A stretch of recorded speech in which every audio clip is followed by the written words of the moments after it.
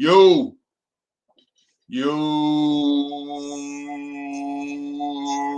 What's good? What's good? What's good? What's good, everybody?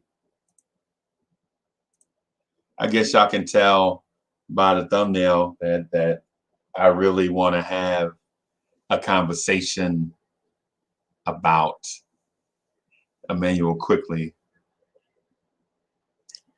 Anthony Alvarado, I see you. What's good? What's good? Yeah, that's clutch. Dallas lost. That is clutch. That's clutch.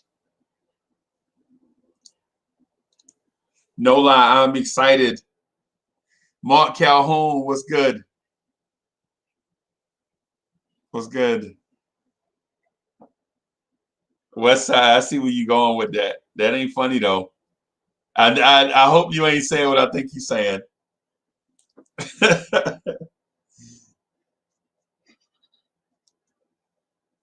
Kodak Vlogs was good. Exactly. Who won that Porzingis trade anyway? Remember that? Remember that being a topic of conversation? Who won the Porzingis trade? Jamaica is in the house. What's good, Nigel? What's happening? What's happening? What's happening, y'all? So, who won the Porzingis trade, really? Just asking. I'm being sarcastic. I'm being facetious. But you know what? Not really. My motivation was good. Fifth General TV was good. Was good. Was good. Let me give Stephen Fox his just due by doing this.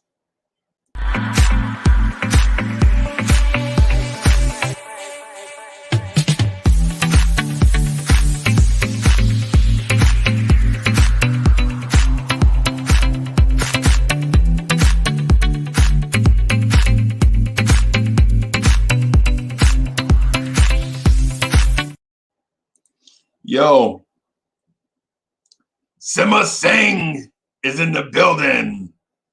What's good? Let me do a couple things here.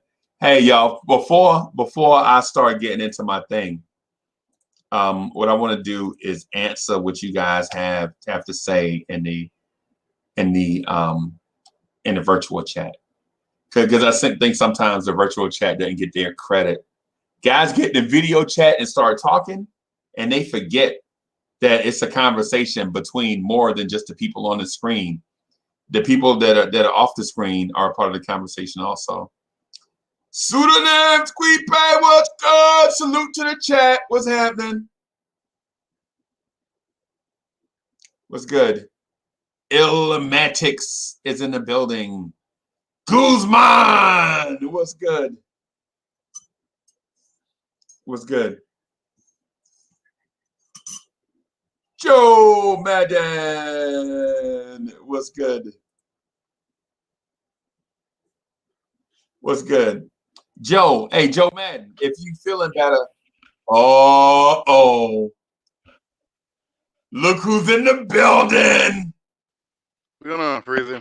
It's Hoodie Kev.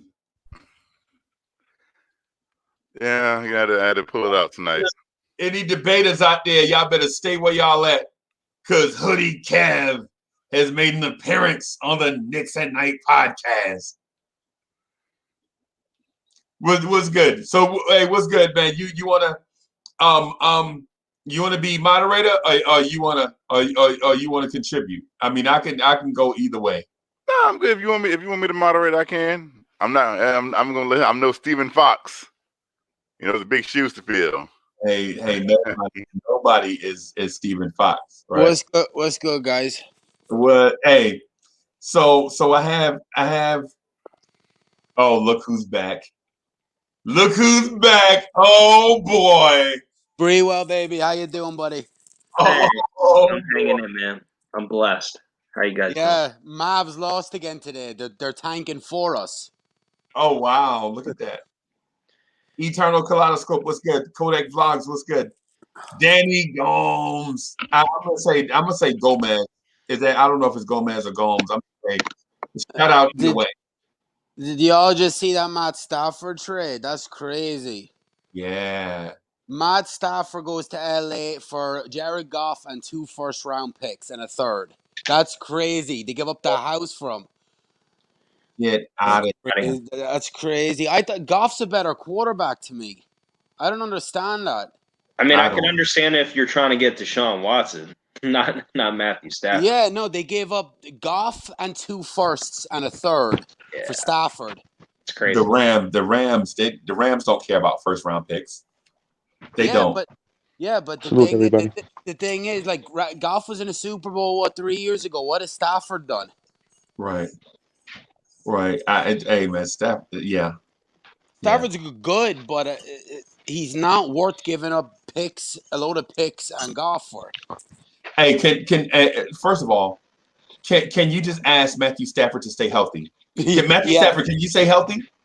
How about we establish that first? Because the best ability is whatever somebody said. Your best ability is your availability. Hey, so Joe Madden. So I got this thing that I wanted to run by you, and I need to get your telephone number, man, at some point. Yeah. Because I wanted to talk to you about something, and so now that we're on the air, I feel like I have to spring it on you, which is kind of unfair. So what I wanted to do is for a portion of the show, I wanted to work on the fix for the Knicks. Oh, I wanted to run through some scenarios where you could give me answers on how to fix the Knicks, not just right now in the short term, but in the long term. But you know what though? So I also wanted to run. So I have this thing where I mentioned to a guy in this video chat that Latrell Sprewell was overrated, and we never really got into that conversation. Oh boy, we never really. You remember I mentioned that about 3 weeks ago? You did about and we never got into or not Sprewell the player, but his contribution to the Knicks may be overrated. How I want to phrase it like that. Because I don't want to make it seem as if Sprewell was a bad player. What I'd like to do is have people realize that the potential for what we could have done was not realized. That is more fair to the direction I want to go. But maybe on another show. How about that? Yeah. Maybe when we get some time. Sounds good. Okay. All right. I'll be down for that. Healthy debate. Yep. Goose, what's good? What's good, Goose? Salute, panel. Salute, everybody. How y'all doing tonight? Happy Saturday night. Hey, I'm good. Man, I'm super good. So I've been on shows and contributing to other stuff all day, and so I'm back at home. You know, even though the Knicks at Night podcast was my baby, I felt like I handed it over to Kev W and Stephen Fox and Guzman and Rob the Knick. I still feel right at home being here with y'all. This is your house, Breezy. This you is your still spot. got the master key. Mm-hmm. This is our house, right? We got keys made at Walmart. A little Walmart vendor. Hey. So I wanted to. So I'm gonna say this thing, and I'm gonna just throw the live grenade in the middle of the room and just get y'all feedback from it. So Immanuel Quickley is gonna be a megastar. Only to New Yorkers. Not a rising star, not a star, not a superstar. Is a megastar better than a superstar? I could see it. The thing is, if you give him 35 minutes a game, like RJ Randle minutes, he'd be averaging over 20 a game. Easy. If he got 25, 30 minutes a game, he would shoot the team out. Well, yeah, the thing is most with he's nights. taking too many shots. He's taking more like 15 shots a game coming off the bench. Exactly. He's a little He bit would shoot us inefficient. out. He's shooting just below, I think, 40%. Well, 30. Or if he's not going to shoot us out, he's not going to have the impact he has off the bench correct. because he's going to be playing in a lineup where RJ and Julius are going to take more shots than him. But see, the thing about him is he can play off ball, so he doesn't need to have the ball in his hand. No. That's not true. Immanuel Quickley needs the ball in his hands. Did you not see him in Kentucky coming off? The thing is, you need to I've start seen him. I've seen him off-ball in games in screens New and York where he has the ball in his hands. It doesn't matter what he did in Kentucky. Because When he's at blue and oranges, he has the ball in his hands. Yeah, because they're Score. playing him at the point. If you put him at the 2, you have him off ball shooting, hitting corner threes, running off ball screens. That's what he was doing in Kentucky. Now they put him back at point, so he has the ball in his hands. So I want to see him more off ball. And that's the thing that's the problem with Peyton. If you have the offense running through Randle, you have a guy who's basically useless without the ball because he can't shoot. I just think Quickley is same thing with Bear. We talk about, are they stars, superstars? I just think they're two good players that are going to be on this team for a long time. Yeah. I don't quantify anybody on this team as a superstar. I just think they're a piece of the puzzle. Well, RJ is the closest one to being a superstar, and I think he can be. Will he be? I'm not too sure, but I think he has the potential. I just think that big superstar that eventually we're going to have to win a chip is not on the roster yet. I agree. Dude, I think Julius is disagree. Julius is probably the closest to a superstar. Yeah, but I agree that Julius is. He's not. Yeah, he's a star, but he could be a star, but he's going to be he could be a 2 on a chip. Wait. Julius Randle's gonna be a superstar. No, that's not what we're saying. Wait a minute. What? No. He could be a star, but he's not Batman. He can be Robin or like a 2A or a 2B is what I could see him at in a championship team. He's not going to be a 1. He'd be a 2B. Like him and RJ are both 2Bs. We just need Batman. We need number 1. Right. And we haven't drafted him. We haven't traded for him. I don't know who it is.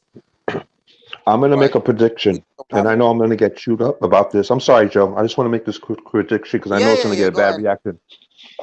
If Julius Randle re-signs long-term with the New York Knicks and remains with the Knicks through at least 2 contracts into his 30s, and he brings and helps turn the Knicks into a perpetual playoff team, and hopefully, even doesn't necessarily have to be championship, but if he makes them into at least 1 or 2 championship series, his numbers will be in the rafters. I know that's controversial, but if you look at how many jerseys are hung in the rafters, they're long-term Knicks players who have not necessarily made the Knicks championship teams, but have made them viable, have made them playoff teams that every single year has been a topic of once the playoff season rolls around. Are we assuming Julius Randle plays for the Knicks for at least 5 years? No, I think New York is so hungry for a winner that whoever helps bring them close enough is going to have the key to the city. The thing is with Randle. Yeah.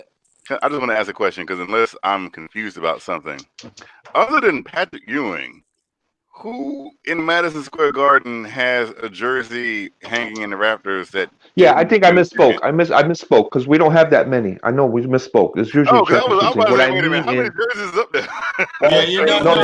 No, you're right. You guys took me too literal because I think I misspoke. I don't necessarily mean what I'm talking about. He will be going down as a Knick that will be talked about in the same words as the Oakleys and the Masons and the Spreewells. You know what I mean? That's what I mean. I don't think that's controversial at all. To me, he has to get us to the playoffs. Because he brought us the closest. Well, bring us the closest. He is to get us to the playoffs and a little bit further in the first or second round, at least 3 times for that to happen.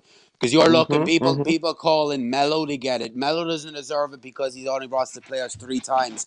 So if Randle can't surpass what Melo done, meaning second round, Eastern Conference Finals or Finals, then he doesn't need to be up there either. So he needs I to. disagree. He doesn't need to do it himself, but he needs to be on the team. Let me get back to the first topic first, though, before we move on, because I think we moved on really quick just now. You know what I'm saying? Let me say this. I think y'all are wrong about Quickley, right? And the reason why I think y'all are wrong is because y'all don't know where to find a star, right? And it's not that you guys have flaws in your thinking or flaws in your logic. It's just that stars are hard to find. The path to stardom is not one that's a direct path to stardom, because a lot of people start on that path and wind up being busts. And some people start on that path and wind up being ordinary guys.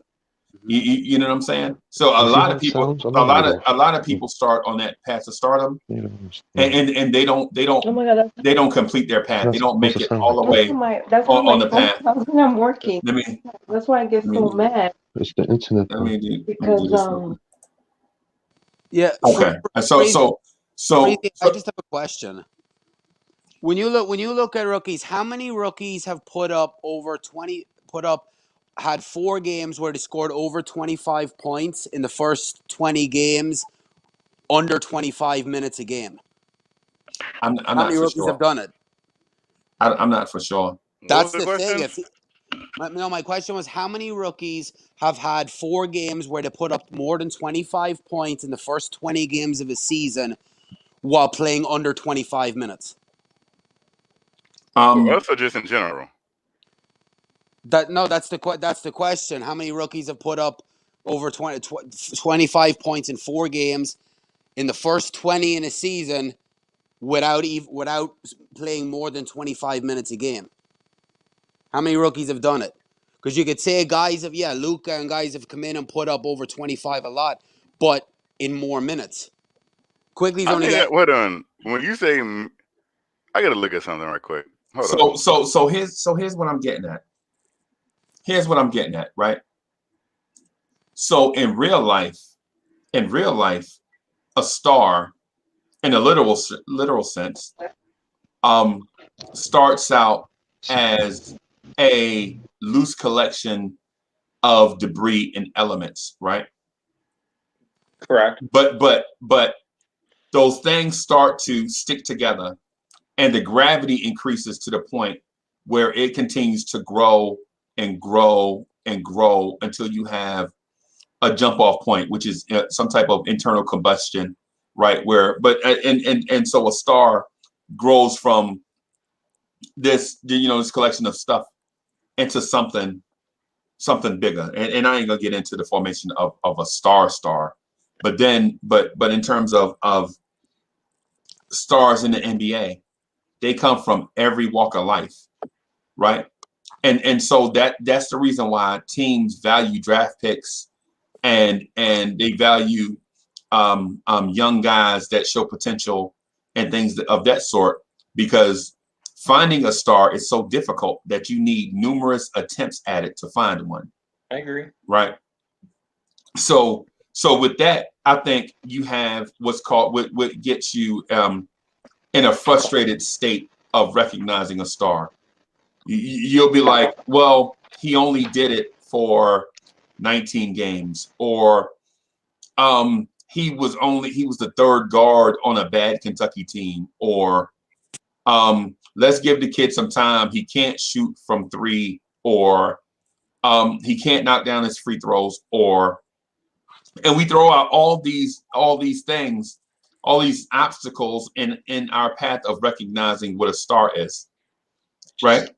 And so what I want to do in this conversation is at least address the fact that Quickley has star potential, right? unlike Obi, I don't want to talk about Obi yet because Obi hadn't shown star potential. Obi has shown that he has the physical attributes to maybe get on the path to becoming a star, but he hasn't found the path yet. Immanuel Quickley, in limited opportunities, has shown that if the organization doesn't put hindrances in his young career path, he could develop into a star, right? And so when you look at an Immanuel Quickley or a Damian Lillard, who a Damian Lillard at the same age, to me is the comp for Immanuel Quickley. Damian Lillard, third year Weber State. Dame Lillard is where Immanuel Quickley, in my opinion, is right now. And Quickley may be better. At the same age, at 21, I feel like Immanuel Quickley is better than Damian Lillard at 21. And I know you're going to say, like, man, that's a stretch. Dame time. Dame hit the shot on Paul George. I'm not talking about that, Dame Lillard. Calm down. I don't want you to knee jerk. I don't want you to knee jerk this thought. What I want you to do is think about a stitch of time, right? Think about a stitch of time where Dame Lillard was, where Immanuel Quickley is right now, and evaluate. I don't want you to compare Immanuel Quickley to prime Steph Curry. It's not fair to Steph Curry or to Immanuel Quickley or to us. But what I would like to do is for you to recognize that a Knicks point guard, think about this. A Knicks point guard, a Knicks point guard is legit being talked about by other NBA point guards that have walked that path and have succeeded. So what you say about that, Mo? What I'll say is that, like, you know, we shouldn't like not talk about the possibility of him being a star. Am I like breaking up a little bit? Nice. I can hear you. Okay, I'm good. No. Okay. But like, yeah, no, it's important for us to like definitely talk about like the fact that he can be a star, because like a guy like Damian Lillard was given like 36 minutes like a game in his rookie year, and he was able to average like 19 points. And I feel like if we were to give him like the same type of leeway and minutes that like Kevin Knox and RJ Barrett got, like, I feel like he'd be able to perform and show that he can score, because one thing about Emmanuel Quickley we know is that he scores, he can score. So like that's like a big part of being a star in the NBA. And I have no idea why Chuck is like shaking his head and like, yo, like what's your problem? Why don't you agree with what I'm saying? What do you not agree with? All of it. What did I say that you don't agree with? All right, first of all, he averaged like 12 points. That's for one. In 24 minutes, less than 24 minutes. I don't care how many minutes. We're grading a guy. We're comparing a young Damian Lillard to a young Immanuel Quickley. A young Damian Lillard got 38 minutes a game for 82 games. Immanuel Quickley's only been averaging 20-something minutes a game. So how is that not like? So first of all, Chuck is already wrong. Busting in the door already wrong. So Damian Lillard in his rookie year was 22 years old, right? 22 years old and averaged 19 points a game as a rookie, and was transitioning to the Brandon Roy era in Portland. Brandon Roy was injured and was out. And so they were trying to figure out who the point guard is going to be, what direction they were going in. They already had a young star big man in LaMarcus Aldridge. So for one, we stepping into the situation already wrong, right? Dame Lillard was 22. Dame Lillard, you wrong. All you had to do was say, all you had to do was come in and say, Uncle Freezy, you right. Uncle Freezy. Come in peaceful. Just come in chill. What was I wrong about? Because You're y'all wrong. spread You were wrong. nonsense. Uncle Freezy, I'm not trying to ride on your parade here. I think it's fair to like have a conversation. My problem is we haven't seen him what he's gonna do against the starters and when he gets starters minutes. He's in a perfect situation right now, coming off the bench, nice and easy against those second units. And I like Quickley. I think he's going to be a really good player for us. I just think I think it's fair that we're bringing this up. I get it. We want to think high. I just want to see more. I don't want to. I can't go Damian Lillard. Is he not missing games? I'm going to say this one thing. It's early. I'm going to say one thing as the resident Knoxer. Beware what you ask for, because if you put expectations on Immanuel Quickley after 20 games that he's a star and he does not live up to it, you're going to kill him. He looks great. Oh, he looks good. He put up 31 points. Kevin Love looked great. December his rookie season 2. And we were talking about him being a star. And look what he's saying about him now. Immanuel Quickley right now to me looks like talking about that Freezy, because they were. Kevin, Immanuel Quickley to me looks definitely like a great 6-man type of player that you want on an NBA team, which is great. What I'm saying is, when people had the narrative, oh, he's gonna be a star. He's like Damian Lillard. Damian Lillard saying all these great things about him. I still think we need a starting. I still think we need a starting. Listen to what I'm saying. I'm not saying he's not. All I'm saying is, be careful putting expectations on players when they get hot starts, because when they let you down, you're ready to kill him and trade him and put him in every trade out the city. He got to go. Oh, we're going to trade him. We're going to trade him for LeBron. We're going to trade him forever. Careful, Hoodie Kev. Careful what you ask Hoodie for. Kev, you sound like Laverne and Shirley. You sound like Laverne and Shirley right now. We still need a starting point guard on this team. Immanuel Quickley is he the best option on this team? Yes. But don't get it twisted. We still need a starting point guard on this team, in my opinion. The thing is, give him time. You get a vet in for a year. Let him be 6-man, maybe this year, maybe halfway through next year, and then you'll see. The thing is, the story here for the kid, he's a gym rat, and you see he has the talent. How many Knicks rookies have come in their rookie in the first 20 games and put up 4 games where they scored more than 25 points and had less than 25 minutes? Yeah, but we weren't ready to sit here and say that Jeremy Lin was the future. I was never saying that. Yeah, but this is different. We're like, Jeremy Lin. Have you ever heard of being put in a good situation? And I like this kid, but again, have we ever thought that the situation he's in is easier than if he was starting? That's funny to say. Knicks and a young guy in a good situation. How can you say that? He's coming in the game against second units dominating. He's not playing against the starters. He was doing it against starters in crunch time minutes. That's a fair argument. He was playing against Damian Lillard in crunch time minutes. Not all the time, but yes. In that game, yes. He's been playing in 4 quarters against starters. He done it against Sexton. He done it against Garland, their top guards that are coming up. He done it against Damian Lillard. He brought us back from down by like 15 down to close to 5. Right. So Joe, you believe he's the starting point guard of this team, of the future of this team? He can be, but not yet. Okay. I think you need to get you need to get Peyton out of here. You need to get a competent point guard that can run the offense like a vet like Derrick Rose in the cheap for a year.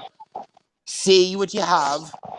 And then look, if it doesn't work out, if he's not a quality starting point guard, he can come off the bench and play 25, 30 I agree minutes. with that. I think that's clear. That's clear. That's clear that we have that. Coming off the bench, giving 25 to 30 minutes of great play, I think he's proven that right away. I give you that. Yeah. So I'm saying that's the worst case scenario is him being a 6 or 7 man off the bench, giving you 25, 30 minutes, playing the 1 and the 2 and scoring. That's the worst case scenario because we see it already. That's what he can do. But you need to be realistic and think about what this guy can do because he's 21 years old. He's played a quarter of a season. He had an unprecedented offseason where there was no basketball for 9 months, no summer league, no nothing. If you'd have given this guy a proper camp, he could have been even better. So I give it a year. This time next year, he could be lighting it up. That's the thing about Damian Lillard is because Damian Lillard's putting better numbers because he was starting. He was playing 35, 38 minutes a game. Quickley's not putting up them minutes yet. I mean, I like IQ more than Jeremy Lin, but this reminds me of the conversation we had with Jeremy Lin. Jeremy Lin, I didn't believe in any of that. It was a guy. I didn't either, but I'm just saying. And I like Quickley. Quickley's much better than Jeremy Lin, but I'm just saying this talk about is he a megastar? I remember the same. People was ready to put up billboards about Jeremy Lin. You know what? They was praising him. He need to be on the All-Star team. Oh, he got to represent the Knicks. I remember that. Y'all know these are legitimate conversations that the Knicks fans was having. They was all on the Lin train. Linsanity. Oh, Melo needs to go on the bench. Was incredible. Melo needs to go on the bench when he come back. He don't want to stop this. Yeah. Nobody is speaking in hyperbole. Like, you guys, like, we're just talking about like a guy, a type of player that we've never seen. Like we've never seen. Who's the last player that we had who's been pulling up from outside of the 3-point line? Jamal Crawford. Have you seen him? You remember him playing with Knicks? We've seen this. Hold on, we've seen this before. This ain't nothing new. Act like you shoot from the 5 line. Hey, hold on. See, y'all are already taking things out of perspective. Y'all are wrong already because you're taking things out of perspective. How old was Jeremy Lin when Linsanity happened? Right? I'll tell you real quick, 24 years old. Jeremy Lin was 24. He played 4 years at Harvard and bounced around and got cut by teams and finally got a shot with the Knicks. finally got a shot with the Knicks because of Mike D'Antoni's younger brother. Mike D'Antoni's younger brother was like, "Yo, Mike, you gotta play this kid. This kid is incredible. He's killing them in practice." And Mike was like, "Nah, I'm good." And then they came out flat. They came from Boston and they gave Lin a look. And so he looked down the end of the bench. He was like, "Yo, the team is coming out flat. Let's give this kid Jeremy Lin a look." And Jeremy Lin came in and played incredible and gave him a spark off the bench, right? But this kid Emmanuel Quickley is 21. I agree. Right? This kid is 21. I agree with that. That's a good point. So before we say Linsanity, which was 6 games, right? 6 games of Linsanity versus 19 games of Immanuel Quickley. And y'all are saying, well, he hasn't been good for 19 games though. But that's not what I'm saying to you, Chuck. Like, what I'm saying. And that's a rookie. He's a rookie. He's going to go through. Hold on. Can I say something? Hey, Hoodie Kev, can I finish? I just want to finish my point. Go ahead. And I get out of the way. I just want to finish this point, and I promise you, I get out of the way. You know how I rock. I don't need to dominate. So the thing is this: when you look at Emmanuel Quickley's tiny body of work, you don't look at 19 straight games of 25 points per game. That's not what I'm saying to you. What I'm saying to you and the 90 people that are watching us is that a star is being born. Yeah. I never said that he's a star right now. I said he has the potential to be a megastar. Is what I said. But we took the conversation off the rails like we usually do and add conjecture and speculation to a point that wasn't even the point. What I'm saying is we are at the very, very, very beginning of something that's special. And Knicks fans have been scorned for so long that they can't even appreciate the moment that they are in because they harken back to bad past experiences. That's fair. That's a fair point. That's what I'm saying. I've been traumatized my whole life. What I'm telling you is that we are at the very beginning. We are at the very beginning of something that could be very special. And I want y'all to recognize that is what I'm saying. And we compared a 22-year-old Dame Lillard who had been playing at the ABC camp against Derrick Rose and James Harden, showing that he was a star already, to a 21-year-old Emmanuel Quickley that's coming in after a locked out and truncated NBA offseason. It's not fair, is what I'm getting at. All right, go ahead, Kev. I'm going to use your point, and I'm going to use it against you. Okay. Please do. Knicks fans are so desperate. I'm going to use an analogy. You ever seen the movie Forrest Gump? Forrest Gump is one of the greatest movies of all time, and it's because of the stuff in between the lines that you gotta look. You gotta read between the lines in Forrest Gump. Is that what you're saying? No. Okay. You talking about the movie Eddie? Definitely not. Yeah, that's Linsanity. Linsanity is Eddie, basically. It says okay. So here it is. It's in the absence of genuine talent, Knicks fans will listen to anyone. They want to believe so badly in something that they want to be great, right? And they're so thirsty for it that they'll crawl through the desert toward a mirage. And when they discover that there's no water there, they'll drink the sand.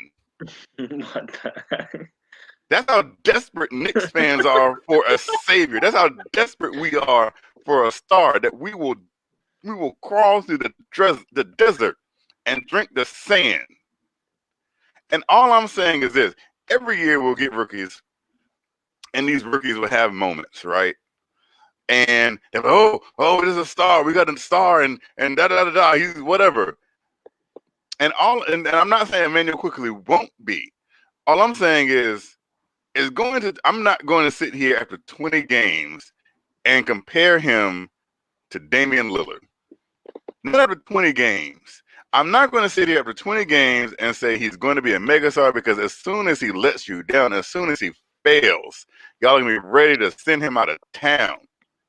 We've seen it too many times. They put expectations on a player after 20 games. That's all I'm saying. I think because as soon as he doesn't live up to those expectations, Freezing, let's say he doesn't, then what's the narrative going to be, Freezing? So here's the thing. Your point is wrong.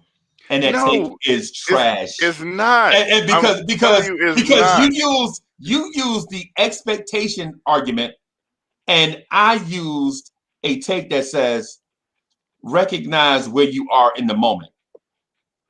Enjoy the ride. I said enjoy the ride. Recognize where you are in the moment. Hold on. You changed it to Knicks fans' expectations. Freezy.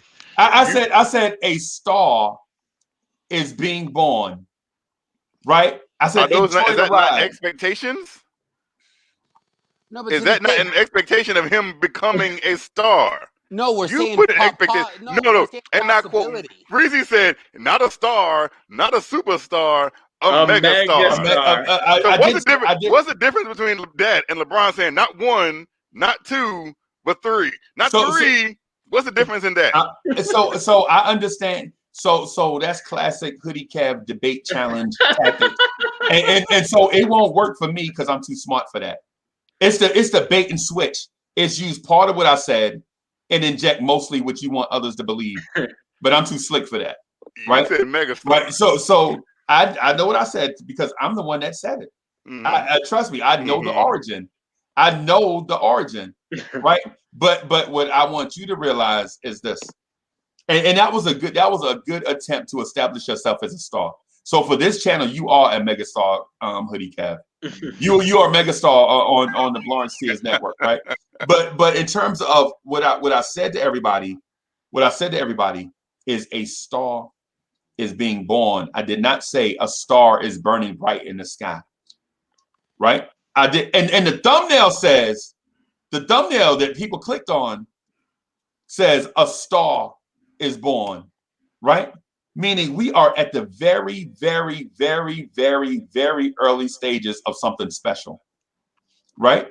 And so when I brought up Damian Lillard, right, automatically everybody assumed Dame time, and then they point to his rookie year. Well, Damian Lillard spent 4 years at Weber State. You know what I'm saying? He played 3 years and redshirted a year, right? When he got to the NBA, he was 22, turning 23, right? Immanuel Quickley is 21, turning 22 in 140 days. The season will be over by that time, right? So what I'm saying is, before we superimpose one guy's Hall of Fame career on somebody who hadn't even played the entire league yet, what I'm saying is, look at the path that Damian Lillard started on, and that's the same path that Immanuel Quickley is starting on. That's what I'm saying.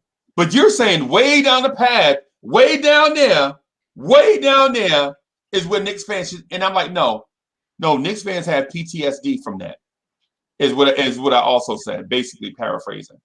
What I'm saying is, enjoy the moment. Don't condemn Immanuel Quickley to these weird offset struggles that he don't have to struggle with. Like, why does he have to come off the bench behind Elfrid Payton? Is Elfrid Payton y'all point guard of the future?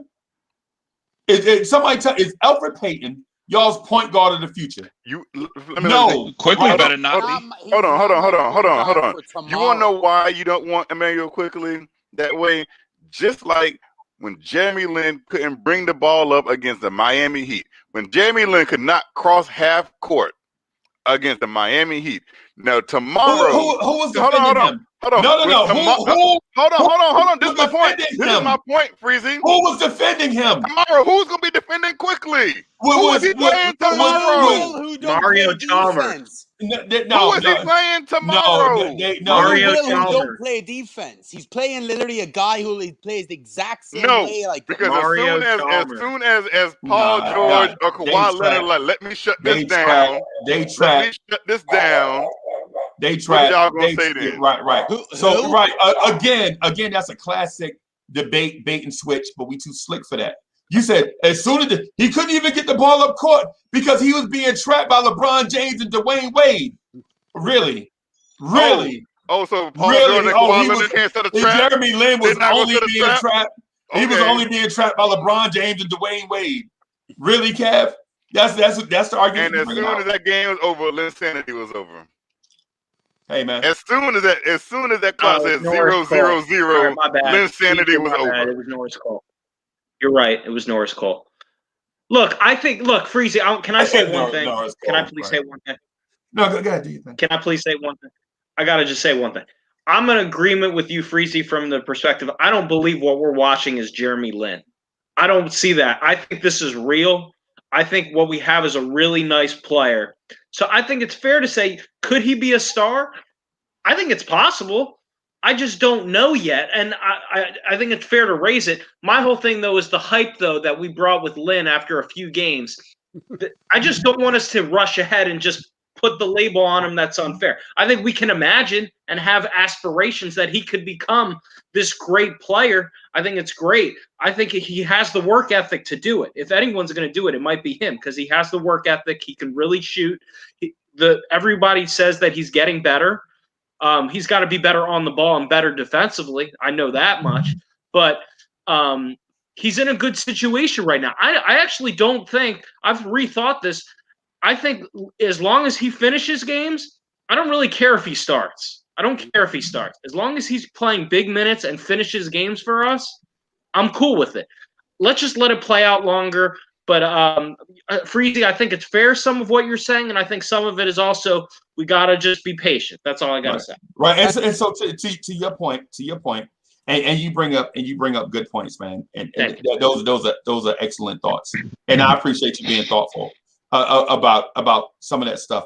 But the thing I want people to realize and understand is every guy that walks through the door is not going to be like the last guy that walked out the door. We can't live our Knicks fandom like that. We can't say every point guard that does decent is Jeremy Lin. That's unfair to me as a Knicks fan. Sure. That's fair to the player that's on the floor, right? You can't say that we'll never have a point guard because the last point guard was here sucked. He got my hopes up and he let me down. So now I'm scarred about every point guard that walks in the door. Some people even say he's not a point guard. They'll be like, yeah, I know when Elfrid Payton comes off the floor, Immanuel Quickley runs the offense, but he's not a point guard like Elfrid Payton. And if I'm Immanuel Quickley, I'm thinking, Who is Elfrid Payton for y'all to compare me to? You know, if Elfrid Payton is a point guard, I don't want to be that anyway. If Elfrid Payton is your definition of a point guard, I don't want to be that. Freezy. Right? Yo. Yeah. No, what I'm going to say is the thing is about these superstars, it starts with confidence. You know, we don't have a problem with this guy. You know, this guy has balls when he's taking floaters from the 3-point line. You know, he has the guts when it comes to asking Damian Lillard and Stars question when he's taking free throws. And then going up after fouls he doesn't get, he's asking the referees, oh, what can I do to get that foul? Like, you have a guy with pure confidence. He just needs to get efficient. And I think if he gets efficient and gets to learn, because he hasn't run the point. He didn't run the point in college.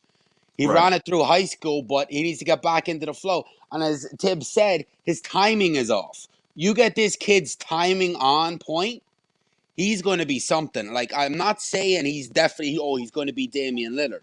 I'm not saying he's not. But the thing is, his floor is a 6th man of the year candidate every year, like a Lou Will. That's his floor. So I can't imagine what his ceiling can be. Right. But so we don't need to hype him up too much. We got to see more. But I see the potentials there, and I understand where Freezy's coming from. Like, but Joe, what I'm saying is, the last time we got a guy in here that has confidence? But Joe, what I'm saying is, don't look for the ceiling. What I'm saying is don't look at his ceiling right now. What I'm saying is look at what he's doing right now. Like, we legit have a kid that's on the path. You know what I'm saying? And I said he may be that stuff, but I don't want to look at that stuff down the road. I want to look at what's happening right now. Yeah. When's the last? Think about this. If you wasn't alive when Pat Ewing was born, you never experienced a star being born in New York. Period. No. Right. Because if you wasn't old enough to remember Patrick Ewing being drafted and coming here, your whole Knicks experience has been centered around stars that are established coming here via trade, or maybe via free agency. But you never saw a star being born in front of your eyes as a New York Knick. I thought I was seeing it when Porzingis came out. Yeah. I don't even talk about him. He never was on the floor. Right. But he's still not on the floor. He's still hurt. Right. So my point to Knicks fans, everybody here in the chat, all 118 of y'all, and in the video chat, in the virtual chat, is a star is being born, and I want y'all to recognize that we're in the midst of seeing something special. Yeah. I think he's better. Look, he reminds me of Lou Williams. I actually think that's a really good comp. I actually think he shoots it better than Lou Williams. He does. Problem is he's too confident going into the. He needs to cut to the floaters and go to the basket a lot more instead of setting these floaters or kicking it out. That's all he's got to work on. I think that's a good comp for him. He's only in 20 games. And the thing about him, look at our last rookies that come in here. You had Frank and Knox are afraid to be on the floor. Knox. Oh my God. Yeah, Knox and Frank. Like, we haven't had a rookie that shows potential in years. The last potential we've seen was Porzingis. Well, RJ, but like potential like this was Porzingis. Because then you never seen you've seen glimpses from Knox, but Knox don't want to be on the court. Frank's afraid to take a shot. Like, so who's the first time we've seen a rookie in a while like that? So who's going to watch the first G League game with DSJ? Or are you guys watching the Knicks tomorrow? Hey, man. Oh, is the G League game tomorrow too? Oh, I thought there might be a G League game tomorrow too. So I don't know. February. So my motivation asked, what about Allen Houston? Allen Houston played his first 4 years with the Detroit Pistons with Grant Hill and all of those guys. I brought Allen Houston up yesterday or the day before. Houston? Yeah, he was in Detroit. Yep. I'm saying I brought Allen Houston up. Why did I bring Allen? Yeah, you brought him up last night. It was for some reason I brought Allen Houston up. I don't even remember.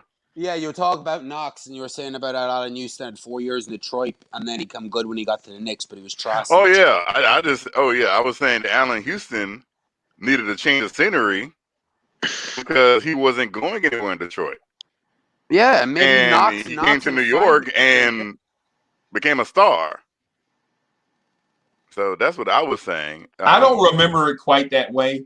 I remember it as Allen Houston always showed potential in Detroit. Yeah. But he progressively got better over the years. He didn't break out the box like gangbusters, but he got better over the course of the years. So by the time he entered his free agency year, a lot of teams were looking to sign Allen Houston because he looked like he was going to be the next great shooting guard.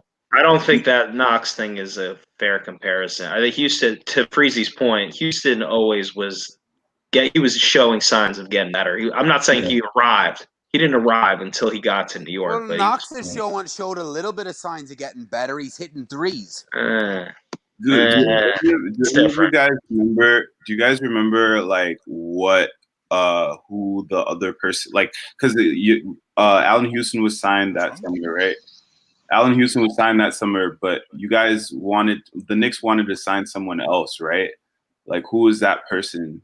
It was like Reggie Miller or somebody. Like somebody was available as a free agent, and like Freezy, do you remember? Right? Reggie Miller would have won. Reggie Miller, trust me, would have never came to New York. Yeah, like it was another shooting guard. He would have never came here. Oh, well, I would say I just wanted to say this about the career arcs of guys, right? Some people start down that path. Like Allen Houston started down that path, and he started slowly, and it built up to a crescendo. But let's not act like Allen Houston was a 20-point per game scorer, somebody that you know what I'm saying defenses had to, you know, ultimately sell out to defend. Allen Houston was maybe an 18-point per game scorer, maybe. You know what I'm saying? Comparable to now his shooting stroke was the prettiest you ever saw in your life. And all he needed was a glimmer of daylight to get it off, right? But Allen Houston shouldn't be in that conversation with Pat Ewings and Bernard Kings. You know what I'm saying? Let's temper that some. I believe Latrell Sprewell probably offered more from the shooting guard position than Allen Houston. Now, that's my opinion. That's my opinion. Well, hold on, Freezy. In 9 years with the Knicks, he averaged 18.5 points on 44% shooting and 40% from three in 9 years. That now. Right. And those percentages are more impressive now because back then, it was a different league. Yeah, the level of defense that teams played on you, the physicality was way different. Yeah. Was way different. So Allen Houston in today's NBA, he probably averaged like 23, 24 points at least. At least, right. I mean, he had, I think his highest point per game was the 02-03 season when he averaged 22. Right. Yeah, that's why I say let's keep these things in perspective about Allen Houston. He was a great Knick in terms of he was a good NBA player. But let's not say Kevin Knox shouldn't be wearing 20 because Allen Houston's number should be retired. Let's not go there. You know what I'm saying? Let's just say he was a very good NBA player. I think by the time RJ Barrett retires, you won't even remember. It'll push Allen Houston's name down on the Knicks pecking order. He's a good shooter. Yeah. There was a game. There's a stat I never forget it. Allen Houston had 35 points and nothing else. Like he literally had no rebounds, no assists, no steals, no blocks, nothing. It just had 35, and the rest of the stat line was blank. Right. All Allen Houston did was shoot. True. He wasn't gonna do nothing else. Right. Can I say something? Yeah, go ahead, Chuck. Yeah, I've been waiting patiently. Okay. Barkley, Shaq, and Kenny rarely agree on anything. So that means somebody is always wrong. I say that to say stars, just because they're stars don't mean they're right. Or just because they're ex-players don't mean they're correct about their take. Shaq said Donovan Mitchell needed to average a triple-double. That's ridiculous. So just like I said, we don't have to agree with guys just because they played before. That don't make them more right than the next man. Agreed. And I said that also to say, just because Clyde said Quickley was a point guard and half of you ate it up, that means you wasn't thinking for yourself and you waited for him to say it to validate it. So now I have people coming after me saying, I don't. Kev, that's you? Mm-mm. I think that's Goose. Can you? I got people coming after me saying I don't know what I'm talking about because Clyde said it. Now, one of their points was Quickley had 2 4-point plays. So how am I going to say he's not a point guard?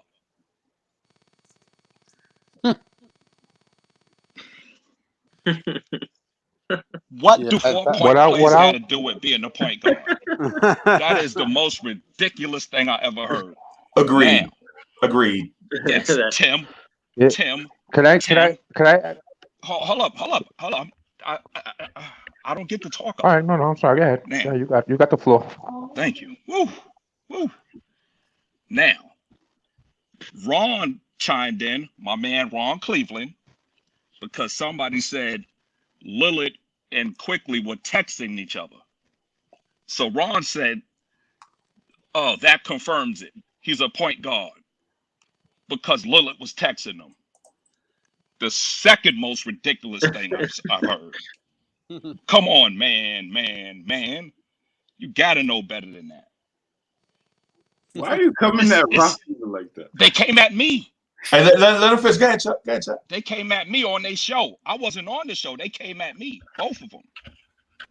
Now, being that you interrupted me and your frequency is very low, and this is all going over your head, I will definitely have to write this to you with crayon for you to get it.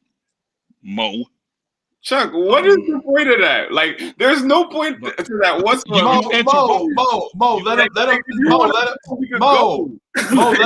Let him finish dissing you so you can respond. God Jesus, damn. Damn. Be patient, man. You're making me lose my train of thought. Because your frequency's low. No. Because I conversed with you and that just killed a couple of cells. Like quickly. The guy said, what else did he say? All right, you made me lose it, but the point is, it's embarrassing that we don't know the difference between a point guard and a combo guard. I find it quite embarrassing. And the fact that we're trying to force him into that title, it's not going to change who he is. It's not going to change his game. He's fine with who he is. We don't have to label him a point guard for him to be good. He's good at the role he's in. Now, as far as being a star, most stars have go-to moves that's unstoppable, right? Quickley's go-to move can be contained. You could contain him coming off a pick and getting in the lane and shooting a floater. Now, you giving him credit for taking 16-foot floaters. He's taking those because he's shooting before the defense gets to him. So he's forced to take that shot. He don't want to take that shot. He'd rather shoot closer. But he's shooting it judging by where the defense is set. So he's shooting that away from the defense. He'd need a counter move to that. Either a pull-up or he need to get closer to the basket. So until he add more to his offense, that star thing is out the window. I'm done. Yes, you are very done. I know. You are very, very done, Chuck B. I know. The truth hurts. Breezy, I just want to add something. I don't put much credit into what Shaq says because of the fact that Shaq is great, but he was a center. And I don't think a center stipulating what a shooting guard should average in order to be great holds much water. However, with Clyde, and remember when Clyde was playing basketball, the term combo guard didn't even exist. So I think Clyde is basing what he said on what point guards were when he was a point guard, and emphasis on the fact is on the statement is that Clyde was a point guard. So if I'm going to Clyde knows because he was a point guard. He was one of the great point guards. He's indicating that he sees the qualities of a good point guard in Quickley. I'd put more credit in that than I would in Shaq, who was a center, talking about shooting guard play. So I agree with that. And Like I just quickly, just to add to your point with Clyde, I defer to him. He knows more about basketball than me. I respect his opinion. He did also say on the Last Dance documentary that Michael Jordan wasn't going to take over the league because he wasn't 7 feet. So He did say that. He did say that. So I'm just saying not everybody gets it right. Not to say that what he's saying about Quickley is wrong. We don't know. Or at least I don't know yet. But all I'm saying is people just because, like you said, guys that have played, they don't always get it right. That's all I gotta say. Right. well, people's opinions are people's opinions. All right. Right. The opinions are opinions. They're individual opinions of individuals. The only way that we're going to know is when everything is said and done and the records are written, and we look back at Quickley's career. And that is the only time any of us are going to be able to say, well, was he better as a 1, as a 2, as an in between? What? Because his record has not even been halfway written yet. So I would say to that, let's hold off, see how coaches play him, because coaches are going to make the decision whether or not how they want to use him based on how well he does in practice at the 1 or the 2 or the in between. If Tibbs refuses to use him as the 1 and only uses him as a shooting guard, and then that holds more water than what anything we say here. If he continues to play him at the 1, then that holds relevance over what we say here. Right. So I'd say give the kid a chance, let him continue to play, let his career anchor itself and see where it ends before say, well, he's not this, that, or the other thing. I'm gonna say this real quick because I want Mo to respond to what Chuck said. Mo didn't get a chance to. I'm gonna say this: the thing I've been saying the whole time is it's not even about Quickley. It's about the experience as a Knicks fan. You're saying enjoy. That's what I keep saying. I keep going back to you guys. Most of you guys have never seen a star be born in New York. Y'all have not. If you wasn't old enough to remember Patrick Ewing, then you have never seen a star be born in our town, right? And everybody has seen it happen in their franchise. Everybody has seen.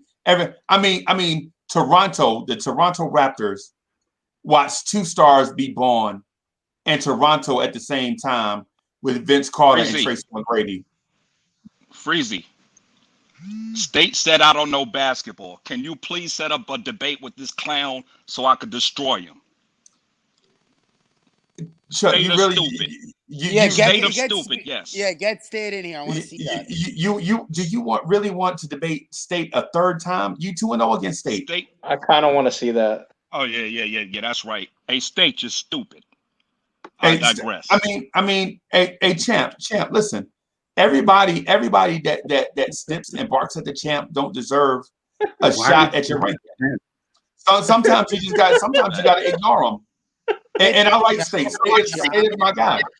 But for the former champs and the current champ, everybody that wants to take a shot at your ranking doesn't deserve a shot at your ranking. Sometimes you just have to move on. If Hoodie Kev had, had air in his chest and felt confident and said something about Chuck B, then I'd be like, you know what? Let's get it on. But for others that others that hadn't proven themselves yet, and it's no shot at State because State is my man, 50 grand. But you already beat them twice, so what's the point? I don't want to watch that. I want to see somebody challenge somebody else and us not know what the outcome is going to be. What you know what I'm saying? All right, when do I get my rematch? You a bum, State. Oh, what rematch? I beat him on Legion and Knicks, and you guys. They didn't count. That don't, You ain't beating Joe. That don't. That's not a Lawrence Ted. Y'all did that. Hold on 1 second, Freezy. If I beat up a guy in Ireland and then I meet him over here, it doesn't count because it's in a different country. It doesn't matter. It's the same thing. It does matter. All right, give me somebody. I'll beat them, and then I want to get a Chuck. So give me somebody, and then give me Chuck. Wow. All right, beat on Mo. Hey, hold up, Freezy. Mo is easy, right? Mo's a bum. So get by Mo, and I'll destroy you right now tonight. You All right, bum. give me it. You're a bum. Get by Mo. Get by that rag doll right here. Yeah, let's see that bald head. Can I say something? Can I say Hey, something? Hoodie Cav. Champ, don't jump into this fray. No, you already have a title. Ain't no champ. Don't jump into this thing. Oh, here we go. Listen. Here we go. My title is not up for debate tonight. Okay, not up for debate at all. Yeah, I'm already. How many titles? I'm already is a champion. What I was going to say. This? What's this boxing where there's like 6 different belts for each weight class? I'm a champion, man. Come on, I'm a championship debater. That's it. So there's one undisputed, untarnished, unblemished Lawrence Tiers debate champ, and that's Sports Vibes. I come from the mean streets of Pikes. Right. And so Kev won some weird fatal 4-way match where 4 people debated at once, and the chat wanted it, and they voted on it, and Hoodie Kev won it, and nobody has knocked him off since, and Hoodie Kev is the #1 contender to Sports Vibes TV title. He lost to Sports Vibes TV 2 times in a row, and so he's the #1 contender. So his spot. So Sports Vibe is #1 contender. Sports Vibe is the champ. I lost steam at the end. Freezy, am I the champ? Am I a champ?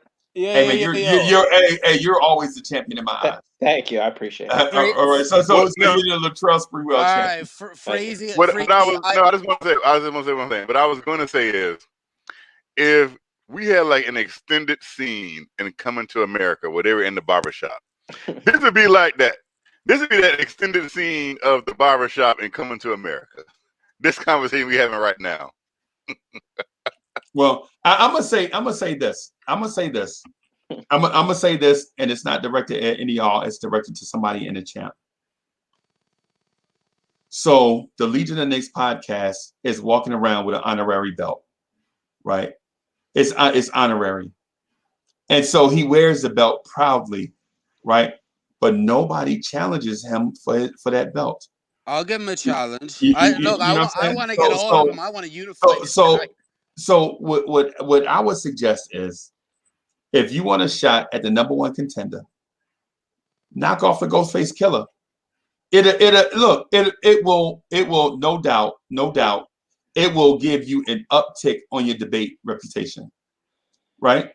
The Ghostface Killer, see, he don't beat you, and like it don't go 3 rounds with him. He knocked y'all out in 1 round, and y'all are so staggered that rounds 2 and 3 is his victory lap.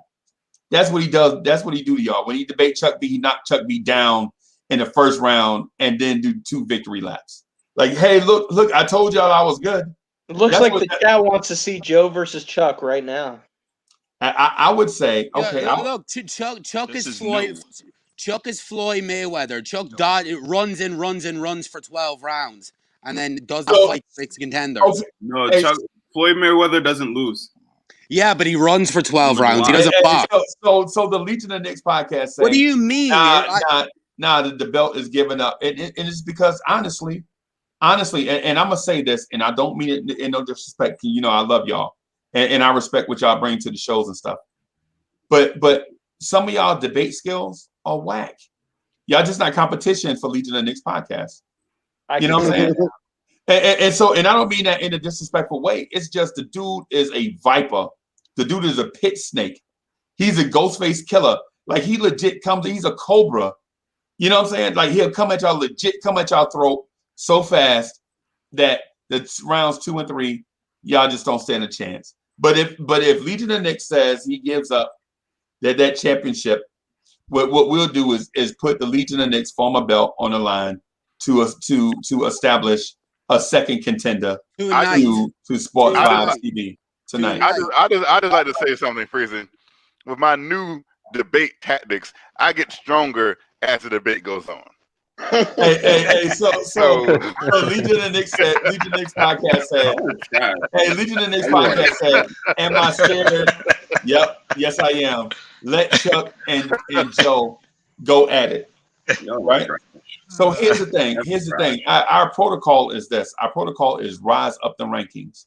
Right? So rise up the rankings. So we don't skip steps. So if Joe enters the debate league, he has to climb his way up to get to Chuck. You don't just jump in. You don't just jump in at number 3 and then say you want to. You gotta climb your way up, Joe. All right. Give me. Rocky did it. Managers. Let's start climbing. Okay, let me. Come on, give me somebody. I'm ready. You got to give me somebody first so I can start climbing. Because don't worry, by the end of the week I'll get to Chuck and I'll beat him again. If you guys don't want to count the other one, I'll beat him this time. Oh wow, I'll put Chuck back in his box. Oh wow. Because I don't understand how you more or less give him a chance. Who did he beat to get a championship? Who did he beat? Who did he beat? Who Chuck B? Chuck B had been beating people since November. Since we started, Chuck had been undefeated until the tournament last weekend. I mean, Chuck had been beating people for months. I mean, and who's he been beating? He must be beating nobody. Well, I don't want to disrespect the opponents. He's been beating on Kev all day long. These two are the ones that you guys claim to be the champions, to be the great debaters. These are the great debaters of the Bloor and Tears because they Listen here, young Padawan. Listen here. Don't call me young fella. I didn't say that. I called you a Padawan.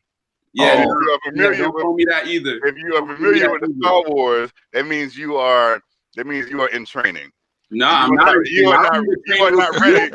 I don't need to train against you at all. And you are not ready to face your masters. Get out of here. Wow. You're lucky that you won. You know that. You know you were very lucky. Mo, you're trash. To quote some you were so close to losing. Stay in your lane, young man. You're trash. Stay in your lane, young Mo, man. you're trash, Kev. You're trash. Mo, you were so threatened. Yo, this comes from a man. This comes from a man. This comes from a young man. Punching bag, Kev. That's all you are. This comes from a young man. Freezy, you need a tag team debate. This comes from a young man who said Phil Jackson developed Michael Jordan. I got nothing else to say to Mo after that. Yeah, it's true. I'm going to turn off my camera. Mo, you're so threatened by me. You spent the whole round talking about me. No, I have so much mind share. I have so much mind share on you. It's so great. I love it. I'm your idol. I love it. I'm your idol, literally. You're always looking around. I'm the reason you don't have the championship. I'm the reason. You spent the round talking about me. You said forget the Knicks. You talked about me. Let me do this because to be honest with you, I don't want to see Mo and Chuck debate. I don't want to see that. Right? I mean, I don't want to see. Even do Mo. I don't want to see Chuck and State debate. I want to see it. And it's not fair to do Joe Madden and Chuck B because there are like 7 people ranked in front of Joe Madden. Yeah, but it doesn't matter. So do Mo and Madden. Give me them all tonight. I guarantee by the end of the week, Chuck could be at the bottom of the rankings trying to get at me.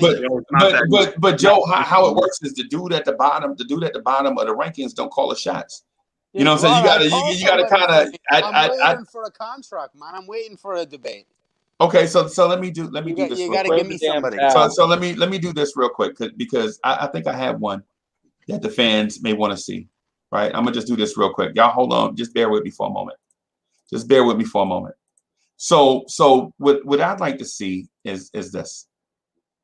I'd like to see the Pit Viper, the Cobra, the Ghostface Killer. You know what I'm saying?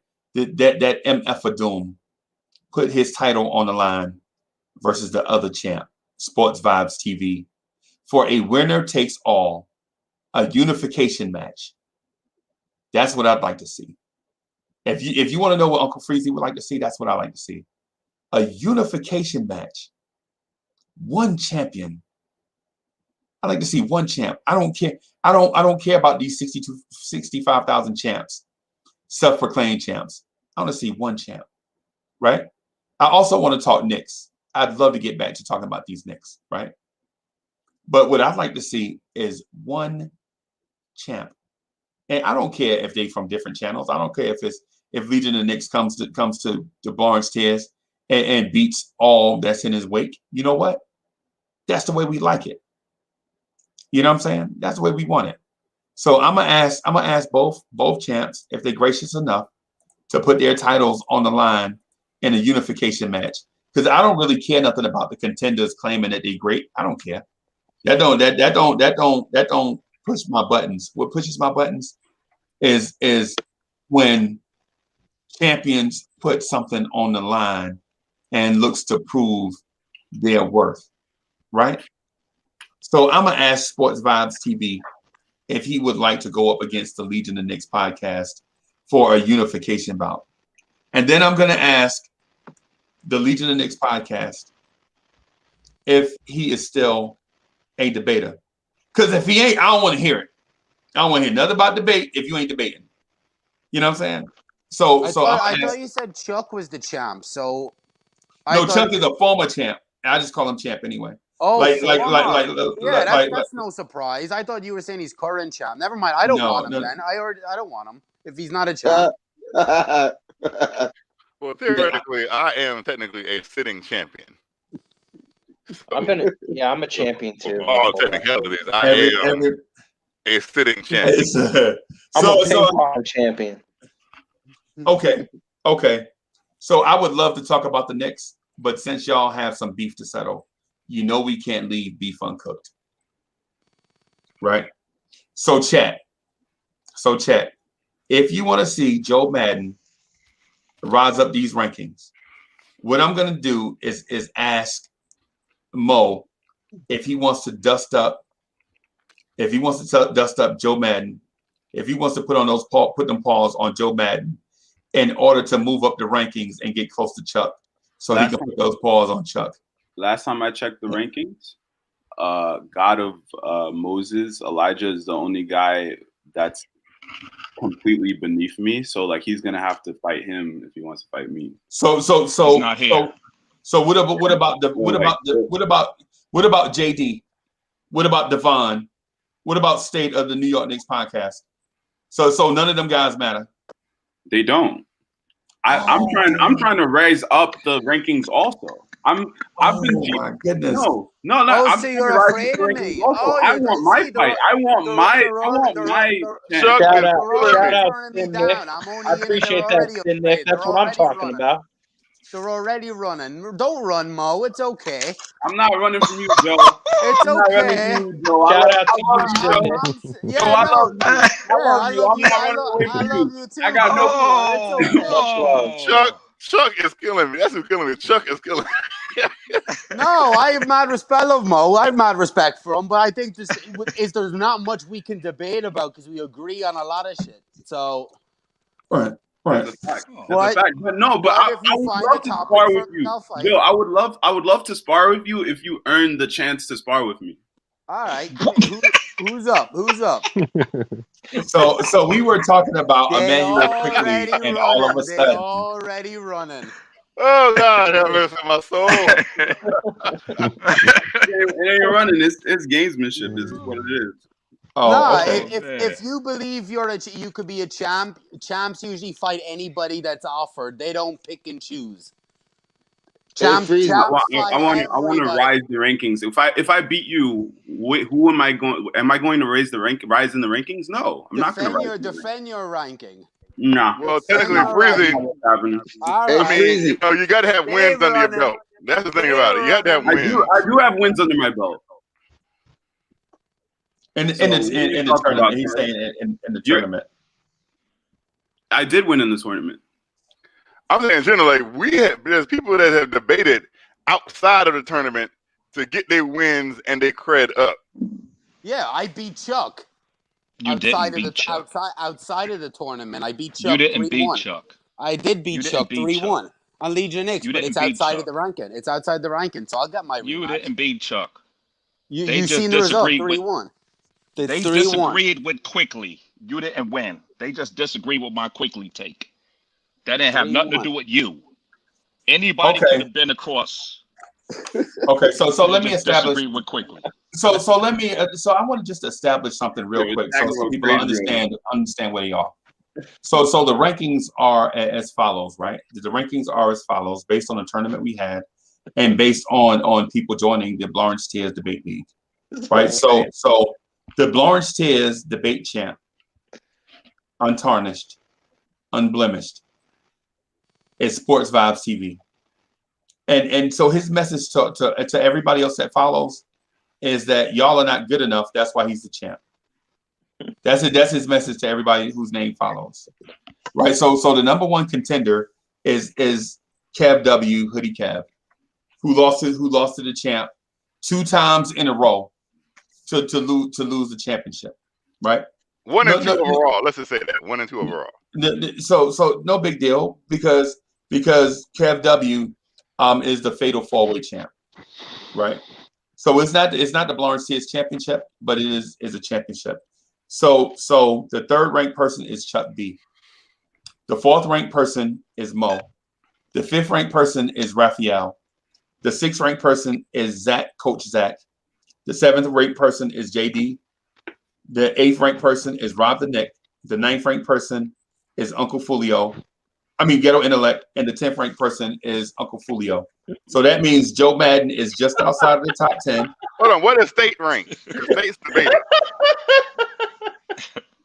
Yeah, I haven't debated yet. Don't worry. Give it a week. Freezy, is this on a piece of paper? Yes. State didn't qualify. No, I'm just saying state has debated, so state should be ranked somewhere. Where's state on there? Is it like a he top didn't make 10 the list? Is it like a top 10? So I'm just going by the top 10 people that will. Who did you say number 10? Let me go back. Okay. Julio. So there's State is number 20. It's only 15. State is 20. So there's okay, 1, 2, 3, 4, 5, 6, 7, 8, 9, 10, 11, 12. Who did you say, Joe? Who did you ask about? I'm asking 10. Who's Julio. Who's ahead of me? Call me when someone has the balls to come and debate me. Just call me. Okay. So the only person that's here, me down. Guys are already turning me down. So the only person that's here that's ahead of you is Mo. Mo is ranked 4th. And to Mo's credit, why would he debate the 11th ranked person, and risk falling down the rankings when Chuck B is right ahead of him? Yeah, if he believes he deserves the 4th ranking, why doesn't he just debate me? If I'm only 11 and he's 4, why doesn't he? It should be easy money for him. It would be easy money. I don't want to take the airtime. It doesn't make any sense. True champions dodge. I would listen. I would take the airtime. I would take the airtime to battle Chuck for sure. But let's see take the airtime to battle number 11 or number 12. It doesn't make sense to me. Right. Okay. All right. Get me somebody. Get me somebody. Who you? Joe, you know. Hey, what's up? What's up, Tony? What up? Battle Ghouls. Ooh, that's a tough one right there, Chuck. Yeah. Well, where's Ghouls rank? I'm not in the rankings yet. Yeah. Ghouls didn't tell me that he wanted to get in, so I don't have him listed, but I do have names on his paper, and so these rankings will change based on what the fans say, because it's not about what y'all want, it's about what the fans want. You know what I'm saying?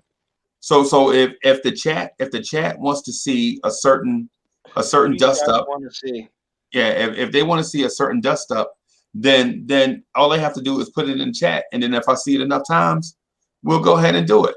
We'll go ahead and let them get it on. But I mean, until then, we have Knicks stuff to talk about. You know what I'm saying? Everybody wants to be the champ, but we're not gonna give the championship away to just anybody willy-nilly. You got to earn it. All right. You know what I'm saying? You know, it's not like Toys R Us where you could just walk in and buy a championship belt. I'm not asking for the championship. I'm asking for somebody to get me up there. Oh wow! Anybody. Oh, he hungry. I'm looking to go up the right. Yeah, if I have to start at the bottom, no problem. I'll dust all these guys off till I get to the top. It's okay. So I see a Chuck versus Joe, a Joe versus Mo, a Rob versus a Madden versus Mo. Mo don't want to take it though. Yo, a Mo versus. They already Rob versus guy at 4. I haven't even made my debut yet, and guy at 4 is already running. But so. Crazy, the best thing you have right now, you have 4 and 5 in the house right now. Who? Yeah, Chuck and Mo. No. We have 3 and 4. 3 and 4. Raphael is 5. That's the best battle okay. if you want to have a battle. Yeah. Yeah, go. If you want to be all right, you want. I want that. Like I'm not ducking from a fight. I don't duck from fights. You can run up. You can climb up one position. But you ducking me. Breezy, how long is your list? 11, I think now. So we have 12. We have 12 legit entries into the Lawrence Tears debate league, right? Oh God, Tony Crow, no. Can you just be Tony Crow? Can you just sit in the honorary seat next to me? Because I don't want you in this debate league. You don't. I don't know. No, I don't want you in this debate league because the thing is in these 3 1-minute rounds, these debaters can sometimes get mad disrespectful. You know what I'm saying? Because it ain't about friends. It ain't about friends. And it's not about friends. It's about wins. It's not about friends. It's about wins. You know what I'm saying? And climbing this ranking is serious business. Here's the thing. If I can't debate, I would like to see a debate. Yeah, I want to see something. Somebody give me something. So if nobody's gonna debate, then I'll go and take Joe Madden's challenge and see if we can boost his status. Okay. Wow. So here's how it worked, Tony, for you to join the league. So here's how it works, right? All right. So I'm gonna tell you how to join, and then give you the debate format, and then at the end, if you want to get in, then fine. So how you join is saying, "Hey, Uncle Freezy, I want to be in this debate league," right? but here's the thing. Here's the thing about getting in, right? So in order to be in the league and stay in the league, you got to be around for challenges, right? So it's one of them deals where you can't just say jump in and beat 5 or 6 people, beat a number 3 ranked opponent, and then you be gone for like a month and nobody can get your spot. You know what I'm saying? You got to legit be around to defend your spot, right? And so that goes for everybody. You know what I'm saying? You see Chuck B is here and his computer's in the shop and he still showed up, right? And so I'm not making people be here, but what I'm saying is, in fairness to all the participants, everybody's ranking is up for grabs all the time, right? Fair. And so the rules are this: a debater has to win 2 out of 3 rounds, right? Like in the tournament, we had the 3rd round be worth 2 points. I'm thinking about changing that back to 1 point, but we'll see. Right? How the rounds are voted on. The first person to 10, as counted by the virtual chat, is the winner of that round. Right? So if you win a round, everybody in the virtual chat is going to vote, and they're going to put your name in the virtual chat as who won. First person to 10 wins. And listen, I don't care about people complaining about nothing, whatever, because the people make the champion. So the people vote. The people vote, and if they don't like you, they don't like you. Boo-hoo. Boo-hoo. You know, cry me a river. Chuck B. But if the people like you, you're their champ, and we're gonna call you every time we. So say if Tony Crow wins the debate championship, Tony Crow's the champion. Every time I see Tony Crow, I'm saying, "Hey, everybody, welcome and introducing the untarnished, untainted, undefeated. If that's the case, if you're undefeated, Lawrence is debate champ, Tony Crow. That's your title. Every time I see you, whether it's here, anywhere else, I'm calling you champ, right? That's because the people vote on it. Now, each round is 60 seconds, right? You get 60 seconds to put forth your best argument based on the debate, what we're debating. Round one is usually a freestyle establishing who you are. Like, yo, I'm Uncle Freezy. You know, I'm undefeated, untarnished, undefeated on everything. Y'all can't touch me. Y'all know I usually win these things. That's your rounds, and that's like the warm-up round. The second round is usually a round where I throw out a question. Like I say, is Kevin Knox a bust? And y'all debate that. Y'all debate that topic, right? And the third round, even if we agree, it's still based off of who made the better argument. Who made the better argument? Because it's about wins, not friends. You know what I'm saying? And so in the third round is the championship round where you go for what you know. You take what you know and then what you heard from your opponent, mix it all together in round three to try to win that round going away. Right?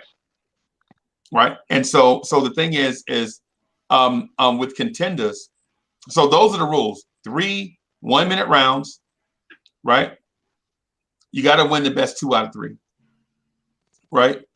And so what I'm telling you is in this debate format, you're going to get challenged all the time. Everybody, Chuck B gets challenged 24/7, and he's not even the champ no more. But he was a gracious champ. He took on all comers from November to January and was beating everybody he just lost, right? And he pouted like a baby and still pout like a baby right now because he's the champ. But part of that has to do with him. But the part that has to do with him taking on so many people over the weeks that he's used to being a champ, and you can't fault him about that. I can't, because he feel like he is the Lawrence Theater debate champ, and somebody else is just holding the belt for him. And you know what? That's the kind of champ we like, and that's the kind of champ we need. You know what I'm saying? Somebody that when they take an L, they don't disappear. They bounce right back. And it's like, yo, I'm still in contention. You know what I'm saying? I know we said we was gonna give Sports Vibe TV 2 weeks to relish in his championship, but I ain't seen him since. I'm just saying. Kev, just FYI, he talked trash about you on his channel today. He said, I seen him. Always going down. He said when he saw me, he was like, "Shout out to Uncle Freezy from Lawrence Tears. I am the Lawrence Tears debate champ, taking all comers, and they went away with L's. And Hoodie Kev went away with L. I am 1-2 against him. He barely hung on to get to the championship round in the first place. I ran out of gas.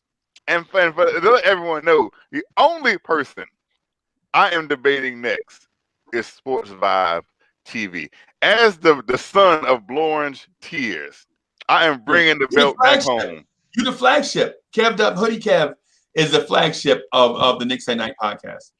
Right? Him and Stephen Fox, Rob the Nick, you know what I'm saying? Guzman, they hold it down for and Mo. And y'all hold it down for the Knicks at Night podcast. But what I'm saying is this. You lost and he's the champ. Get over it. But like I said, the only person I'm waiting for that rematch, that championship rematch. And you know, I don't usually talk to grown men like that. I'm usually more respectful. But the thing is I'm speaking for the fans. You know what I'm saying? He beat me.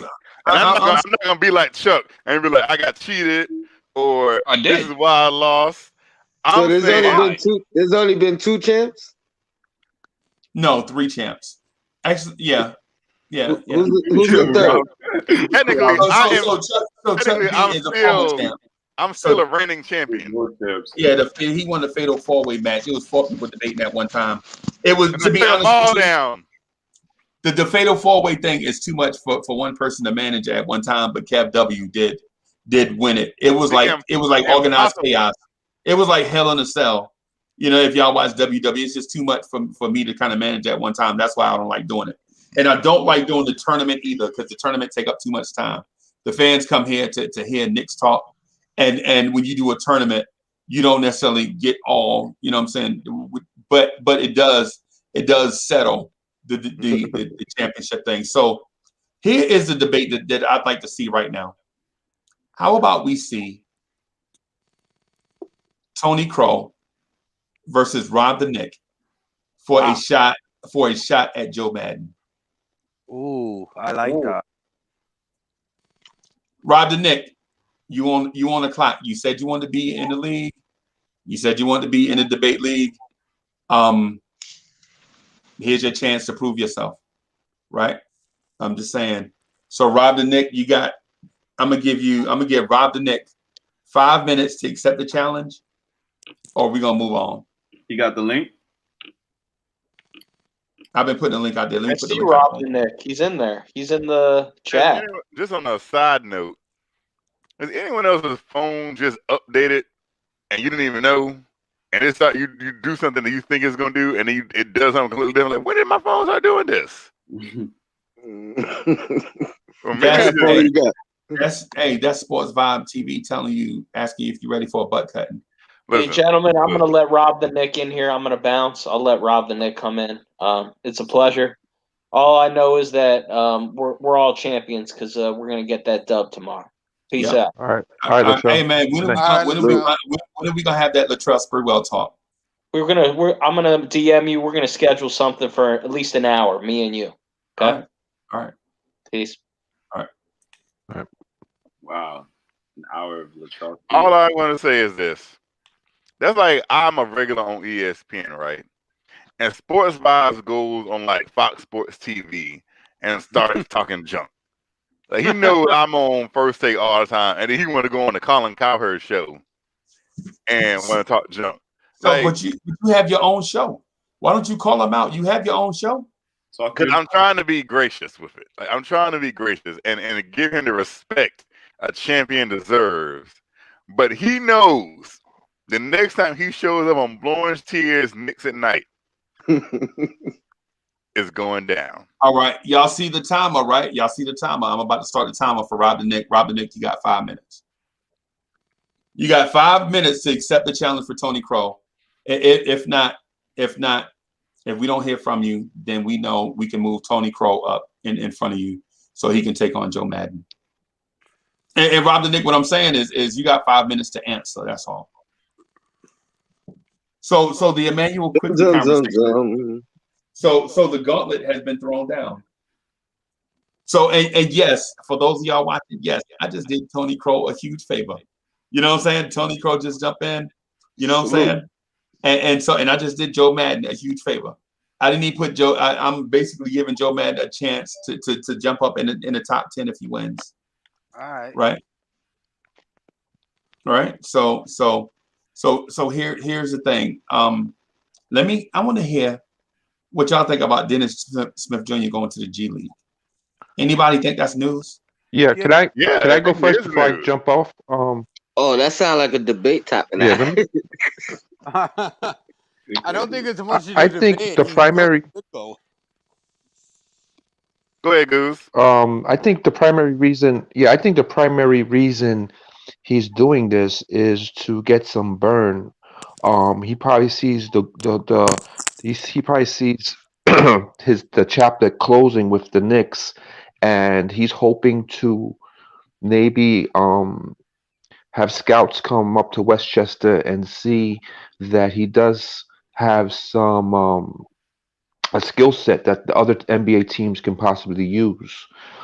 He doesn't see the possibility of getting on the court in any useful way with the Knicks, so I think he's requesting to go to the G League in hopes that he could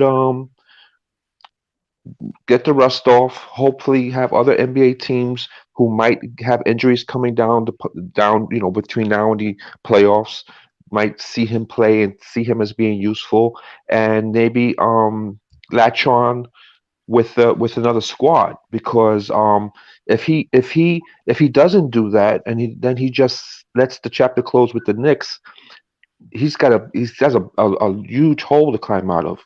So if he goes to the G League, at least he climbing out halfway out that hole, and then hopefully with his own motivation and play, he can climb all the way out by next season and get some burn with another squad.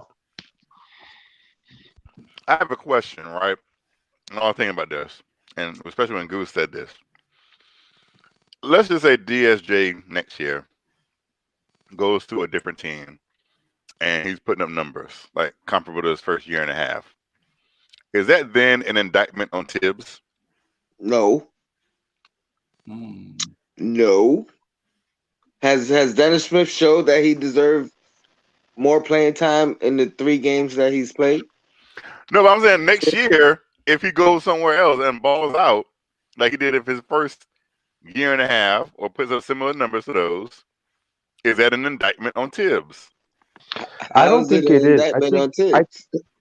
I think another coach will probably see him, DSJ, as being useful to that other team, whereas Tibbs may not see that. So it's not really an indictment on Tibbs. It's just maybe he'll be useful to another team, whereas he's got a lot of other players in front of him at this point. Well, Kev, the answer is yes. Simple. Who said that? Me, I'm over here.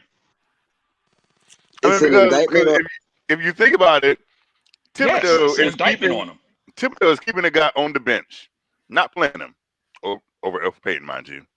So if he goes to another team and just outperforms over Payton, it's like you kept a guy on the bench that clearly has talent, that is clearly putting up numbers better than the guy who you basically put him on the bench for.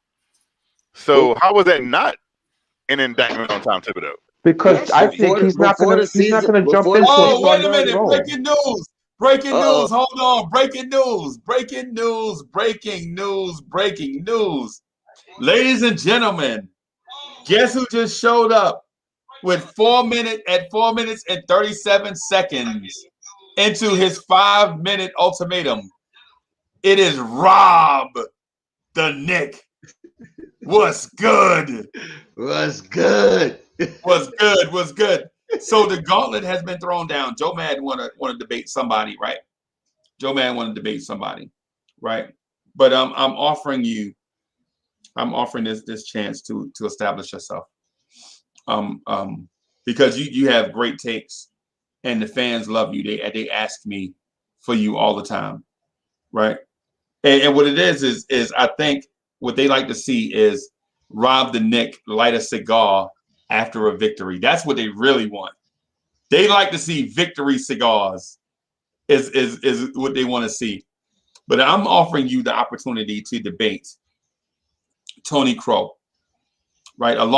Tony Crow is a fan favorite from way back in the days. I know Tony Crow. Tony Crow is a legend in this Knick content creation game, right? Tony Crow has alliances and friends that go deep into this Knicks content creation game. No Crow. Tony Crow is a legend, right? But what he said was, I don't mind getting in this thing and putting pause on somebody. I'm paraphrasing, right? He don't mind putting pause on. Okay. I heard him. So my question for you is this: yes or no? Do you want to debate Tony Crow? I'm not debating Tony Crow. Oh, okay, all right. So it's no. Okay, no. All right. Okay. Not for a shot at Joe. All right, no. What's that? all right. Tony, so he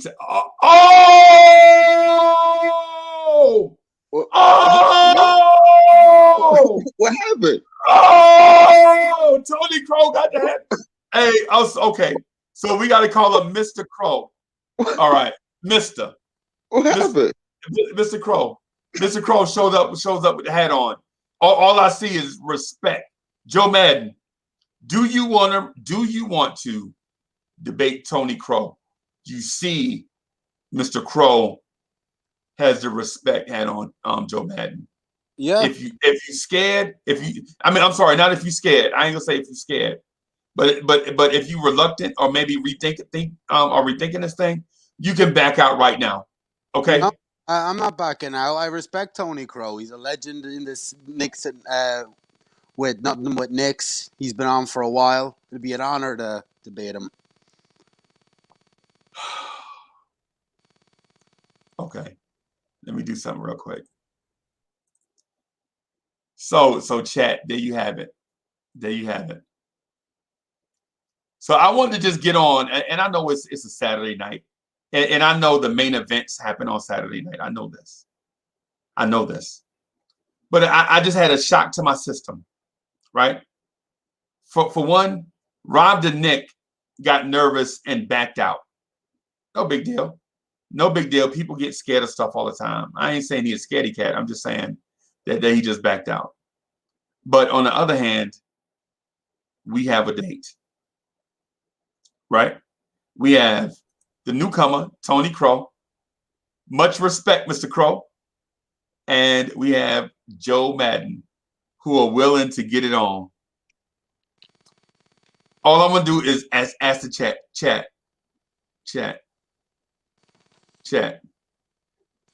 Do you want to see Mr. Crow versus Joe Madden? It's a simple yes or no. If you don't want to see it, we'll move on.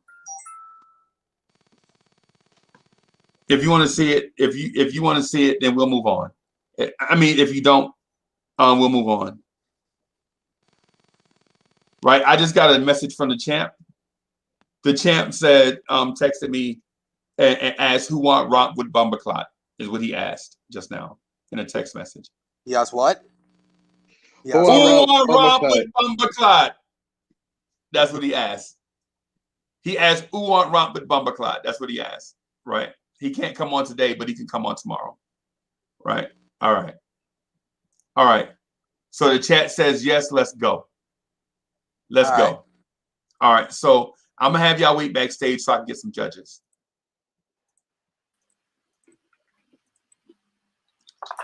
Hey y'all, we need unbiased. We need 3 unbiased judges. I'm here for all it. right. So Hoodie, Kev, and Mo. Hey, we need a third person.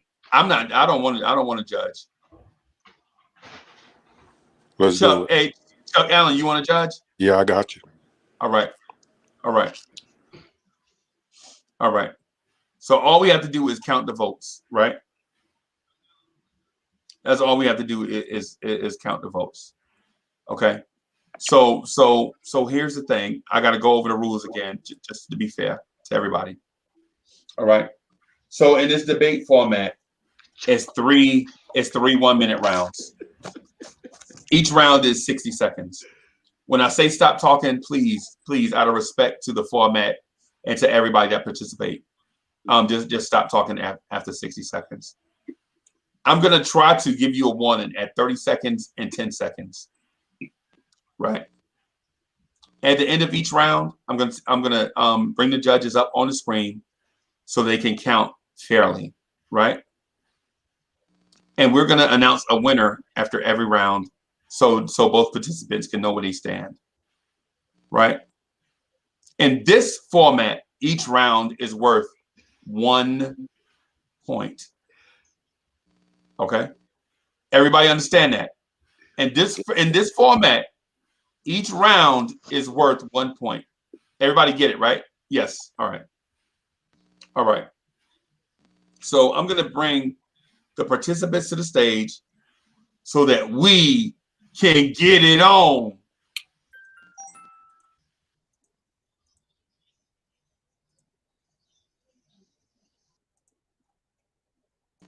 Joe Madden. Yes. Can you use your camera or no? No, I'm sick of COVID. Freezy. Joe, Yes. You sure you want to do this even though you sick? Yeah, I don't mind. So a couple of people in the chat said it's not fair to Tony. I don't know how that wouldn't be fair. Can y'all explain how it wouldn't be fair? Joe is sick. No, Joe is sick, so Joe won't put his camera on because he's sick.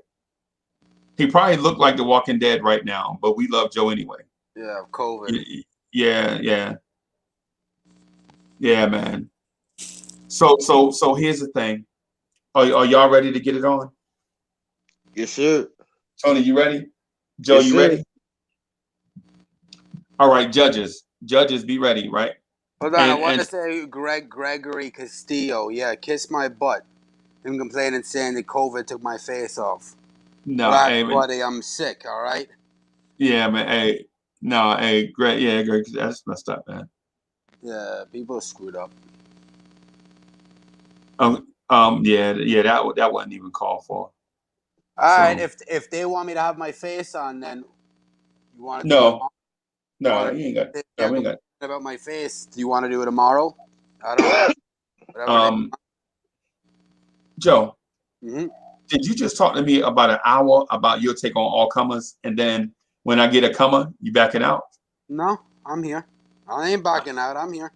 Okay, because no, I'm just saying the chat's complaining not me put my camera on. I thought he was Chinese the way he duck sauce. Oh no!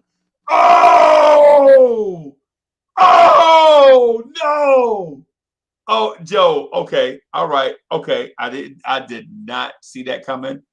I did not expect the trash talk from Tony Crow, but you know what? It's time to get it on.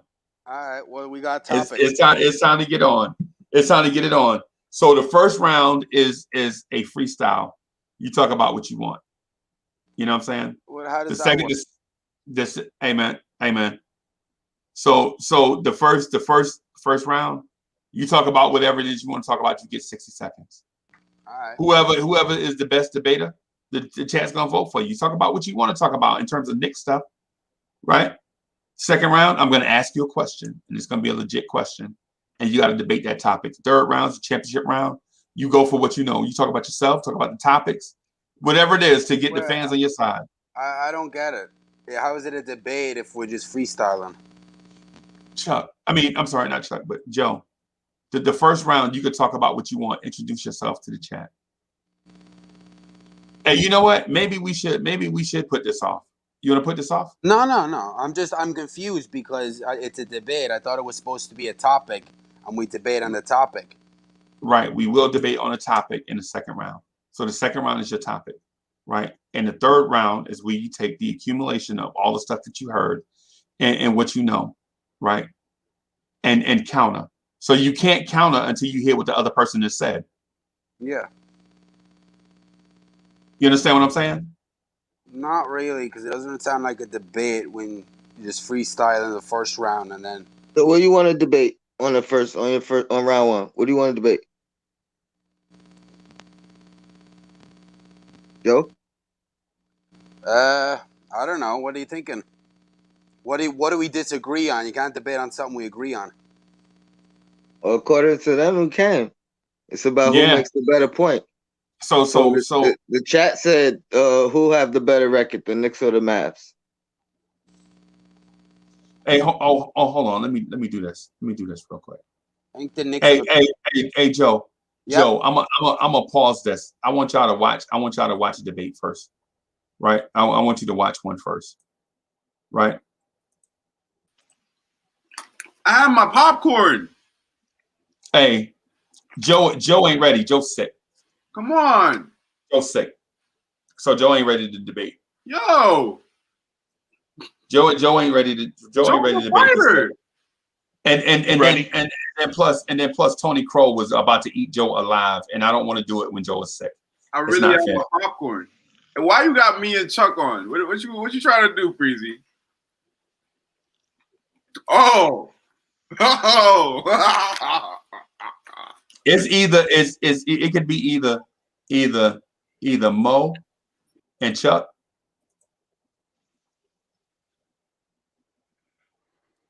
Right. Hey, what's up, Hoodie Cat? What happened? What's going on? Are we Joe Madden is too sick to do it, and I think it'd be unfair to do Joe right now. Joe is sick. Oh, so but the people want a debate. The people want a debate, right? And so I would rather just talk Knicks stuff. I'd rather talk about the game tomorrow, the Clippers, right? But you got to give the people what they want, right? You got to give the people what they want. Okay. You know what I'm saying? And so what about JD? What's JD doing? Wasn't JD trying to get in the debate last week? Yeah. So JD doesn't want a piece either. He in the chat somewhere, ain't it? I saw Well, him. what I'm gonna say is this. I want Tony Crow to see somebody debate, so he understand how this go, right? And so I was thinking maybe either Mo, Chuck B, or Hoodie Kev can debate it out for a guaranteed spot against Sports Vibes TV live on Lawrence Tears next Saturday night for the Lawrence Tears Debate Championship. I have a guaranteed spot against Sports Vibes. This is a rematch. This is the championship rematch. People want to see the rematch. I can't go down. If anyone can only debate up, it's me right now. I tell you what. First of all, I beat you. You did not beat me, Chuck. I did beat you. The people said go you back. Didn't. Chuck, I won the first two rounds. Listen. So here's the thing. This is what I'll do, right? This is what I'm gonna do. The winner of whoever win this debate between the people ranked 2, 3, and 4, whoever's ranked 2, 3, and 4, if you win the debate tonight versus a guaranteed shot at the champ, I'm guaranteeing a rematch. So if you win this, you go against Sports Vibes TV next Saturday night right here. And if you lose to Sports Vibes TV, you get a guaranteed rematch against Sports Vibes TV the following Saturday. If that's not motivation for whoever's in spots 3 and 4, I don't know what is. If that's not motivation for the number 1 contender, I don't know what is. So I'm asking Mo. I want it. Let's go. Let's go. Look. They never expected me to be at the top. But here I am. You're not. Here I am. You're not. I don't know what you're doing. Guess what? I'm fighting. Yo, I'm ready to go. I literally don't know I'm what ready you're to doing go. here. Let's go. Yeah. I feel like I'm talking to a ghost. I'm like Quickley. Creeping up behind Alfred Payton. You're looking like Alfred Payton. You're looking like Alfred Payton. I'm looking like Quickley. No, right. You're looking like Malik Yoba. Let's go, Chuck. So Mo, who do you want? I want Chuck. Pause. So you want Chuck B, right? You know, if you beat Chuck B tonight, that means that you jump into the number 1 contender spot. What? How do you think about me? The number 1 contender is turning down bouts. I mean, we can't go without debates. And you here. Listen, not only am I the number 1 contender, I'm also the defending champion on multi-debate formats. Oh, so you want to put your belt on the line against Chuck B and Mo at the same time? So mind you, I have 2 different titles here. Wait. So you're saying we can crown a champ tonight? You want to put your fatal 4-way on the line tonight with a shot at Sports Vibes TV next Saturday night at 11:45 on Lawrence Tears. You're painting me into a corner right now. I'm trying to paint you into a masterpiece. But I do have the feeling that somebody is ducking. You see the hoodies on, right? I ain't hit the hoodie off. Oh! Hoodie Kev! Nobody cares. Hoodie Kev! Chuck, this Hoodie ain't about Kev you. is going down the gauntlet. Chuck, this is not about you. This is about this youngster to my left. Okay? Okay. They love it. So if I had to come out and destroy Mo, then that's what I have to do. You won by the hair. You won by one hair. You're saying you don't want to put your fatal four-way on the line. You're saying Chuck B does not deserve a shot. No, I'm saying I will take on these contenders so I can move on to the debate that the fans truly want. So I can bring the championship back to Blue Orange Tears. Let's go. Let's stop all this talk. Let's just get to it. Well, a fatal four-way is not really fatal without 4 participants. Hey, what's up, Tony? Yeah, I'm here. All right. So a fatal four-way is not really a fatal four-way without 4 participants, right? Hoodie Kev is putting his fatal four-way Lawrence Tears Debate Championship on the line, and I need a 4th participant. And I know you're new to the format, but you stepped up, Mr. Crow. You look like I got the fedora, so I'm good. Oh my goodness. Chuck B, he mean business. And so the only thing better than beating up on an old rival is beating up on a new rival. The only thing better than beating up on an old rival is beating up on a new rival. So what I'm gonna say is I'm gonna sanction this. Right? I'm gonna sanction it. This is official. If all 4 of the guys on the screen say, let's get it, they are in, then Hoodie Kev's Fatal 4-Way Championship is on the line. Let's get it. Chuck B, you want a piece?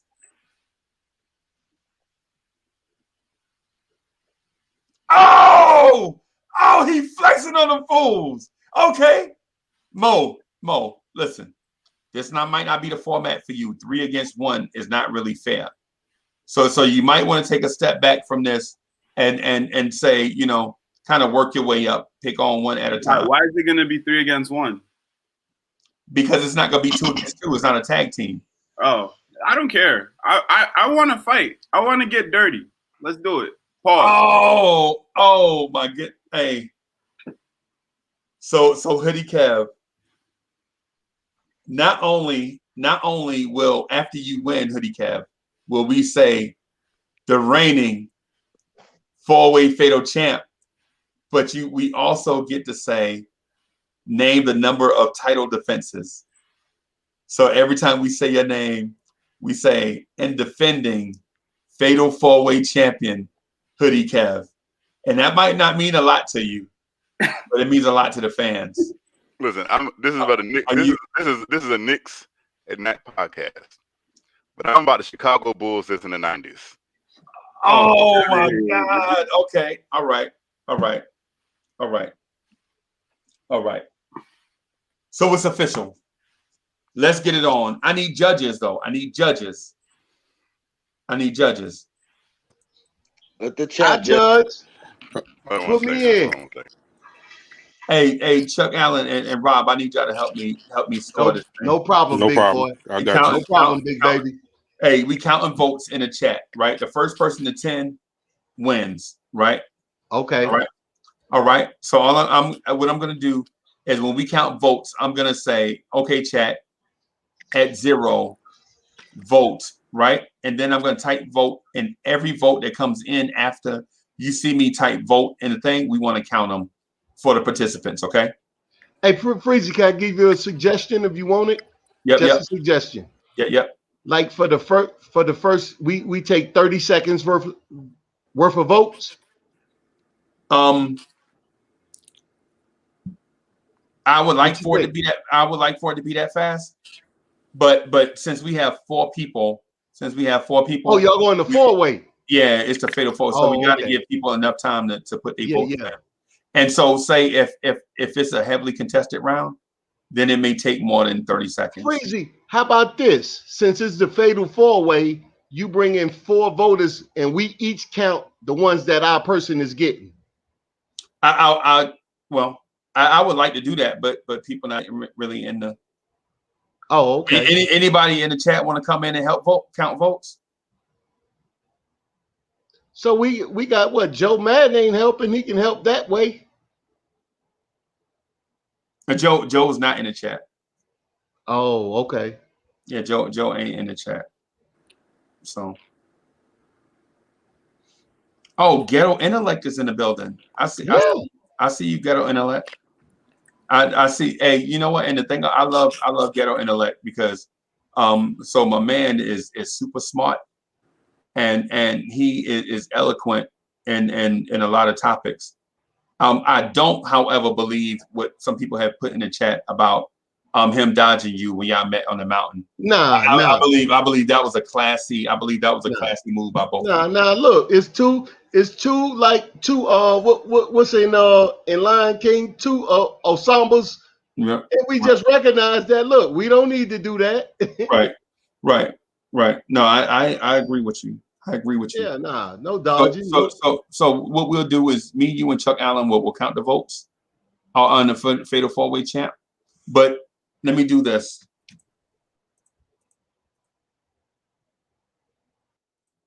Enough of the talking, y'all. Let's get it on. Yo, it's enough of the talking. Everybody in they locker room. Oh, Mr. Crow. Mr. Crow, what the smoke? Oh boy. Okay. All the smoke. Okay. All right. So here we go. We are gonna go. We're gonna start these rounds off by rankings, right? And since it's a fatal 4-way, I'm not gonna change up the order, right? I'm just gonna have it be in this order right here. So the first person to go is Tony Crow.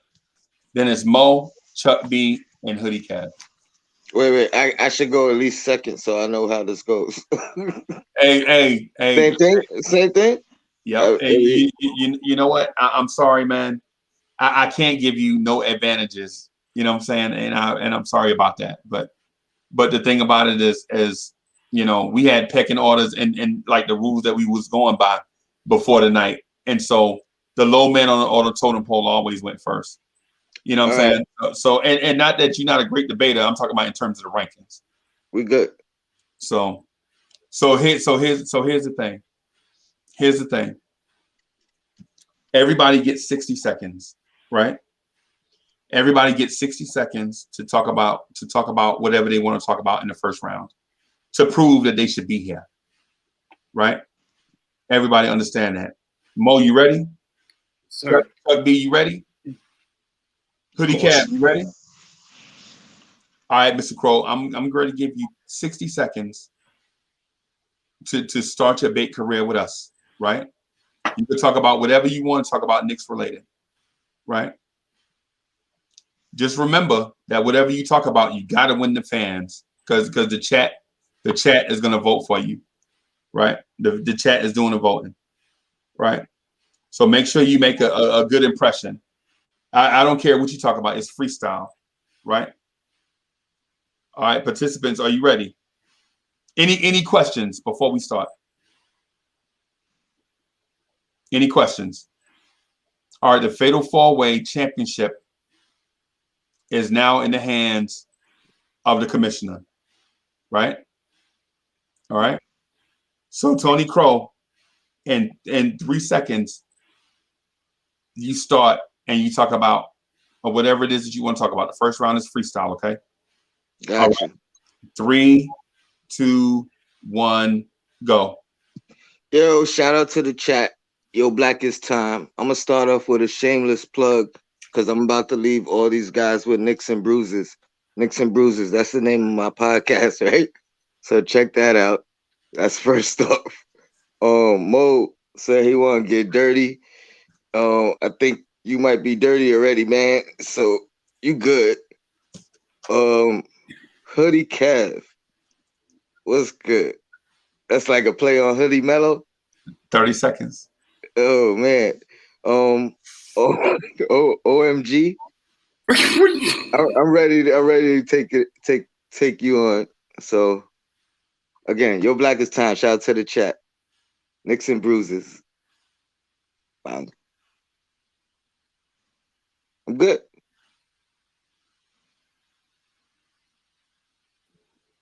Somebody else. Who's next? Time. Y'all know you get the full 60 seconds. You get the full 60 seconds. I don't cut people's time. You get the full 60 seconds. All right. So y'all have heard from Tony Crow. Y'all have heard from Tony Crow. Now Mo is up next. Mo, when we get to 0, okay? 3, 2, 1, 0. So yeah, it's actually time to start the debate. What I'll start with is pessimism. The thing about these two guys that I'm debating, Kev and Chuck, these guys are the most pessimistic individuals, Knicks fans, that I've seen. The thing about these guys is that that's what we do. Whenever they talk about Immanuel Quickley, they want to put him in a box. They want to limit. 30 seconds. They want to take away like what his ceiling can actually be. These guys are hurt. Chuck is hurt. Chuck's been watching these Knicks so long. He's tired. He doesn't understand that this is a new time. This is a new time for Immanuel Quickley to be a point guard, because a modern point guard isn't what you think it was. Isn't what you think it is. It's not just a pass first guy. It's not. No, it's about being a great player. And Immanuel Quickley. Time.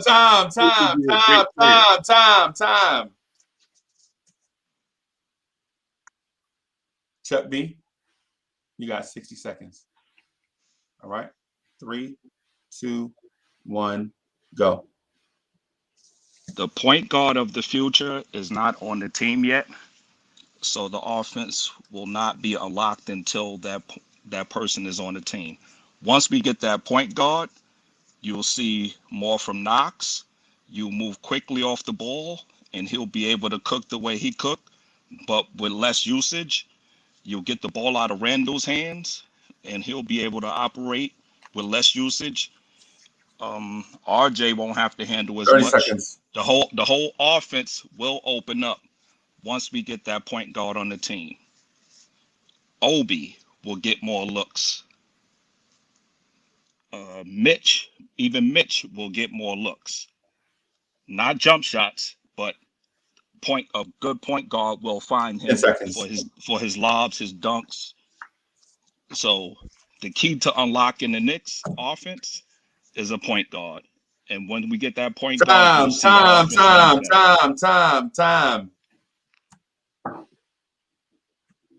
All right, Hoodie Kev. In 3, 2, 1, go. I want to start to talk about tomorrow's game, because the most important player in tomorrow's game is going to be RJ Barrett, regardless of whether he's matched up against Paul George or Kawhi Leonard. If you want to see if what you've seen from RJ this far is true, if we feel that RJ can take that next step, he has to show up against Kawhi and Paul George. And I know that's asking a lot, because these are two superstar type players. 30 seconds. I'm not saying that RJ Barrett needs to go out there and score 25, 30 points. But RJ Barrett cannot shrink. He cannot disappear, because it'll just be a flash in the pants from what we've seen. It'll undermine everything that he's done this season if he does not at least show up against tomorrow against those two players. And I'm not saying he needs to be a superstar player. I'm just saying he has to continue to attack. These ain't gonna be small guards he's going up against. It's the big boys. And this is gonna see if RJ Barrett is the big boy or not. Time.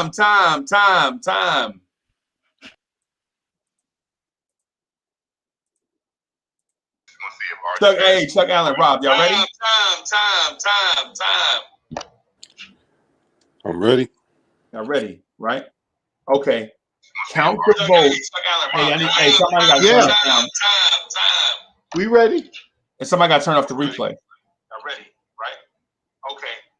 Count the votes. Rob, that's you. Yeah, I'm ready. But you playing the replay. Yeah, and I was looking, but yeah, I got my count. I'm going. All right. So start counting votes after the word vote. Okay. In 3, 2, 1, go.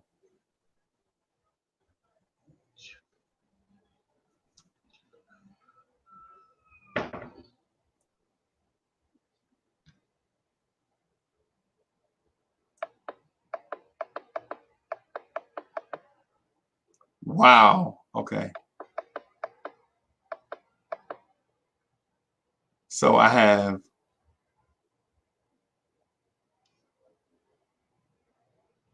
one, two, three, 4, 5, 6, 7, 8, 9, 10. Okay, I have my winner. Okay. I have my hey Chuck Allen, do you have your winner? I got Mo. I got Mo. I got Mo.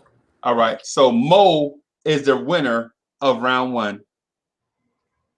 All right.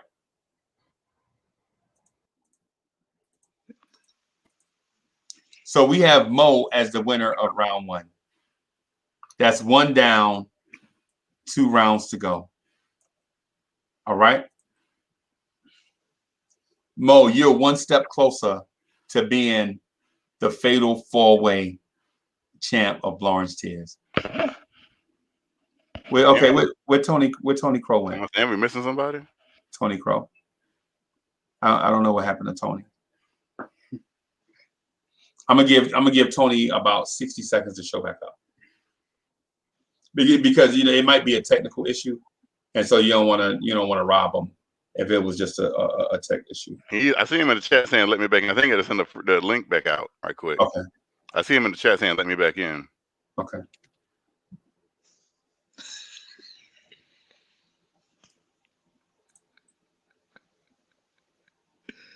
Oh my God.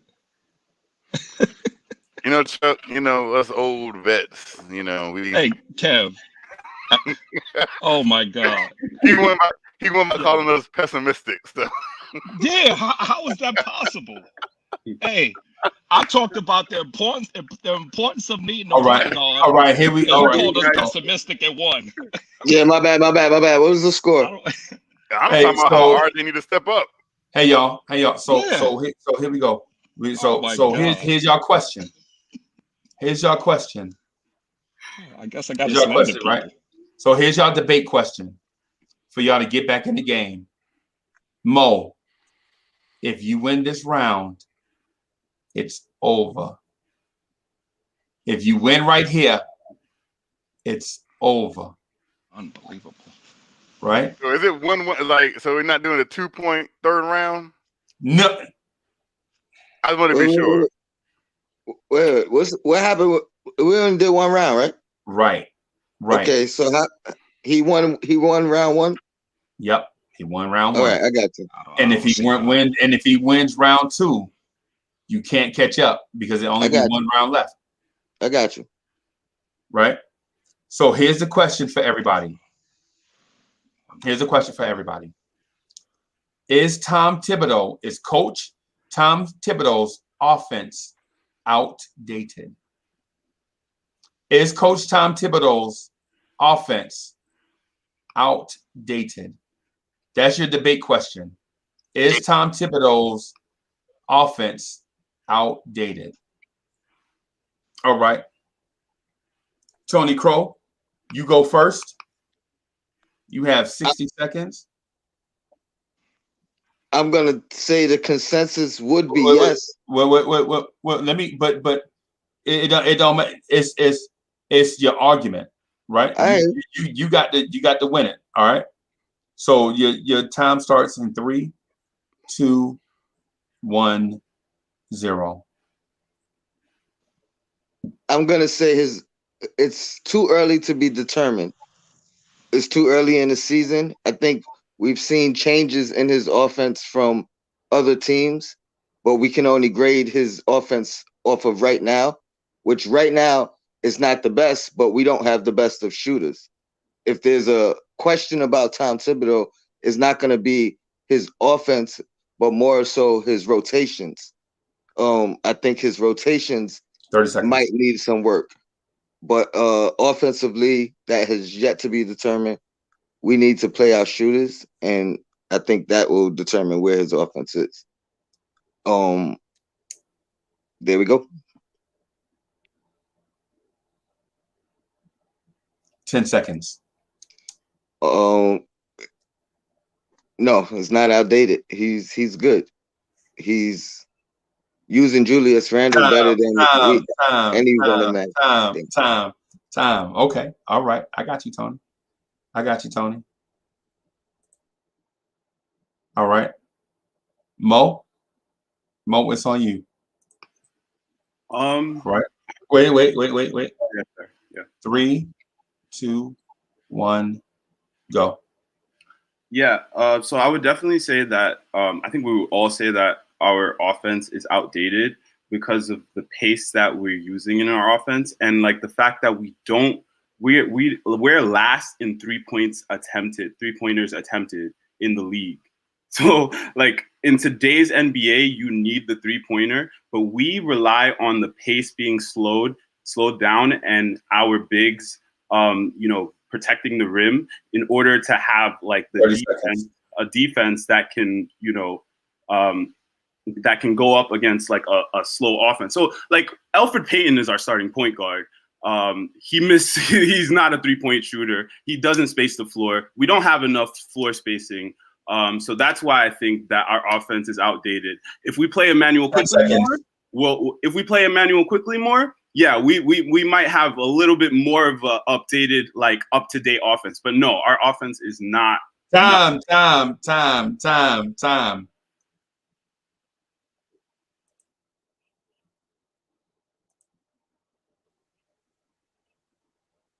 Chuck B. Yo. It's on you. You got 60 seconds. 3, 2, 1, 0. I think it's outdated, but it's primarily because we don't have a point guard. So we run in the offense through Randle, and you can't expect the pace to be anything close to not last in the league because of you running your offense through a power forward. So once we get 30 a seconds. Once we get a point guard, then we'll be able to judge it better because it ain't going to change until we get that. As long as it's going through Randle, this is what it's going to look like. So it's neither here nor there, but right now it's outdated because of who we have, because of the talent or lack thereof. Time.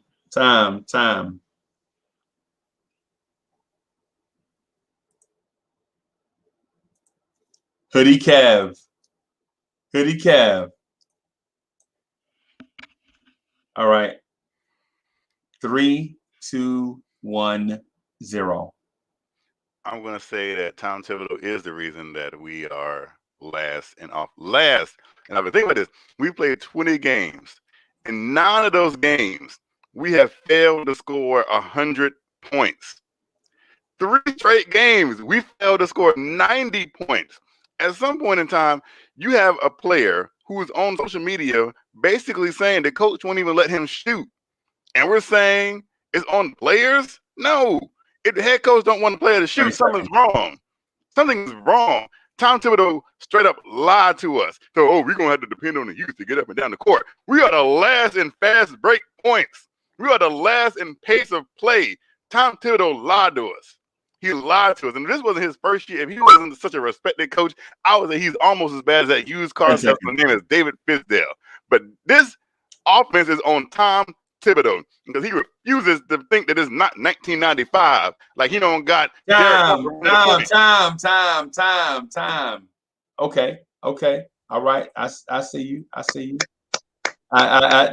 you. Hey, Chuck Allen. Rob. Yo. Ready to roll. Hey. So be ready to count votes. Be ready. I'm looking right now. I got my pen in my hand. Don't count nothing that comes before the word vote. Okay. Don't cut a vote. Don't count nothing that comes before the word vote. Everything after the word vote.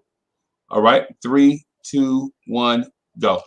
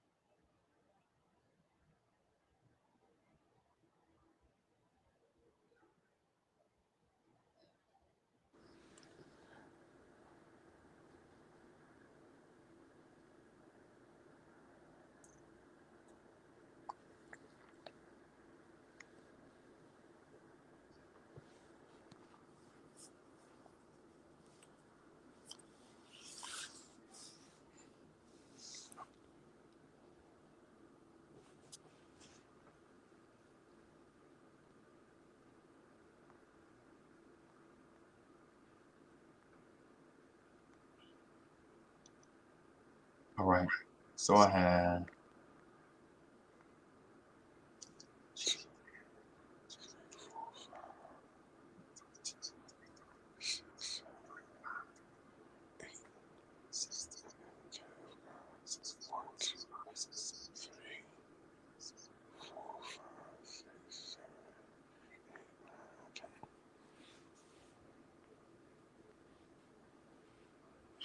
All right. So I have my winner.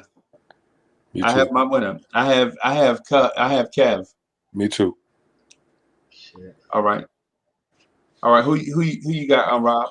Man, look, I got from what I'm seeing right now, I only got 8 and it's leading towards Chuck. I got 7 for Kev, I got 8 for Chuck. I haven't seen 10. Okay. So I saw a 10 for Kev. I got another one for Chuck right there. I don't know what I missed though, because all right, so I'm gonna recount, right? I'm gonna recount just to make sure we're on the same page. So I got 1 for Chuck, 1 for Kev, 2 for Chuck, 2 for Kev, 1 for Tony, right? Then at Ringer Rings, I have 3 for Kev, Gorgie, Tennessee Nick went. Oh, he done put like 5 in a row for Chuck. All right, so I got it being 3-3-1 right now, right? It looks like Gorgie Ivanov. So I got Chuck with 4, Chuck with 5, Mo with 1 at Ayo Powell. That means it's 5-3-1-1, right? 5 Chuck, 3 Kev, 1 for everybody else. Then I got another one for Mo, so I have it 5-3-2-1. Then I have 1 for Kev, 5-4-2-1. Then I have Kev, right? That give Kev 6. So then Jonathan JD gives Chuck 1, so that's 5, 6. So it's 6-7. So it's Chuck with 6, Kev with 7. Then it's Chuck. That puts it at 8-7-2-1. Tony Crow gets 2 votes, right? Bam, bam. So that means he has 3. Then Kev, now he tied up at 8.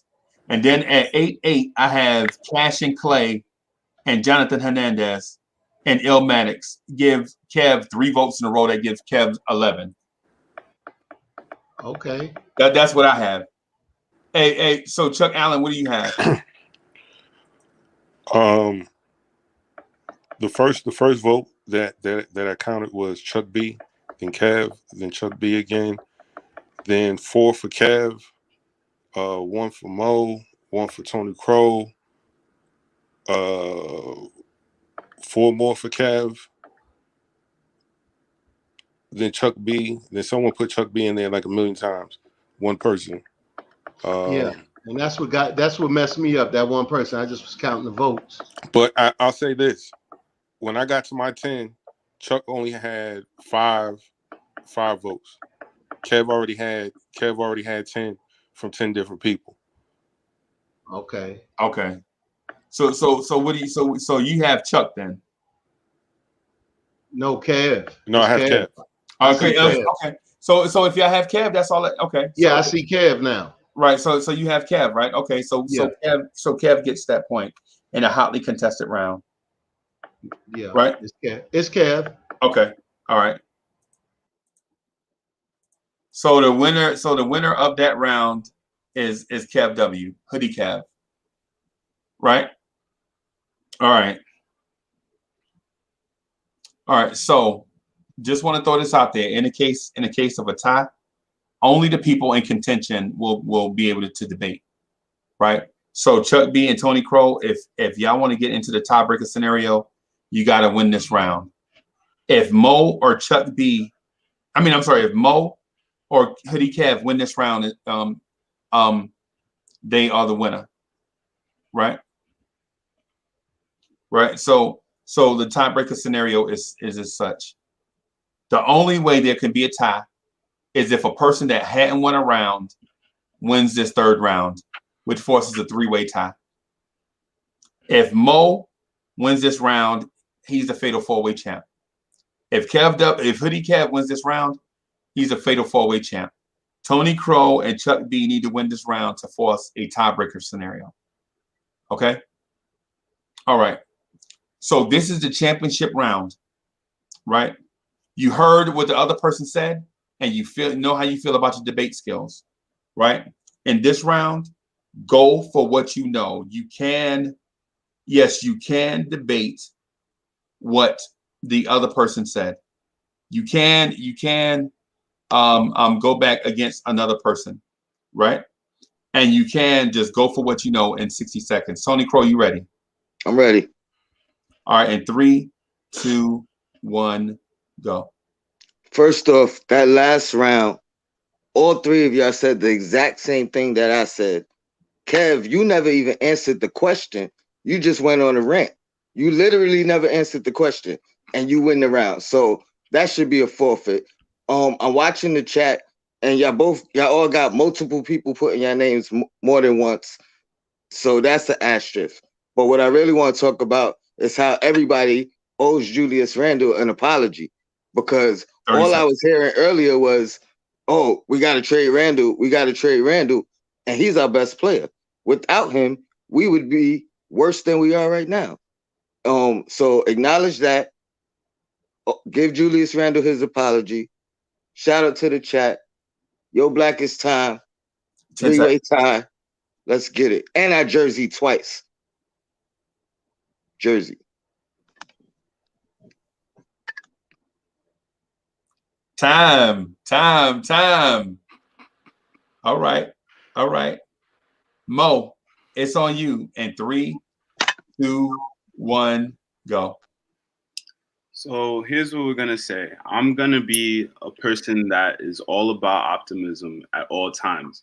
But it's important for us to make our offense like more modern. And the way that we do that is by making sure that we shoot the ball more. It's important for us to have players like, I know I talk about IQ all the time, but it's important for us to have players like IQ shooting the three, making sure that like teams aren't playing us in the zone all the time. It's important for us to like modernize our offense more. So I'm grateful that Freezy brought up that point. Another thing that I'm going to say is that RJ, the thing about RJ is that like if we can get like a top 10 player, if we can get a top 10 player, top 15 player, I think we should go for it. We should trade him because like time. All right.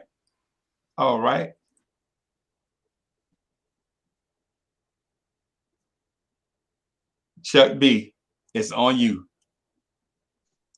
It's on you, Chuck B. In 3, 2, 1, go. You muted. I can't hear you. You muted. You losing. Oh, wait a minute, Chuck. We're gonna start all over. You muted. All right. In 3, 2, 1, go.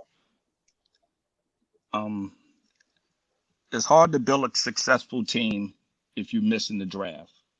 And I'm specifically pointing at Ntilikina and Knox. We still looking for Frank's replacement, so we're up and quickly to that spot.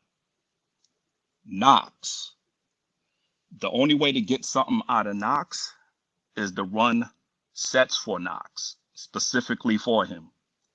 And he don't demand that type of attention, so it's a lost pick in the long run.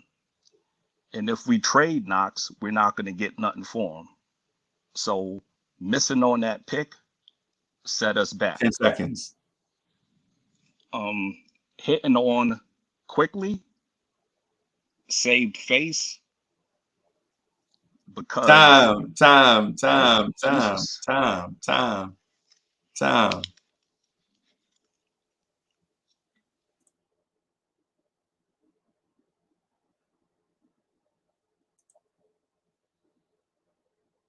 Hoodie Kev, you got to unmute yourself. I didn't meet myself in the first place. Oh, okay. I'm sorry. I'm sorry. I don't know what. Well, okay. All right. All right. All right, Hoodie Cav. Be ready. Be ready. Right. In 3, 2, 1, 0. So I just want to get this straight. Mo thinks that modernizing the offense is just having Quickley shoot more. That's it. That's his version of modernizing the offense. We got to get Quickley to shoot more. That is the most ridiculous take I have ever heard. I got another person over here saying that, oh, we just repeated everything he said. I didn't even answer the question. And I basically said that Tom Thibodeau is the reason that this offense sucks. And I'm using the word sucks. 30 seconds. We literally scored under 100 points 9 times out of 20 games. This offense, and I hate when people say we don't have the players, because everyone has players to score. Anyone can score in this league. It's up for the head coach to be innovative, to actually run plays as passionately and fervently as he does on the defensive end. Tom Thibodeau has to change in order for this offense to change. I believe in Tom Thibodeau, but he has to do a better job offensively. Johnny Bryant needs to get in his ear and modernize his team. Time.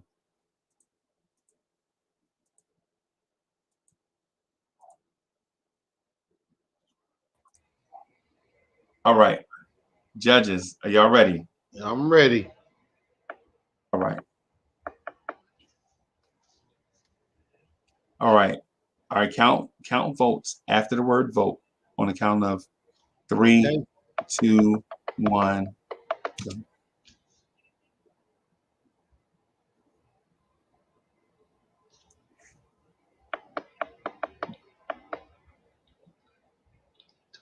One, 2, 3. 1, 2, 3, 4, 5, 6, 7. 1, 1. 1, 2, 3, 4, 5. 9. 8. That's 8. 9. I got 10. I got Crow. I got 10. I got Crow. Who you got? I got Tony Crow. I got Tony Crow. He had 10 off the top. Yeah. All right. Yeah, damn, they flooded for Crow on that one. All right. All right. So the people have spoken. So we have a 3-way tie. Right. We have a 3-way tie. Tony Crow won that round. Going away. Where's Tony Crow at? There he is. So Tony Crow won that round. I'm going away. Unfortunately, Chuck B, you've been eliminated. I'm just gonna move you back, right, backstage. Now in a 3-way, all it is 1 round to determine. You get a question or it's freestyle? And I'm gonna ask y'all a question. I'm gonna ask y'all a question. All right. But here's the thing. I'm gonna ask the question and I'm gonna repeat it so everybody understands what it is. But what I want y'all to understand is what is on the line. What's on the line, right? What's on the line is the fatal 4-way championship for the Lawrence Tears channel, right? Right. At the end of this conversation, I will no longer address you by that dude Mo or that guy Hoodie Kev or our guy Tony Crow. I address you as champ. As champ. Right? That's what you would be addressed as going forward. So all I'm gonna say is this. I got a question for you. And I want you to answer it the best you can. Right? The order will be Tony Crow, Mo, and Hoodie Kev, since he's the defending champ. Okay. Here's your question. Can Leon Rose guide this organization to a championship in the next 5 to 7 years? Can Leon Rose lead this team to a championship within the next 5 to 7 years? So the question is, can Leon Rose lead this franchise to a championship within the next 5 to 7 years? Tony Crow, are you ready? I'm ready. All right. 3 seconds. 3, 2, 1, 0. The answer is 100% he can. We are 100% better than we were in the last 10 years, 20 years. This is the best regime that we've seen. We have draft picks, we have cap space, we have assets. We're in position to go any way we want. We can continue to rebuild, and that might take 5 years to get the full potential of our young guys, or we could go after a big guy and not give up as much and put ourselves in prime position. So 100% yes, we are in the right direction to win a championship within the next 5 to 7 years. I like this. I appreciate you guys, man. 10 seconds. Formidable opponents, but I got this.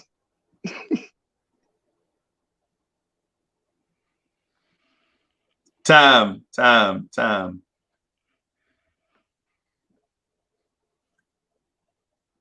Mo, are you ready? Let's go.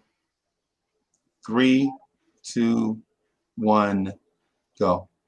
Yeah, I definitely think that Leon Rose is the guy that's going to lead us to a ring because of all of the things that he's already done. If you look at like the way that he's developed our organization, like this is the first time we've had a real development staff that can really focus in on like some of the weaknesses of these young cats.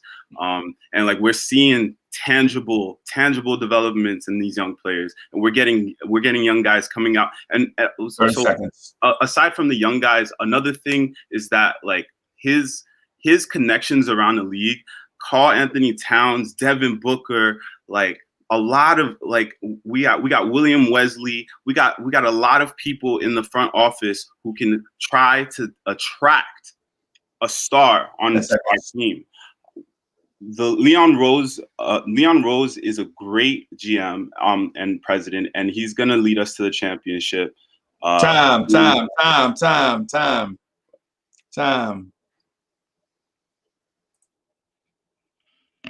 Hoodie Kev. So this is the last round. Hoodie Kev. 3, 2, 1, go. This is me putting my championship belt on the line. And I'm going to say the most unpopular thing ever. If I told you we have a president who brought in a head coach, who got fired from his last job, who brought in veterans for the cheap, who cleared up cap space, who got draft picks, you would think I'm talking about Leon Rose. But I'm not. I'm talking about Steve Mills. Leon Rose came in here and did the exact same thing that Steve Mills did last year. Who did he get with all this cap space? Alec Burks? No, Nerlens Noel? No. So unless we got some championship pieces that was CAA, because that seems like the only people that Leon Rose brings in is CAA, and he brought his friend for 30 years, Tom Thibodeau, in here to coach. No, I hate to say it, we are not going to win a championship under Leon Rose if he continues to do the same thing he did this offseason, just bringing in CAA players. That's unpopular, but that's just the truth. See, people don't go to teams for GMs and presidents; they go for other players and other time.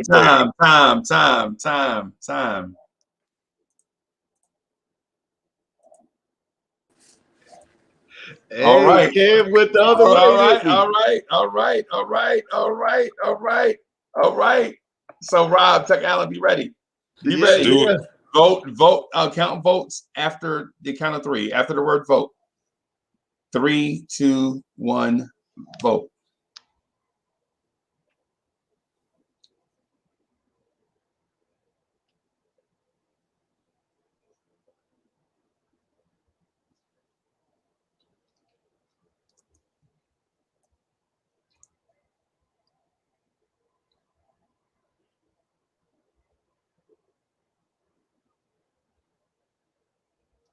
Cab, Mo. 221.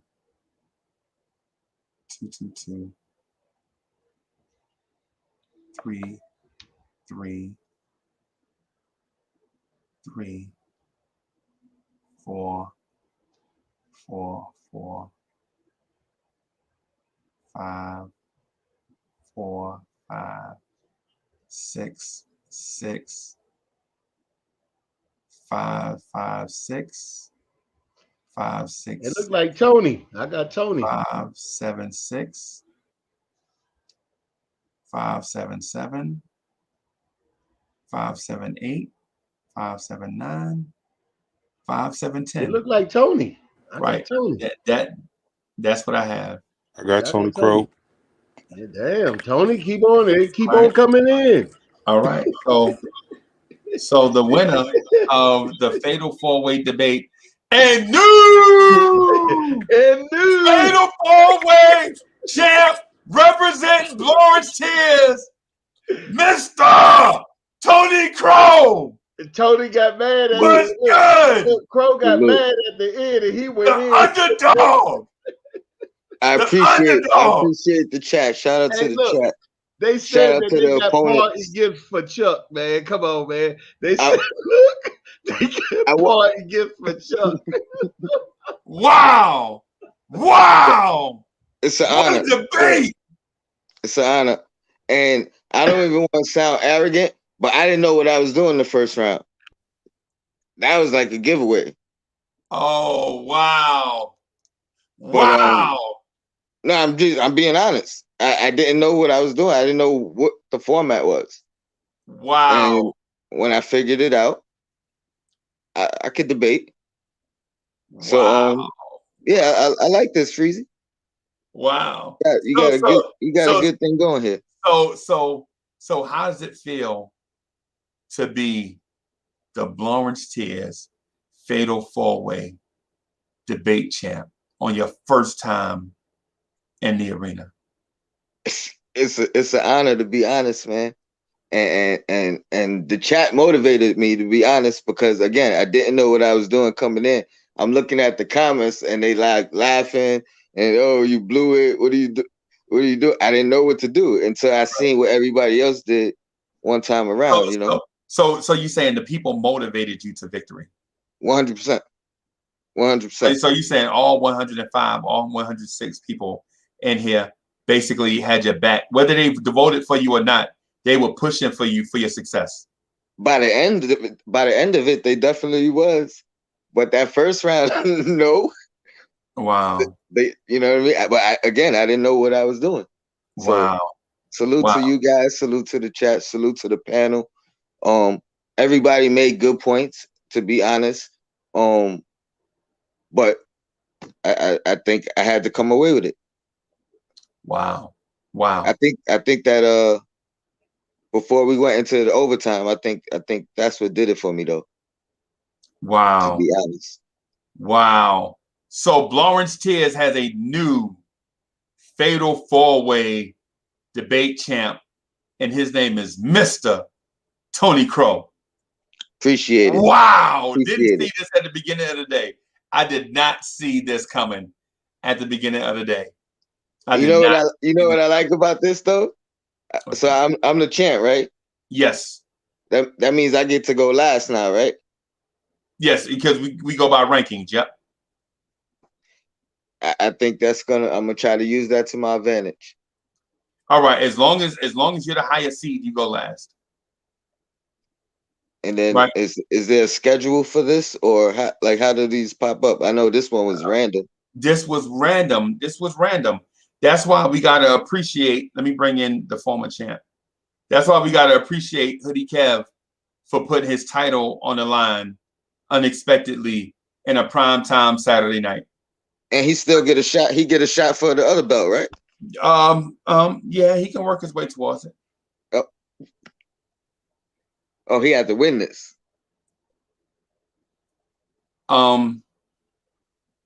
This is a different weight class. So I feel like in the regular debate, I'm still the top contender. Yes. Okay. That's what I was making sure. All right. So in terms of I gave my weight class belt in this, that's fine. But I'm still there's one-on-one. So where's Chuck B? Sports Vibes TV. Where's Chuck B? Listen, I ain't worried about going after you yet. I'm gonna work my way up in the individual one. I know how it goes. Where's Chuck B? Did Chuck B just leave? Did Chuck B take his ball and go home? No, Chuck passed the phone to one of the inmates to vote for him. And he didn't get it back. He didn't get it back. He didn't get it back yet. Okay. So shout out to everybody. Hey, bro, good comeback, bro. And the Appreciate you. Now what this does is it so I'm thinking that Chuck said he need the link. Yeah. Hey, Chuck. Okay. Like, here's my thing, and I see people in the chat. I'm never ever salty about a loss, right? Like, I'm not salty or mad at all. I'm really not. See, that's the thing, Rob. I'm really not, and I gave the man his props for winning. I didn't have to do this. I appreciate it. I could have like, I'm keeping my belt, but my thing is, you have a belt to lose it, right? That's the thing about it. Like, you win, you don't ever stay at the top of the mountain. The hardest thing in life and sports is not getting to the top of the mountain. It's staying at the top of the mountain. Because when you're at the top of the mountain, everybody's coming for you. Fact. And so that means I just got to do a better job. Hey, and that's fine. Allah Wise said I'm never ever going to be salty. With parting gifts. And I just wanted to smoke with John Madden. That's the funny thing. Right. So here's what we'll do. So Tony Crow defeated the field, and so what we'll do is we'll move Tony Crow from rank 13 in the individual rankings to rank number 5, right? So Tony Crow soars past 8 people, and he'll be ranked number 5. So Raphael is ranked number 6, and everybody else below Raphael is bumped down 1 spot. So the current individual rankings are Sports Vibes TV as the champ, Kev W is the number 1 contender, Chuck B is 3rd, Mo is 4th, and Tony Crow is 5th. I hate to say something, right? I really do. Said Kev is Uncle Ruckus. But I don't know who said that. But in order of fairness, if that's the case, and I hate to say this, but in order of fairness, shouldn't Mo jump Chuck? No, man. Because here's the thing: if Tony Crow jumped up over everyone who else went individually, Mo just outlasted Chuck in a debate. But Mo didn't win Tony Crow. So how does Mo get to move up when Tony Crow is the winner? I don't deserve anything. I debated awfully. Like, I don't deserve to be put up anywhere. You are awful. Yo, you won that first round. That was disgusting. Stay out there. Get him out. Kick him out the chat. So terrible. Get him out of there. So here, man. Hey, Freezy, they said you was looking to give away the belt. I was looking to give it up. No. What I want from the champ and for the Blorns. So what I want for the channel is quality every time we do something. We want a champ that's going to be tough and battle tested. If you ain't and you lose, step off. You know what I'm saying? It's somebody, and if you want to be the champ, you got to come with your A game all the time because people are always going to be shooting for you. You know what I'm saying? And if you a soft champ and you lose, man, whatever. Just come back harder. That's all I'm saying. I'm saying earn this thing. That's what I'm saying.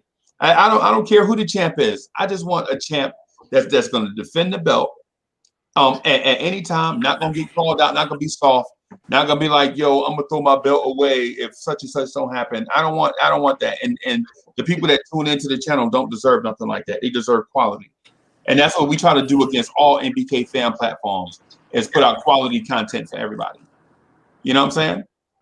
And so what Cav W did was gracious. He was like, Hoodie Cav was like, yo, I lost, so what? You know what I'm saying? You got to commend him on that. But now, we have to set up the joint for next week.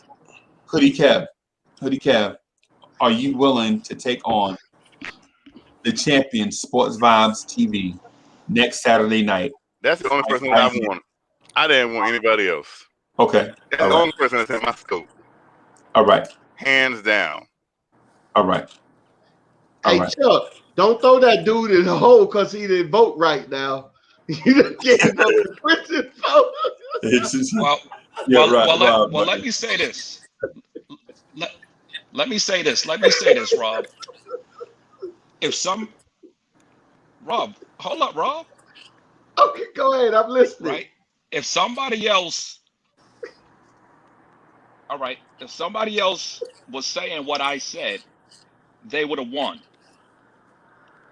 There's a majority that disagree with me regardless because of who I am, not because of what I say. That first round, Tony didn't participate in that first round because he didn't know what was going on.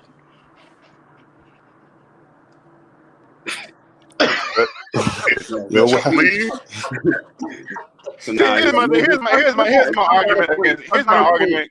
Chuck got a point. Tony like didn't do anything in the first round, and he still won. Like I really give like all the powers. Tony didn't win the first round. You won the first round. No, I mean no. He still won the whole thing. I'm saying he won the whole thing. Oh, he came back with a vengeance. He didn't even participate in the first round. So like, when he called out Kev, and he went on that rant, that gave him props in the hole. And then he had somebody in the chat still pumping for him.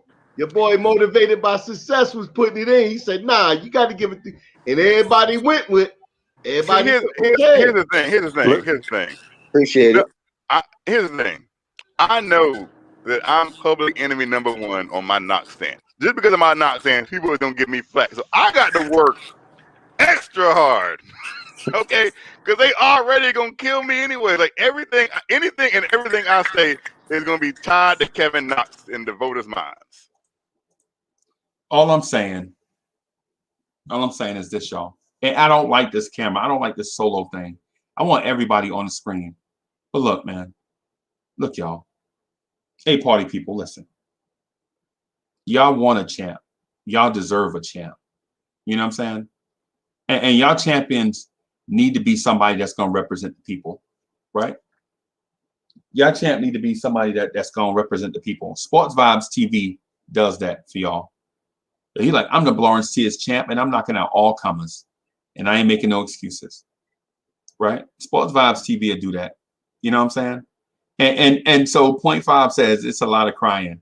Now these dudes are passionate. Everybody wants to be the champ, and I'm not disputing that. But what I'm saying is when one dude is the top dog, let's give him credit. Can we at least give Tony Crow credit for 10 minutes? Can we at least acknowledge the fact that Tony Crow won against 3 other people? You know what I mean?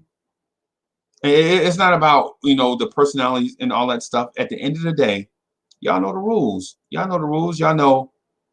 know that the chat is what matters. The chat is what matters. And if they didn't vote for you, maybe there needs to be some introspection. Like, why didn't the chat vote for me? That's all I'm saying. Sorry. That's all I want. That's all I want to say, man. So can we at least acknowledge for 10 minutes? Can we let this thing breathe for a few minutes?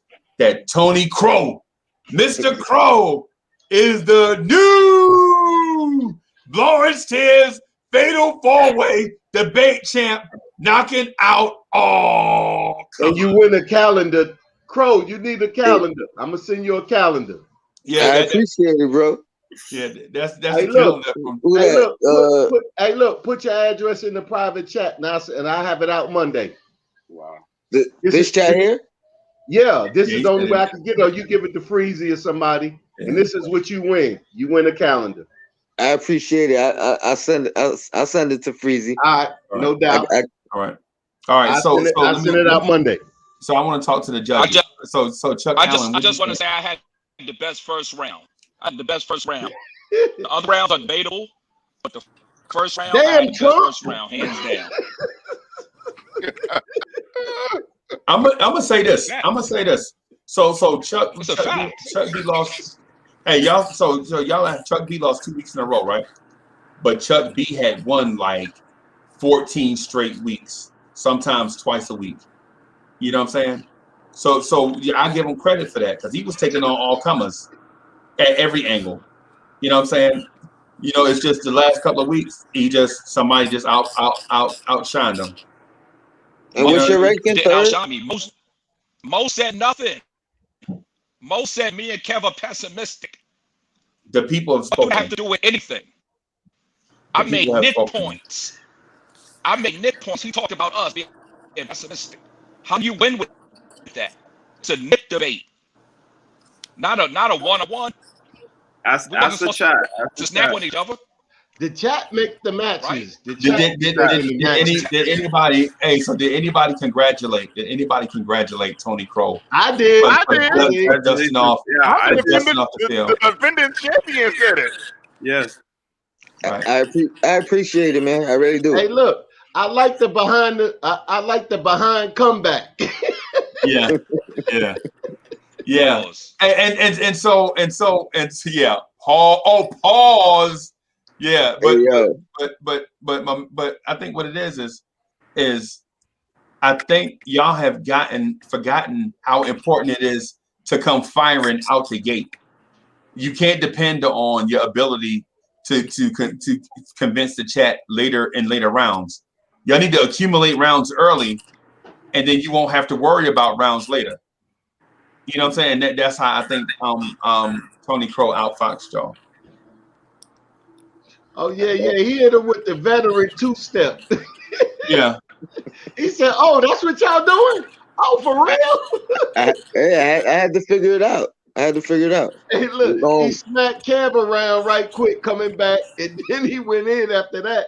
The third one was a wash. After he got you, Kev, he exposed you for the Freudian for your Freudian behavior earlier. Oh wow! I mean, here's my thing. I've made my bones going against the grain, right? So when I said that Leon Rose ain't did nothing different than Steve Mills, and we all know Steve Mills is enemy number one, that didn't win no favors either. But that's my truth. I just don't see anything that Leon Rose has done different than Steve Mills did. Like, name one thing Steve Mills did last year. I can name a couple of things. Kev, I'm sorry, Tony. Hey, Kev, I'm gonna step off for a brief second. Can you moderate while I do? Yeah, I got it. I can name a couple things. Number one, he didn't alienate the team, nor did he alienate the coach.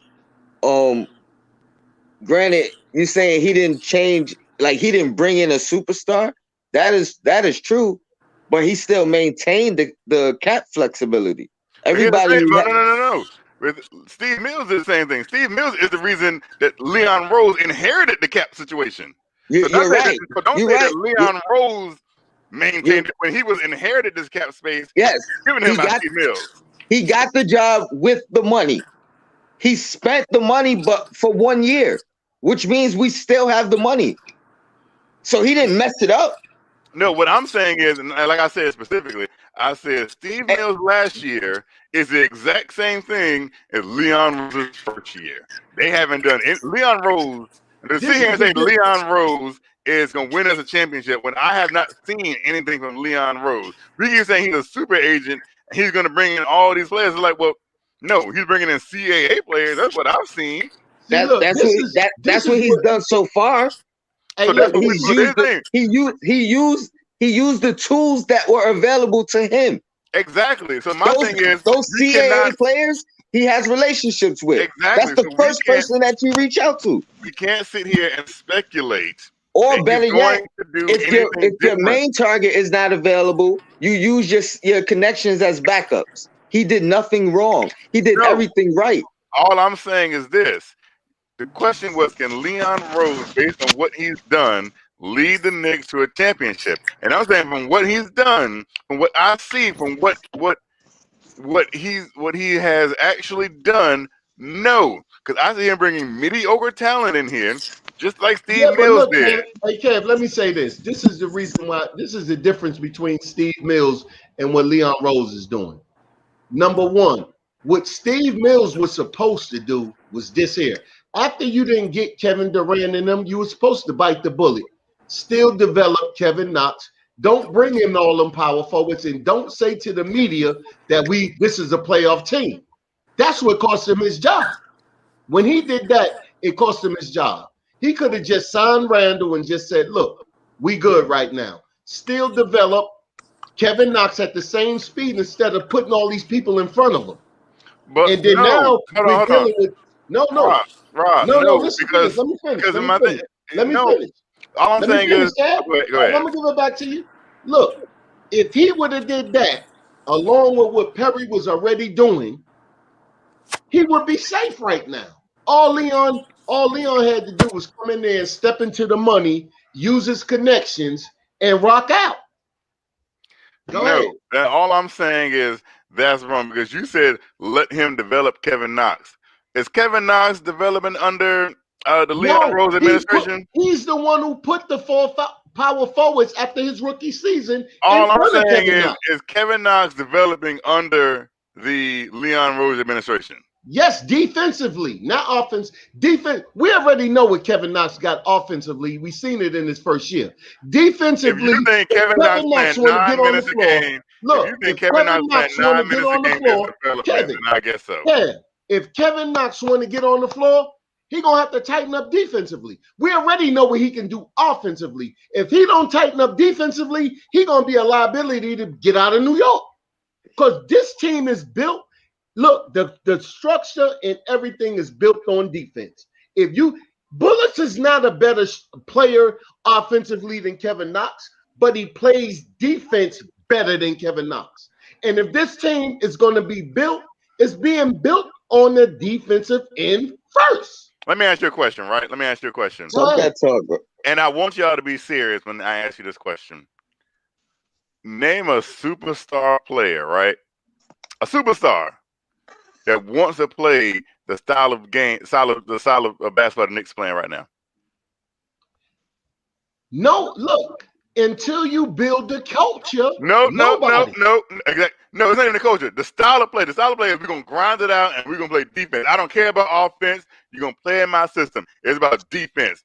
Name a superstar. Kawhi. Wait. You said name one that wants to? I said, is that what you said? Because that's a tricky question. I would say everybody wants to get out and run and play up pace and all that. Ain't nobody about to like, oh. And it depends on who you consider a superstar. I don't think Kawhi Leonard wants to play this style of basketball at all. That's the thing. He learned from Popovich this way. Hold on. Popovich is the difference between Popovich and Thibodeau is Greg Popovich knows how to adapt. Greg Popovich adapts to his players. Tom Thibodeau has yet to adapt. He will not adapt to his players. Either you're gonna play his system or you're not gonna play at all. Look, 3 years ago we didn't have a system. We got a defensive system right now that we're gonna employ this. If you're not playing this, you're not going to be in New York. Bottom line. That's great. Who you play defense. Rob, we played 20 games. Check this out. Did you see the block that Julius Randle did when he had to recover and he went back? He wouldn't have done that last year. This sounds like a showdown. Rob, again, the Knicks have played 20 games. We played 20 games, Rob, in 2021. We have scored less than 100 points. How many games we won? Those 20 games. How many games we won? 9 out of 20. No, 10. Last year we had 3. We won 9 games. We had 9 and 11. Look, last year we had 3. It doesn't matter about last year. No, we're winning more games in this style. Rob, are we above 500? We won games. Are we above 500? We're 9 and 11. 10 and 11 last year. We're 9 and 11, Rob. Okay. We had the second worst. We had the second toughest schedule of the year. The second toughest schedule. Look. Oh my God. Vegas changed our win loss. Vegas changed our win loss. You can't put that money no more. Again, we've played 20 games. We're winning more. In 2021, we won 3 straight games. But we could not score more than 90 points in 2021. I care about the win. We weren't getting wins, Rob. Look, guess we was what? 0-3 in those games. No, look, we lost 5 games in a row. We got the hardest schedule in the NBA in the first 20, and we're 10-11. Rob, we are 9-11. Stop saying 10. 9-11. We won on Friday. That was 9. Okay, 9-11 then. 9-11. Last year at this time, we was like what? 4-20? I mean 4-16. It don't matter about Rob, we under 500. Hey, Kev, we also the AC. We're also the AC. I legit just went to go pee. Right? I can't even go pee without Kev W talking about Kevin Knox. I was like, yo, I'm gonna sneak off and go pee, and I'm gonna see how long it takes before we start talking about Knox. It was literally like 47 seconds into me being gone. About Kevin Knox? Oh, y'all want to talk about Kevin Knox? No, we were talking about the style of play. I didn't say nothing about Kevin Knox. Okay, all right. Maybe I didn't say nothing about Kevin Knox. Okay. I was saying this started out as saying how I still have yet to see this is basketball. Do anything different. He's still arguing his third round. Right. Right. And so what I want, I want Kev W back because Hoodie Kev is feisty. Hoodie Kev is spicy. You know what I mean? So I want Kev W and I think Mo Dip. Hey Mo, if you're still listening, good night, man. I appreciate you. You know what I'm saying? But I want to move the conversation in a different direction because we argue the same stuff over. Because I heard Kev like we didn't score 100 points and we scored 90 points. Yeah, I know, man. I get it. Ain't nothing we could do. Ain't nothing we could really do about that. But can I ask a question? Yes, sir. Do we believe that defense wins championships? Do we believe that? I do. That's a good question. I believe that supreme talent wins championships. Yes.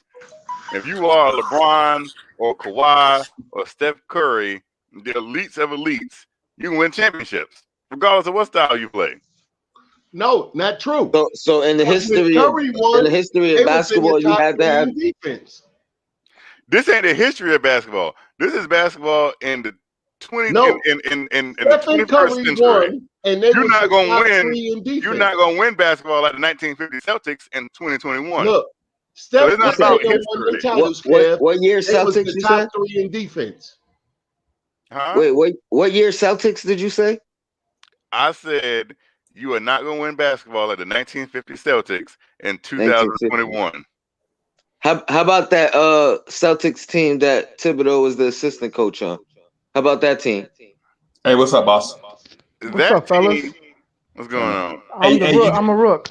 Hey, you got Eric Gonzalez. That smoke make your point about Jimmy Butler as far as a defensive guy. You got he was really. I'm sorry to intrude. Hey, no, you ain't intruding. Hold on, I just want to ask you something. If you got YouTube open, close YouTube and just use StreamYard. Oh, I don't have if I have YouTube open. Oh, somebody has. No, I don't have YouTube open. I'm just in the StreamYard. Okay, somebody got YouTube open where you can hear that echo. You guys hear echo? It's an echo. I don't hear no echo on him. I hear echo. I hear it too. You still hear it? No, it's gone now. Nope, wait. No, it's still there. Hold on. Let me do a test. All right, test. All right,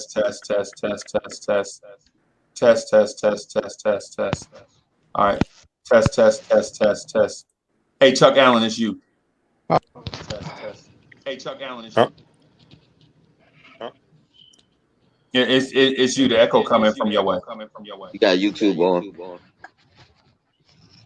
All right, test. I still hear it. Me too. What you hear? It's an echo. It's an echo, man. So it's not Rob. Hello. All right. Test. Yeah, hey, Eric, it might be you. All right, I'm gonna hop out. I'm gonna try to hop back in. Okay. Yeah, man. So I wanted to kind of move the conversation just a little bit, just a little bit, because what we want to do is start to get people like Rob to expound on other stuff. We want to get into Rob's knowledge base, get into Tony Crowell's knowledge. I'm sorry, I need to get into the talent base, the knowledge base of the fatal four-way, the current fatal four-way champion Tony Crow, his knowledge base. You know what I'm saying? So I still hear the echo, and it's kind of like put me back a little teeny bit. But here's the thing. Do we believe in this organization going forward is going to win us a championship? And if not, why are we wasting time?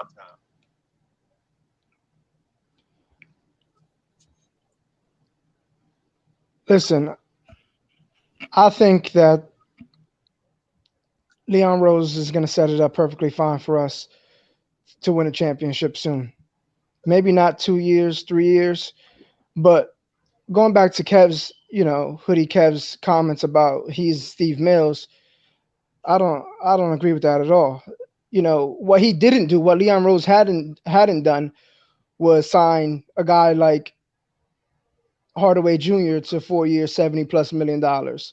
He didn't go and give He didn't go and give guys who aren't superstars big money. He held on to what he had, what he was given, and he decided that he was going to hold caps. He was going to hold the cap space because the free agency is what makes you go and get guys. It's what makes you spend money. He has the money because the free agency class wasn't good.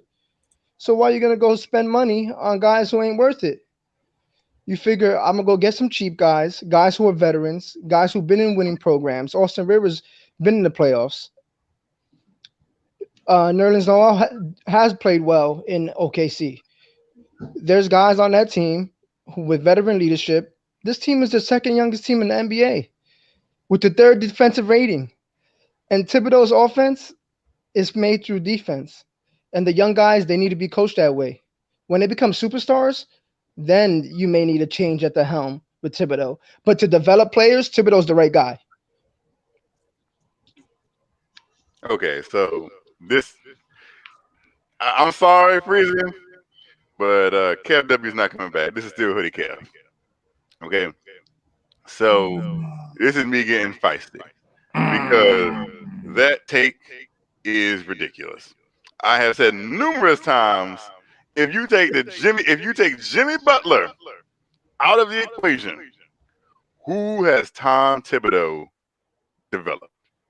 Who have you said, this player from a young guy developed into an all-star caliber player if you take Jimmy Butler out of the equation? How about an MVP caliber player?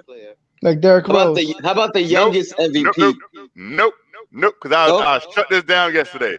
Derrick Rose was averaging 20 points before Tom Thibodeau got there. Was he MVP? He was an all-star level player.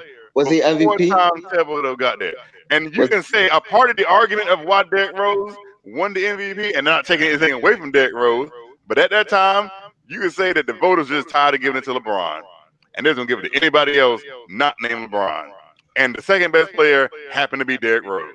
Now, I'm not saying that's the whole reason, but that's a part of the reason.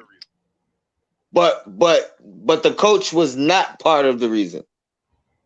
That Derrick Rose, and I say this, trajectory was saying that Derrick Rose was going to continue to ascend. He was ascending before Tom Thibodeau got there. Tom Thibodeau didn't develop Derrick Rose. Derrick Rose was already ascending. He was averaging 20 points a game before Tom Thibodeau. And so it's just like a perfect storm. It didn't matter who the coach was. He was going to be an MVP. That's what you're saying. Hey, Eric, your microphone is echoing real bad. I think that was. I'm not for sure. It sounded like it was Kev. That ain't me. No, it's not Kev. He's muted. Nah, it's me. When so unmute your mic real quick and somebody say something. No, here it is right here. See, you don't hear an echo right now, right? You don't hear an echo right now, right? But when I do this, you hear an echo, right? Oh, okay. Yeah. So that's Eric. I'm not for sure what's going on, man. It's just something. But we don't hear an echo pretty much. Eric, what's your connection? Until we do this right here.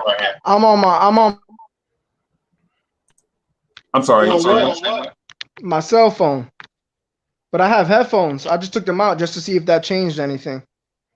Oh no, put your headphones in. No, put your headphones on. Yeah.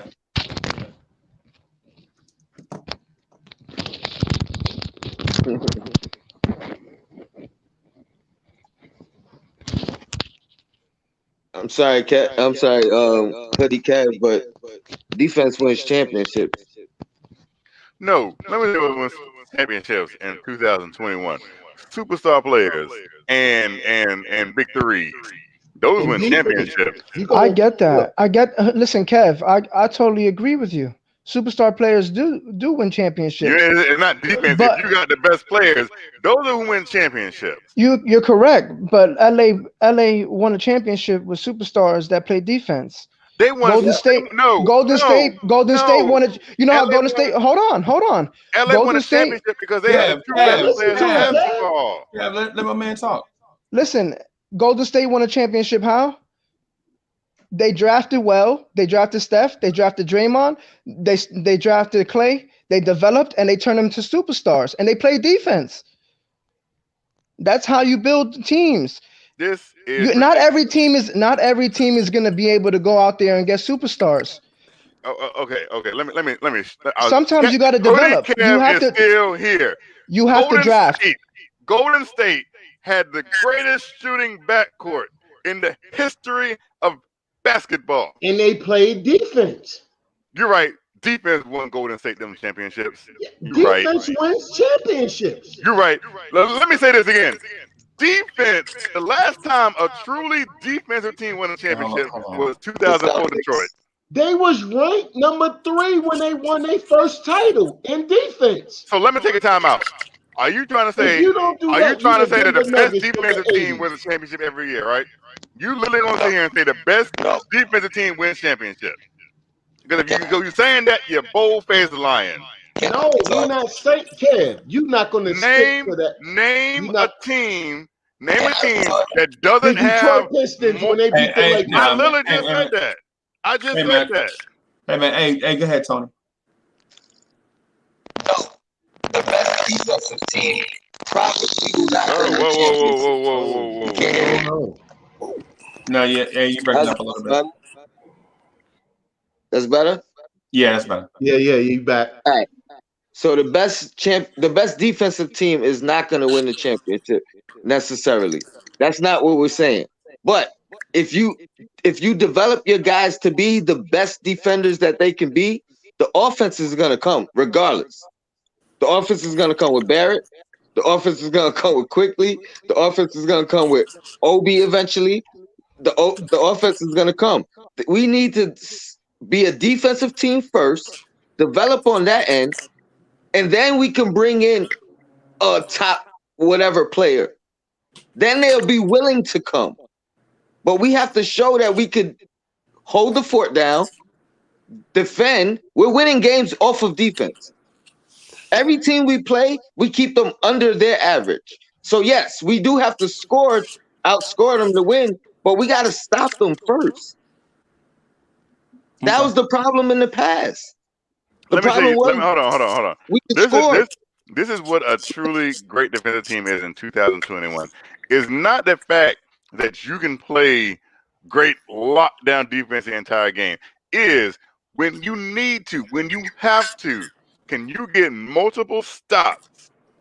Situational defense. Okay. It's not that you have to be a great defensive team. Is can your team, when you need to, get multiple stops? You don't have to be a great overall defensive team to do that. You just have to okay, can we stop this team right now? Can we get a stop? Can we get a deflection, a steal? Can we just play deep? Can everyone put a man? Can we have players that are not going to get beat on defense? That's all that is.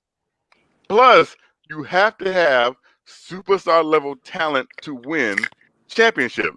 Because if you look at the past 10, 12 championships, championship teams, they've had at least one superstar level player on that team. Agreed. At least one. So it's not like you had to have the best talent. The Lakers won a championship because they had the two best players in basketball last year, hands down. Golden State won. Debatable. Golden State won because they had the greatest shooting backcourt of all time. Their pace was just ridiculous going up. They couldn't stop the motion offense that they had. Then they just added Kevin Durant. So I don't even count the last two championships. Before Kevin Durant, look, Kev, before Kevin Durant, they won their first championship. They was the number 3 defensive rated team in the league. You can't just poo-poo that away. And before they won a championship, they was like the number 7 defensive team in the league. They worked their way up from defense. Since Mark Jackson, it was defense. It was defense. But offense wasn't their problem. Those guys could score in bunches. Exactly. They could score. But before you they got into the still had to league. play defense. You got to walk before you crawl, man. Oh, they started on the defense. You got to crawl before you walk. So wait a minute. I have a real question, Kev. I have a question for you, Kev. I'm sorry to interrupt. I just want to know, like, for you, what's a superstar for you? What is it? What is the definition for you? What's a superstar? Give me the superstars in the NBA. LeBron James, Anthony Davis, Kawhi Leonard, Steph Curry, those players, those are superstar players. That's it? There's only 4 or 5 guys? No, there's more. But no, I want to name them. Give me 10. Top 10. Yeah, top 10. How many I just named? 4. Okay, Embiid is one. Jokic is one. Okay. Damian Lillard is one. Okay. 3 more. Where am I at? Giannis is one. Where am I at? 8. I gotta go down. Durant is one. Harden is one. That's 10, right? That's 10. That's good. You know how out of all the guys you said, only 4 of them won a championship. Let me ask you this question. That doesn't mean that just because you got a superstar on your team. Look at Bradley Beal. Let me ask you Leads the league in scoring, and he can't win a game. No. Here's the thing about superstar. All those players have been to conference championships, haven't they? No. Who hasn't? Who hasn't been to a conference championship at the 10 players I named? Harden. Who hasn't been? Harden's been to one. Harden went to 7. But what I'm saying is, so you said championships. We're talking championships. No, a superstar player is a player that can get you to a championship level team. Championship level teams are usually teams that are there in the end. You don't got to be the very last team because all superstars are on the best team. But you have to be on a team that's at least be in a position to get to a championship level. Hey, Kev, real quick. The reason we're still talking about this is because of the debate, right? And the only reason you lost that last round is because you did this Steve Mills thing. If you would have said, as this roster is currently constructed, you could have won hands down. Going away. You're right about that point. We need a superstar. Before we get a superstar, we need to prove that a superstar that is worthy of coming here, or right, we're worthy of having him come here. And not only that, if you're gonna trade for a superstar, you got to be able to show that you develop the talent you have on the roster to move guys for that guy. Right. Teams are not going to go and just trade you for a first round pick. So, but here's the thing I'm trying to figure out, because your argument is just an argument. Like I can't determine. What? Hold on for a second. Let me do something. I can't figure out. Oh no, it ain't my man either. Let me see this. So I can't figure out. You still hear that echo? But anyway, I can't figure out where the point is going. Like so what are we really talking about? And we losing the chat too. You know what I'm saying? Because to say defense wins championships is not just that a team with defense wins a championship, right? And so that was one point. The other point is that was made was the defense with the team with the top ranked defense should win a championship. And that was counted by a team that ranks in the top 10, once at 7 and once at 3, won the championship, even though they had offense. So what we need to determine is if we're going to say defense wins championships, we need to determine what type of defense are we talking about and then prove it. I gave my example. Every team that's won a championship, Freeze, top 5 has been in top 10 in offense and defense that season. So you based have on to be able to score, of course. But based on what you just said, offense wins championships also. It's integral. They go hand in hand. So what I'm saying, but you can't. Integral and it's that easy. So what are we talking about? What we're talking about is you can't score 140 points a game and not play no defense and think you're going to win a championship. The Brooklyn Nets are not going to win a championship the way they play basketball. So you need to build a system where you can stop a guy when you need to, where you can get a block late in the fourth quarter, where you can get a stop, where you're not going to foul. I'm sorry, isn't that little? And it's easier. It's easier to start with defense and build your offense than to have an offensive team try to play defense, or have an offensive player try to play defense. The Knicks are doing it right. That's the point, Freeze. The Knicks are doing it right now. That's why I said, like, I had a take on that about a couple of shows ago when I was saying that maybe Tiggs is not unlocking the offense right now until they know all of their defensive rotations. Every guy that he's playing. Until everybody that he's playing knows their defensive rotations, he will not unlock the offense for them to do what they want to do, they can do. This is the difference, right? And I hold firm to this, and I say that Greg Popovich is the best coach, and probably, I think at a point in time, Greg Popovich overtook Phil Jackson as the team best on coach. defense. Because here's the thing. So back when the Suns were running and gunning and just blowing everybody away, right? The Spurs were that same slow, methodical, we're gonna play defense. And that's how we're gonna win, right? But if you remember, I think it was like when they got to the playoffs, they lost. No. Listen, when the Spurs went up against the Suns in the Western Conference Finals, right? And everyone thought the Suns were gonna blow the old, slow Spurs out. The Spurs came out and started running. They abandoned all their defensive principles. They never did. Started running and gunning. They played situational defense and they shut them down. No. Go back and look at that series. Those games were like 127 to 130. They was running and gunning. Yes, they were. Go back and look at that series. They was running and gunning. I want to Freeze. I want to know what you think about the Clippers game tomorrow. Look, when they beat them, Kev, they shut up. They played situation. They upped the pace because they had 3-point shooters. But then they slowed them down in the fourth quarter. If you look at every fourth quarter of those games, the score was lower than the previous 3. They shut them down because they had a defensive identity. They just didn't show it until it was time to show it. Man, I am tired, man. I might have to call it, man, because I'm gonna have to get some rest. But I do want to address the Clippers game just real quick before we wrap up. So the Clippers game to me is not one that's a measuring stick game. You know what I'm saying? I think it's just a game where we should come out and just try our best. You know what I mean? The Clippers they do have good personnel. I think it's a mismatch in their favor, but at the same time, I think coaching matters. So I think Thibodeau will keep us close in the game, but I think you'll see where spending money on high-level talent makes the difference. So you'll see Kawhi and Paul George probably do their thing tomorrow and eat.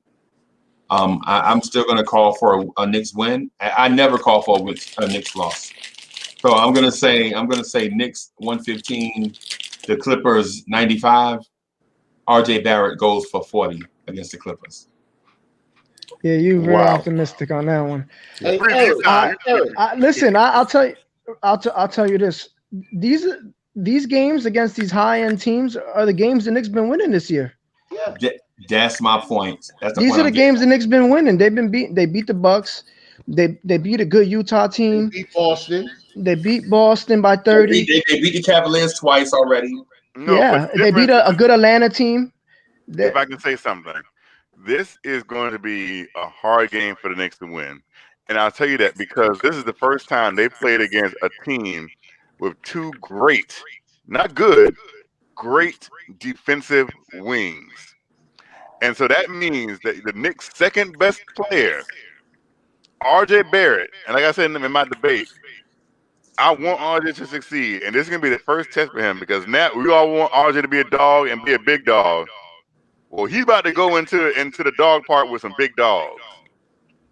And so is he going to be able to and I don't want him to keep up the scoring pace with someone like Kawhi. I don't want him to do that. But I don't want him to shrink and disappear either. It's That's a all I'm measuring asking. stick. I don't This think he game is will. a measuring stick. It's not This nothing that this ain't you coming Colin in. Sexton. He ain't going against Colin Sexton where you can just Hey, body look, him in the paint. it's a measuring stick. This game right here is a measuring stick. See where we at. We seen where we was at with Boston. We seen where we was at with Milwaukee, and we came out on top. If they underestimate us, now look. No. The This is not a eyebrows team are up. thing. This No. is not a Look, team man, thing. I'm not saying this is a team thing. I'm saying this is an RJ Barrett thing. I don't I'm, think I'm, I'm, Where so, is so, RJ? okay, all right. So what y'all saying is semantics. It's like the same thing y'all say is with the Clippers. It's the same thing you can say against any team that play the Clippers. Oh, the Clippers have length. They have two great perimeter defenders, Yeah. and blah blah blah. The Clippers roster is not going to change from team to team. They still have the same guys regardless who they play. You know what I'm saying? So it's not just insert any random team here. In this case, it's the Knicks. What you have to look at is this: the Clippers are a West Coast team playing a 1 o'clock game on the East Coast. You know what I'm saying? that's right. You got to take in some of these things into account. It's not as simple as they just have a better roster than us, and they also have a lot of turnover from last year's team, and they still getting adjusted to who they are as a team. They ain't hit their stride yet either, even though they're a good team, but they ain't hit their stride yet. You know what I'm saying? The thing the Knicks got to do tomorrow early, offensively, they got to try to get one of their stars in foul trouble. Yeah. RJ got to get one of these. They got to push the paint. They got to be aggressive. They got to get one of these guys in foul trouble early to be able to play their game. Right. They got to slow it down. But- if they're gonna run, they got to figure out a way where they can make the Clippers off balance. But how Quickly is comes RJ into going the to game. get any Look, one of those Beverly is defenders? going to come out aggressive. I think that matchup right there is going to be this game to me tomorrow is a growth potential. It's just growth. Chemistry and growth tomorrow. Trust each other, play each other. Because I don't think that anybody on the floor tomorrow, when Randle starts playing his game, I don't think nobody's going to be able to stop him. It's everything else around us. Quickly has to adjust. Look, Peyton is going to have to play D. We're going to need everybody to play. But Now, Payne's gonna have to hit a shot too. Again, fellas, I'm gonna head out. Shout out to the chat. All right, Black chat. Time. All right, Tom. Freeze. Yo, I Champ. appreciate you jumping on the show, man. Hey, look, hey, Crow, you're gonna have to put something there so I can get you that calendar. Oh, I got you. I'm gonna send it to Freezy on his phone. Yeah. Hey, look, you can look. I got you on Twitter. Send me your number on Twitter, then we exchange it, and then we do it. All right. So just hit me on Twitter. Send me a DM. I send you my number. You call me, and we do it. All right, bet. All right. All I'm saying, like I said, is this is not. I'm not looking at this as a team thing. To me, the most important player on this court will be RJ Barrett. Hands down. I'm going to be looking at RJ Barrett and see what RJ Barrett does tomorrow. I'm surprised you didn't say Kevin Knox. He might be important too. No, because if we want RJ Barrett to be a star. I'm predicting Kevin Knox to score 35 points tomorrow. Yeah, let's go for you. Right. If Kevin Knox don't score 35 points tomorrow, he a bust. Oh my God. If he don't get 35 tomorrow, we lose. That's that reverse thing. That's that reverse if Kevin Knox don't get 35 points, don't do that, tomorrow, Freezy. Just say if Kevin Knox don't get 35 tomorrow, he trash. Wow. You know what I'm saying? Not even what RJ give you. RJ can give you 5 points, and he's a star. And he'd be a star, yeah. Look, But RJ scored like 20. do He him. got 20 in like 6 straight games. And he get 20 tomorrow.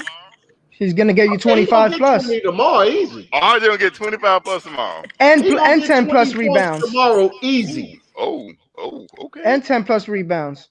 I guess being an all defensive player don't mean nothing. I guess Look, RJ's gonna get 20 points. I guess being an all first team defensive player don't mean nothing. I guess no more. That's just a title. So I'll tell you what I think you'll see tomorrow, though. I think you'll see the emergence of Frank Ntilikina tomorrow. Because the reason why I say that is because next to Theo Pinson. No. What I'm saying is I think eventually you're gonna see them wean Elfrid Payton minutes away and start giving them to other guys. Because Elfrid Payton, while Elfrid Payton is a decent point guard, he is not the answer. You know what I'm saying? We wind up coming out. Did you see how flat we came out against Cleveland?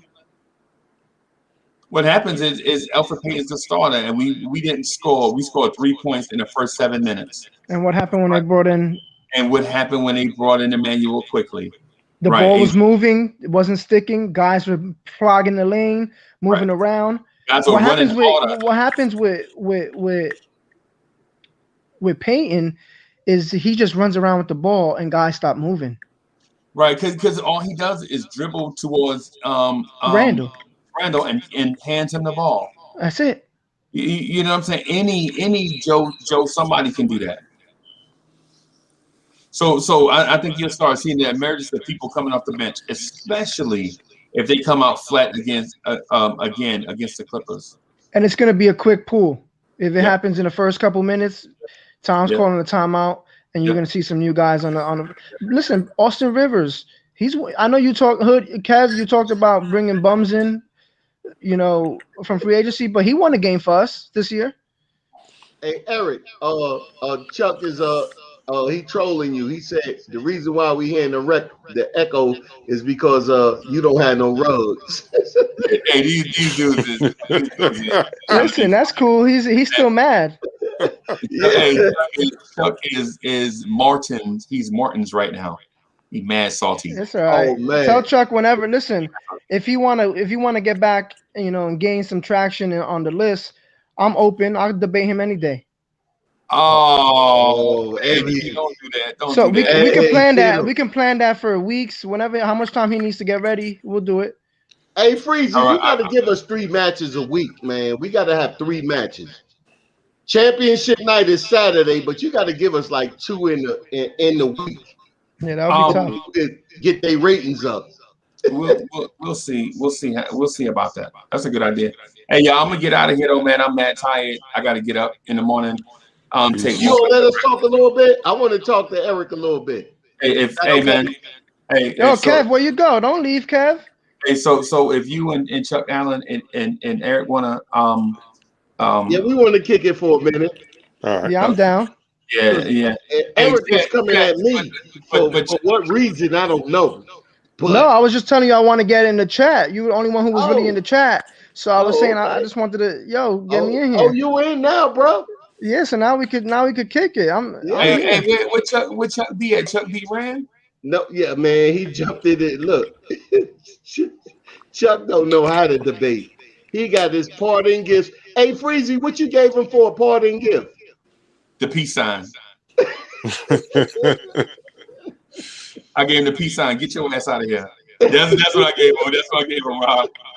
Because it's about winning. It's not about friends. It's about wins. You know what I'm saying? So, yeah, man. What Chuck say? Don't do it, E. He trying to call you out. He said, don't even do it. Come on, man. Listen, it's all love, man. I watch y'all all the time. I just want some action, man. I know the game, and not only Knicks, but I know all the basketball. But I love the Knicks. That's what I watch every day. Hey, and I talk about it all 24 hours. Hey, Freezy, his man Mike Johnson, that's the one that he gave the prison phone to. Oh, that's fucking awesome. Okay. He gave the phone to Mike He Jones. gave him the burner. He gave him the burner. Who? Mike Jones? Yeah, Who? yeah, Mike Johnson. Mike, Oh, okay. Yeah, Mike Johnson. He got the burner. Okay. Yeah, he gave him that. Now he gonna go back Debo and try to take it back. Oh man. All right. Hey, look, E, let me ask you something. What's up, brother? What you think about what's the ceiling you think that RJ has? You know what? 2 weeks ago, I was very skeptical. I thought he was a kind of player that could only go flush the lane, get a layup, that kind of game. Mid-range was, but he's been hitting a corner three. He's been hitting these threes lately, these past few games, and he's been looking smooth. And the most thing I'm impressed with, the free throws. He's gotten much better with the free throws since last year to now. He's gotten much better. And I thought about the timeline. We had that short season last season, and the Knicks didn't make that cutoff for the bubble. Yeah. He really didn't have a full season. He just made 82 games a few games ago. So we're going to start seeing some development. I've been watching some videos on some of the things he's been working on. I think he has some talent. I just want to see him be able to handle the ball a little better. You know what he's doing now that he wasn't doing earlier? He's stepping into the middle of the court, and he found where he's comfortable shooting at. Mm-hmm. And he can work on the rest of the floor. Long as you can get you where you at, and you can get buckets where you at, and you shooting consistently from where you scoring from. And if he could do that, then defenses can't always give him that. So then now he can plug the paint. He can do a couple of different things. And then he's spreading the ball around. Set guys up. That's right. And that's why shooters are important. Knox been he's over 40% from three. Yeah, but see, Knox thing is this here. The reason why Thibodeau is not putting him, I really feel as though he can't create his own play. I think like right now, but you got to start somewhere after the debacle of last year of what they did to you. Because it was totally dirty what they did to Knox. I thought he had a good rookie season. Yeah, exactly. And then you coming back the next year, then you hire, then the GM says this is a playoff team. So then I put in coach pressure. It didn't even like mess up Knox. It messed up the coach. Yeah, then he starts playing veteran guys. Yep, he starts playing the veteran guys more, thinking that he needs to win, and then he loses the locker room. That's right. And now it cost them a year. Now, like I said, I said earlier. He's only 20. He just turned 21. He's so young still. Yeah. Yo. That's why I try to like put that into the thought process. RJ's only 20. These guys are playing with grown men. But the reason why Knox is 20 because they was not gonna do that to a third pick. Yeah. You was gonna be on the floor because it was required throughout the league that you play this guy. And now that they play, so he was able to figure it out why he was playing. They didn't give Knox the same thing. They took his minutes off gate. And you said that this was a playoff game, and I'm looking at the players that they got. Yeah, they're official, they're good players, but that's not the way that you do a rookie. Yeah, no. Now Knox is battling back through that. So Knox's year, this year to me, straight up, is his second year. Because last year was a total wash.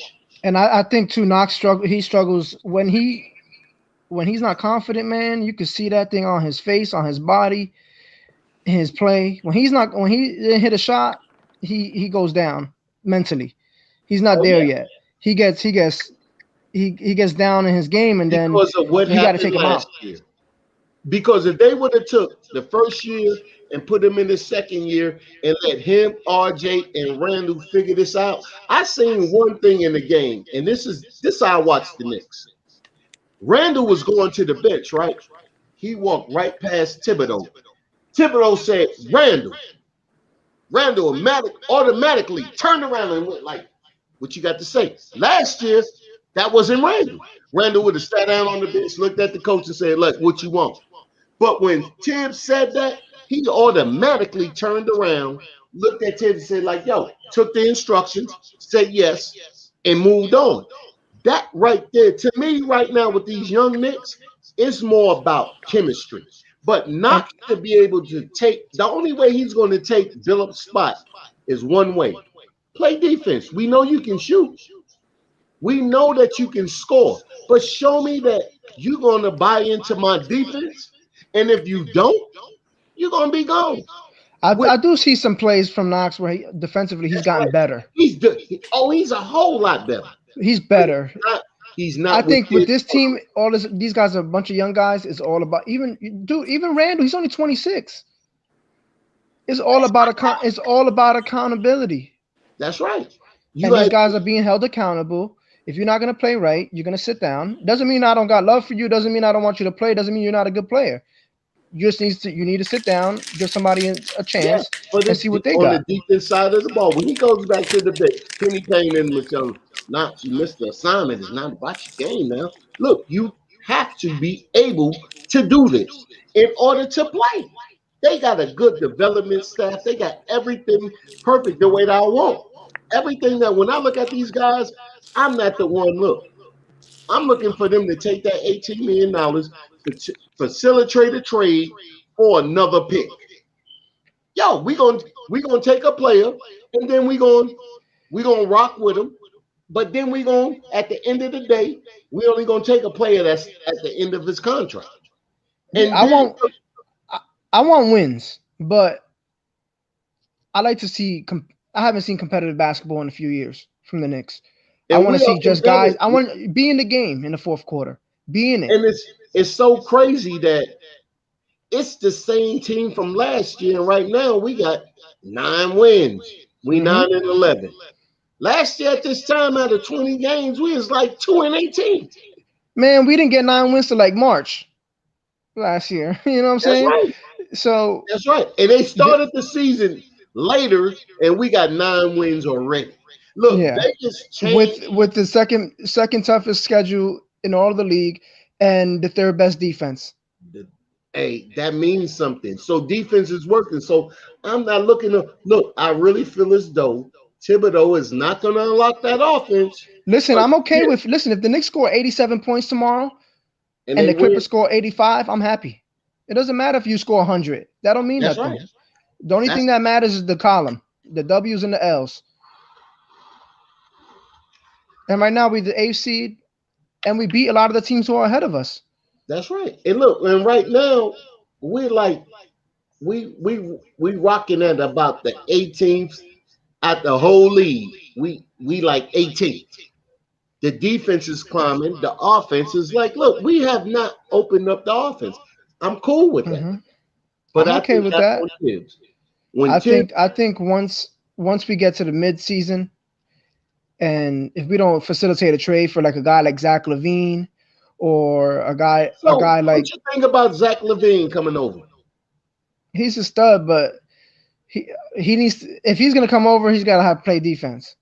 But I don't want him. This is the reason why I don't want him. He likes to hold the ball a lot too. And look, and this is the reason why I don't want him. I don't want him for this one fact. I don't want anybody coming in to put RJ in a different position than what he is. Run the 3. I want somebody else to come in and get you another. Look, Knox's position is up for sale, not RJ. So if we bring in Zach, now we're putting pressure on RJ, and RJ is giving us what we want. So Zach LaVine, I don't want. Right now, I'll tell you this right now. I would take with what we got on the roster. I like IQ at the starting point guard, but if we could get a star point guard, I love IQ off the bench. He runs that offense off the bench. That unit, him and Rivers together, they have a good thing going. But we need something on the first unit, and we don't got that with Elfrid Payton. Yeah, he can't shoot. He can't shoot nothing from.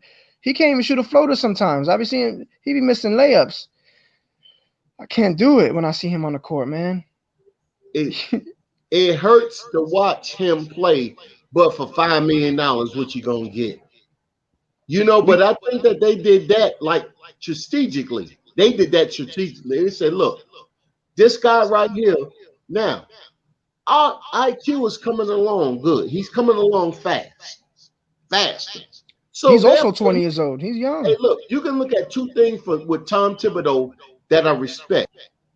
He talked shit about Mitch, but in the beginning, and he gave Noels the job. Mitch immediately erased that. IQ immediately erased that. So I don't think that it's anything different. I seen IQ play against those guards on Friday night. He was playing defense at a high level. He plays defense. Yo, he's scrappy. That makes him better than Lou Williams. That makes him better than a lot. And then when he's talking to the players about moves and everything, even Randall's like, yeah, okay. When the interaction on the floor with them, when you see that, I look at a lot of different things. Win or loss, that's what I want at the end. I want us to win. But I like the chemistry. Chemistry is first. When you're rebuilding a team, you need chemistry. Them boys been playing together for 2 years. They know each other. Even when Frank gets back, man, Frank is like a cockroach. He gonna always be around because he adds value to, even if he's a utility guy, like Batman in the belt. He can hit a shot. He can hit an open shot. He can make the right pass, and he'll play defense. And he can guard 4 positions. That's right. And I'm not saying that I don't want nobody to ridicule me. I'm not saying Frank Ntilikina is the best option at point guard for the Knicks. Me neither. But what I'm saying is there's a role for him on the team if he can stay healthy, if he can hit a shot. This team is not – you're not going to see the same guys on the court all year long. There's going to be different guys playing, man. Yeah. Guys are going to come back healthy. They're going to be playing games. What you think about Dennis Smith going down there to the G League? Anything to get him a pick back for a trade because no, what he's doing going down there. I know he's doing that to get some as a prospect. He knows what he's doing. That's smart on him because I think that's great. Yeah, to let the team see that he still got it. Trey Burks did it. He went down there and got his game. I really like Trey Burks. Went with him. Mm-hmm. Frank should have went with him. Learn down there, dude. Get your minutes. Because you're going to get the minutes. Mm-hmm. Now show what you can do. Now, right now in practice, you back and forth. It's not a rotation play for you right now. But he doesn't have a role down there. What you can do, we bring you back up. We see what you can do. We put you back on the floor. You go down there and you start putting in work. We'll bring you back. We can see everything. Now you got to do it on this level.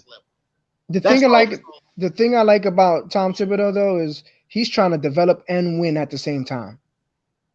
So he wants you to be better, but you got to do that in practice. That's right. If I see you do that in practice, I'm going to give you a shot. I'm going to give you a shot. If I don't like what I see, I'm going to put the next guy, and I think is going to help me to win this game. Yes, I want to develop these young guys, but I also want to win games because that's the way you build this winning culture. That's right. And it allows you to attract some guys that you otherwise wouldn't have attracted in free agency or through a trade. The Knicks have the cap space and they have the draft capital to make a deal for a star. Right. And they have some players on that team. And that is really important. But I would love to see these young guys just play together like they're doing. We're winning games. Okay. And that's important. Win games, chemistry, development. And then you add players in because I tell you what, they got the eyebrow up on the New York Knicks. They like, wow, they doing something over there. Mm-hmm. And it's low when we step into your arena. You know one thing, they're gonna play for the 48 minutes. Hard. They're gonna play hard. And if you're not, hey, look, you may take what I would really love with the IQ situation. I know, I would like him right now to fill in as the point guard, the starting point guard. But if we can get a superstar point guard and pair him with IQ, you're going to see so much more from IQ. Off-ball handling, moving without the ball, clogging the lane, jumping out for shots. getting that floater without anybody expecting him to have the ball because he won't be the on-ball handler. That's right. That's something that would be big. And you keep RJ at the 3, you know what I'm saying? Randle at the 4, Mitch at the 5. It will open up. It would open up so much more for this offense. I think RJ does his best work at the 2 because he's bigger. He's stronger. He does his best work at the 2. But what happens is he's not as fast. But you know what he so when is? you at the when he's at the he can guard multiple positions, absolutely. But when he's at the 3, he's a little faster than those guys, and he can defend those guys. But when he's at the 2, those guys are a little smaller. They move a little quicker, get him in foul trouble. We've seen it a lot. But when you're dealing with those championship teams, the 3 is going to be bigger than him, and that's going to be the problem. That's why I'm saying him at the 2 works. It works him at the 2 because right now what he is. You see the thing with him at the 2. The thing with him at the 2, it would work if he continues to develop the shot. He has to be able to shoot, and if he gets to the line, he has to be able to make the free throws. You got to be able to hit a contested 3. Those are the things that he has to do as a 2. How many 2s in the league don't hit? Don't got the shot. Don't hit. You know what I'm saying? Can't hit a shot. He's developed that over the past couple of weeks. I've seen him. He's been hitting that corner 3. He's been hitting. You see the chat with the chat is talking about? You can see that, right? Yeah, I just look right now. Read something what they saying, and then we'll answer them. See what they talking about because they still talking. So we got to keep them included in it. So I'm down. Keep playing them off the bench and give him more minutes than the starting point guard. Okay, yeah. RJ is just picking his spots now. And I always said that. Once RJ finds his spots where he's comfortable shooting at, and then you force your way into taking comfortable shots, and then you work your way around the board. And that's what RJ is doing now. That's why. Yeah, Mike Johnson. I agree. Quickly, he hasn't shown nothing. He's not elite. We know that. He's a rookie. He's 20 games into his rookie year. But we have seen that he could score in the league and that he has opened up the offense. He puts guys in the spot. Everybody that runs with him is a different set that's going down. That's what he's saying there. So that's a little bit of unlocking the offense a little bit when Quickley is on the floor. It's a different game. Now Peyton, he's a $5 million player, but that's a bench player. I agree. Brian, I agree with that too. If we didn't have Quickley, we wouldn't be 9-11. There'd be a couple games that we would have lost that Cleveland game. For sure. We wouldn't have lost that Oklahoma game. Yep. And we beat Cleveland 2 times. We played them 3 times. We beat them twice. Yep. We'd have probably won all 3. We should have. The one game that really bothers me is the loss to OKC. The Charlotte game bothers me. That one too. That bothered me. But the OKC game at home, you know what I'm saying? You got you running, you're playing good ball. And I mean, I don't know. I thought the Knicks just underestimated them. But OKC is another team that's been playing well. They've been beating teams, Yeah, they playing well, but then their record is not like we got 9 wins. OKC, I think right now, they still around 7 or 8. And that Kings game bothered me too. Because when we're playing games, when we're playing teams that's on our level, I think that we should beat them. We got 2 coming up with Chicago this week after we play the Clippers tomorrow. We got 2 in Chicago. And I think that we should back-to-backs. win. I think it's like a Monday, Wednesday, or Sunday. Monday, Wednesday, kind of back-to-back. Yeah, we in Chicago for a minute. But one thing about this here, the discipline on the team, when the team is buying in is this here. Our team is like, look at here. We're about the COVID restrictions because we're still playing.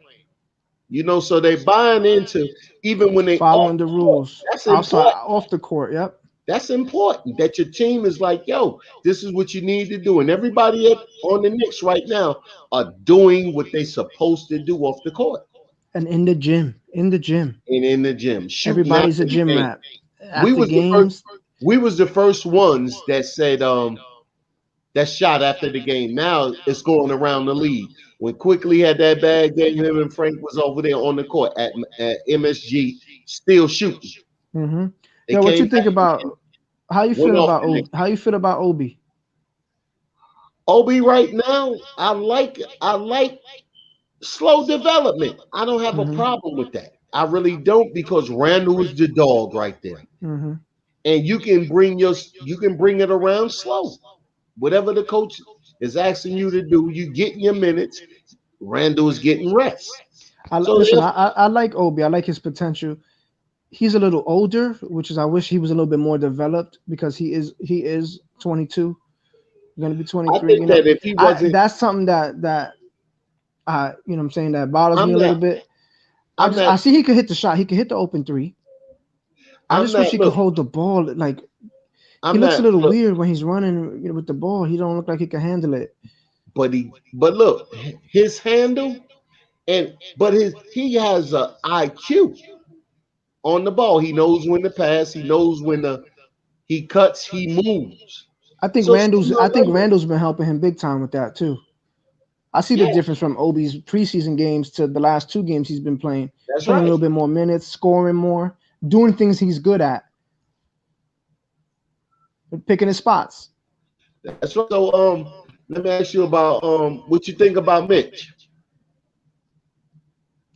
Yo, there's moments where I'm like, damn, he's it. You know, that's the answer for us at center. And then there's moments where I'm like, everybody be saying about Mitch is this here. This is what they be saying. Most of the people be saying that's on the panel. They be saying, Mitch needs to nah, we don't need 20 from Mitch. We need defense from Mitch. Mitch's body is going to grow into Mitch's body. Mitch is only 20, 21, 22 himself. Mm-hmm. And I would like to see more. Try more to do different things. Hey, try to hit it. There's times he has a 5-6 footer. Why try to hit that jump shot? Yo, but look, if the coach, he's a coach player, so therefore he's gonna say what the coach asks him to do. He's gonna do. If you need me just to do that now, Mitch is bucking against the system, which is okay with me. He wants to look after a loss, and you know that you could have scored, but you asking me to do certain things, and I can. They said Obi's handles are like Stoudemire. Oh, you see what? Look, that's true. He was a beast, but that's real. Oh my God, the early Stoudemire. Oh look, yeah, I may even think about trading Mitch. What you going? Okay. What you would want for him at that position? What would you want back? Now look, I wouldn't even get anything back at that. I wouldn't even get anything back at that position. But look, mind you, check this out. I run it with Obi and Randle. All right, now look, mind you, check this out. We had Cantor can give you 25 points a game from that position and 16 rebounds. But he won't stop you or me on the court. Okay, so therefore, if you look around the league, like let's go back to Golden State when they won, they had Bogut there, right? Bogut give you about 8 points, good defense. I want scoring for my other 4 positions, but I want a stopper behind. Look, when Chandler got with the Mavericks, right? They won the ring. And then he won Defensive Player of the Year with us. Look, wait, let me say, and Levinsky, when Dirk's MVP year, no center, he won the MVP. They won 64 games, got knocked out the first round of the playoffs. You know why? They didn't have nobody backing him up on the defensive end. Once they put Chandler there, they won the championship. It was Chandler and J. Kidd. But Chandler was defense. backing the defense. Absolutely. So that's why we need Mitch going forward. Mitch survived 3 coaches. They ain't I like Mitch. No, not that I don't like Mitch. I like Mitch, but if I could get a superstar, But look, I might put him in the package. Raising a superstar. I think that's the most important. Developing stars. We have one right now in the making. RJ is like, look, RJ can I think go. we have a couple in the making. In the making. I think Randle is starting to become a star. And I know people don't like to hear it because they wanted to trade him a couple months ago. But I think Randle has the potential to really I'm be not special. trading Randle. I'm not trading Randle. He might get it. I might extend him if I was I might keep him around. You have to. You have to. He's not the piece that you want to give up.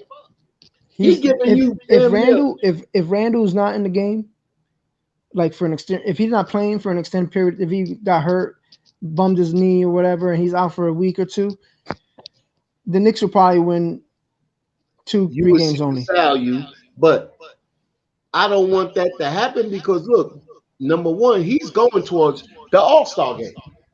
Somebody said link me. And that's important. We got somebody finally. Now look at the trade like this here. Look at the Porzingis trade. Now look at it from this angle. You say, okay, we traded this player and we got back DSJ. We got the 2 first-round picks. Look at it like this. We got Emmanuel Quickley for that. That we replaced him with is Randle. And right now, Randle's Quickley better than Porzingis. And for Quickley. The low money. We got Quickley on that deal too. For the low money. We got him right there for the low money. And no, if we have to extend him, we will. But we would extend him to Porzingis money. But he's playing better. He's played better than Porzingis. They have trouble in Dallas right now. And we're going to get their first-round pick too. So hey, look, and I'll take that. Looking good. Yes, it is. I'll take that. Yo, somebody said link me. Send me the link. Let me see. It was Zach's coach's desk. Who wants to get in? Zach's coach's desk. Coach. Oh, Zach coaching that. He says, only one that can get him in right now is Freezing. I see the links there. Oh, the link right there. Yeah. Tap in the link and then you be in the back, you be backstage, and then Freezy can bring you in. Brian, Brian said he'd rather trade Randle over Mitch. I'm not trading either one. And Collins can't do what Randle can do. He can't run the offense and bring the ball up. And I haven't heard about Mark Hagan, since 2 years ago. Hey, E, give me a second. I got to run to the bathroom right quick. He's I ain't typing all this mess. Hold on. Let me see what I can do. If I can get it for you.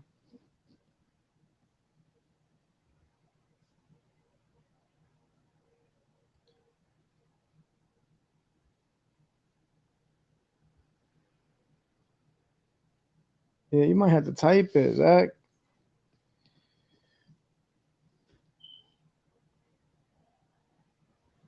Brian, you really rather trade Randle?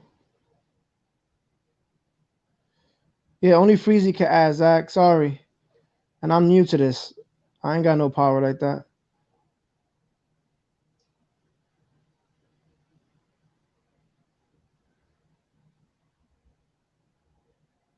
What you mean playing the market? There it is. There's the link right there. You can join up now. Now they do both IQJ. They both do provide value. I agree. Mitch has played defense. What's up, man? What's up, man? How you doing? What's up, Rob? I've seen you on the chat, so I know. Yep. Many times. What's your name, bro? Rob went to the bathroom. He said real quick. Oh, okay. You got to break the seal on all that Bud Light. Yeah. I'm Eric, by the way. Nice to meet you, Eric. Are you Zach? Yep, that's me. All right, good. Dope. I didn't What you feel like think? that mess in. That's why I asked for the link. I was like, I ain't typing all that mess in. Yeah, no, it was a lot. It was a lot. But they Yeah. sent it to you, so that's good. What you thinking about the Knicks tomorrow? About tomorrow, we're gonna lose By a lot? Or you think it's gonna be a close game? I'm probably by a lot. That's what I'm thinking. Let him in. What's up, Zach? What's up, Rob? How you doing? Ain't not much. Got Kicking the it. sauce flowing a little bit tonight. We got E in the building now. Now, E, look, you gonna be showing up? Yeah, I've been Listen, I've been watching y'all for a long time. But look, man, you got to start showing up now. Look. Nah, I'm here. Now I'm in the chat. Right. I'm not gonna lie. I was gonna come on. It's easy to get in. You got your nerve up. You up in here now, so we expect to see you. Nah, I'm gonna be in here definitely chatting. Hey, Zach, why didn't you show up earlier? Well, see, I fell asleep and then I woke up at the time it would be. I had a phone call I had to make with some friends, and then I even missed that because I was trying to update my phone, and the thing updated and then wouldn't come back. The screen just stayed black. It wouldn't turn back on, but I was getting ding, ding, ding, ding, ding, like notifications of like my friends hit me up, and I'm like, I couldn't turn my phone on. And I tried my laptop, and the thing wouldn't. My girlfriend's laptop needs an update, so it wouldn't take StreamYard. I was like, and I don't know my girlfriend's password, and she was sleeping, so I was like, man, I'm not waking her up for this mess. I'm glad you joined. Listen, I wouldn't. Brian said if we had a point guard, we wouldn't need Randle to handle the rock and lose the ball 5+ times a game. He doesn't lose the ball 5+ times a Not game. no more. He doesn't. And the reason why he does that is because he's trying to make a play happen when guys are not moving. They stick still to the spot. They don't want to run the floor. Anybody that says that, I say this: he averages less turnovers a game than Jokic. And Jokic has the ball in his hand all the time. All the time. Everybody loves Jokic, rightfully so. And he has better guys to pass the ball to. We as Knicks fans, guess what we like? We like players on other teams, but we never see how that player develop. We see them when they hit the stage. Now we want them. Oh, that's what we need. But we don't know about the trials and the tribulations that they went through to get to where they was at because we wasn't paying attention to them. I like homegrown talent. Let Nice in, Freezy. Nice, my guy. Let him in. Oh, you can just scroll up a little bit. If he scrolls up, he's gonna see the. No, he got the link. He's in the private. He's in the virtual chat. He's just. Yeah, Freezy got to be back there. I'll call him and try to get him in. Rob the secretary. Hey, look. hey, Zach, you need to chill a little bit. What do you mean, chill? You be going that Kev hard. Kev go at me hard. What you mean? Yeah, but look. Knox is his son. So you got to give him a break sometimes. I do give him a break sometimes. When he has a good game, I give him respect. Knox, Kev is turning into a baby Chuck. Let me tell you why. Oh no. Let me tell you why. I gotta give him now a break. look, you calling him a baby Chuck. All right, okay. This is my take on it. Okay. I think that. Okay, Rob. Hey, look, I think that Kev is turning into Chuck a little bit on this one thing. If anybody's in front of Knox, he want him not to succeed. So he's not looking at the whole of the team. If you got to talk about one player that's not doing his job, whatever's going on, and you're a Knicks fan, you have to talk about the totality of the team first. So therefore, if your boy is not giving the team what they need, you got to recognize that. Yeah. You have to come to grips and say, okay, not you want somebody to slip on the banana peel and fall so your boy can play. Because even when Bullocks went out, they still ain't put Knox in, except for that Charlotte game. Knox has potential though. He just got to get. That's the most. He has to create his shot, man. He has to be more confident. There's times where he has lanes that he can go to he can go and lay something up. He could bang too. He could dunk it. Be able to bang. He got skills. Knox can step in. Knox can He step reminds me in. of an underdeveloped Kevin Durant. Like his game is like a young, like 19-year-old Kevin Durant. You see what I see. You see what I see. He reminds me of KD, that long, could shoot, and he just got to develop it, man. Yeah, he got to be like, look, he has to. He's strong. He's big. Look, in his last like couple of games, is what I liked about him was this here. He really started going. Look, he didn't make the shot. Let's Real not quick, get it. y'all. I'm hearing an echo. Does someone have YouTube up too? Nah, nobody has YouTube Well, up. yeah, we've been dealing with that right now. But okay. But look, guess what? It's just us. We gonna deal with it. Is it always cool? I just wanted to say that. Yeah, no, I don't. Sometimes. You hear it still? Yeah. But it's all good. No, I like we can't talk nonsense when we hear him though. Like he's never been able to bang. Well, I don't know what that. You said he can bang. He can't bang.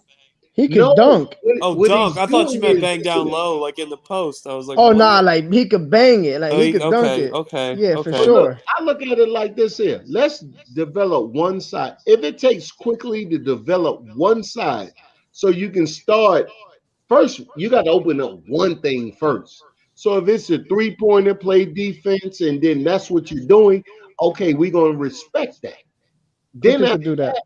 we're gonna look for more. He's shooting 43% from three. He can shoot quickly. So quickly.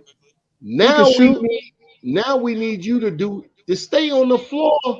You just can't get beat. When I watch Knox now, when he comes into the game, I look at one thing: what you doing on defense, which is nothing. and then when you let somebody slip through the back door, which you He's already gotten better though. practice, you was already in regressed. practice. Tibbs done told you that. Now he pulled you, so I know why you got pulled.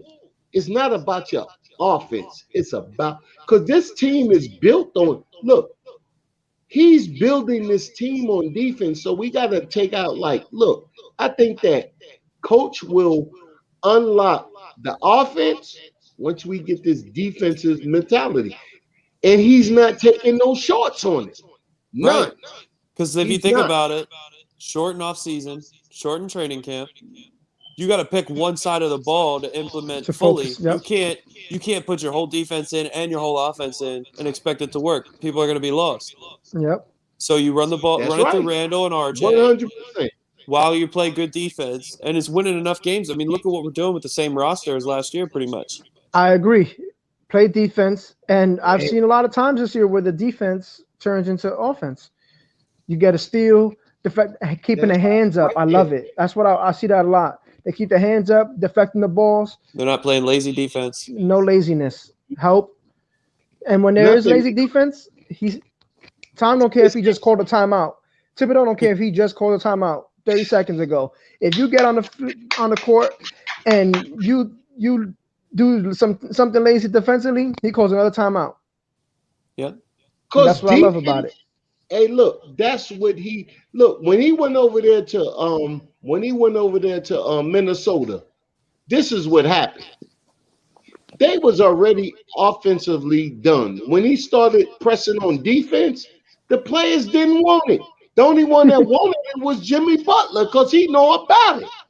You know why? Because Jimmy Butler. That's why Jimmy Butler took the He's the a rugged one. string, He's real. and He's rugged. The first string. Well, he likes to work. Zach LaVine wanted it too, but he had that bad knee injury, so they traded him instead of Wiggins because of that knee injury, and Wiggins got that big contract. There was politics. There was politics in that. And you know what though? Wiggins has been playing well with Golden State and playing defense. Oh, he's a bust. Hey, look, let me tell you. He's not going to be what he's supposed to be. He's but good. Look, he's like, guess who Wiggins is like? Andrew when Wiggins. You thought that you was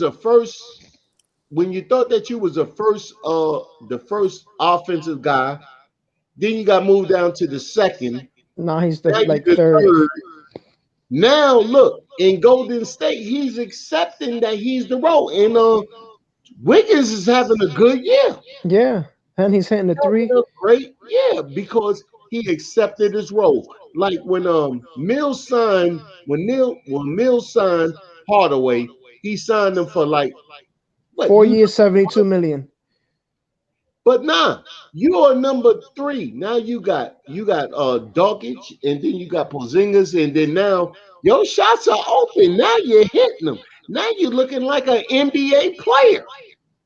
But when you was the number 1 and all of that was on your back, you couldn't handle it. Nah, he couldn't. But I always liked Tim Hardaway Jr. He really tried to do it though. Hey, look, but that money, like you said, that we gave him that money, but he was not the option. So you got rid of Melo, and then you start bumping heads with Trier. Even though now look, I'm a Lonzo Trier dude. I like Trier. He's just too selfish. But guys said he was too selfish. It was with Hardaway around, because now Hardaway paid his dues because he had to listen to Melo. Now you got a rookie coming in, and the rookie want what you got. So they traded him away, but you still didn't, because we had a dysfunctional coach that I don't look with Fizdale. I don't think Fizdale was a bad coach. I think that look, when they put all of those forwards in front of Knox, and then you said playoffs. Now look, I only got a 2-year deal. Now I got to try to win with them. So now I can't play Knox. He had a 5-year deal. Yeah, he had a 5-year deal. He was a but I understand the thought process. What you're saying, I understand what you're saying. Now you put him right there. Now Fizdale had to change everything. I can't. But Fizdale was not the answer. We got to make the playoffs. I'm gonna tell you why Fizdale was the coach, because they thought that they were gonna be. He has a lot of good relationship with superstar players, and they thought that bringing him into coach would bring in these superstar players, and it didn't happen. And they were terrible, and they had to get rid of him. Fizdale wasn't an X's and O's guy. He wasn't a. But at least he was a hoorah guy. He was the type of guy. He was the type of guy you need with guys that you don't have to coach. Coach, exactly. If you have superstar players, Kevin Durant or Kyrie Irving or LeBron James. If you have superstar players, he would have been a good coach for that. Because he wouldn't need anything. But you see what happened with him? Did you see what happened with him when he was the coach of the Grizzlies? They had something in the locker room that went down. Yeah, him and Marc Gasol. But look, guess what Marc Gasol said when he got to after they won the ring? So, yeah, he said, I got a ring now. I understand. No, this is what he said. No, he didn't bash him. He said, I understand what he meant. He said, I understand what he was saying, because when he said that, look, he said about a coach.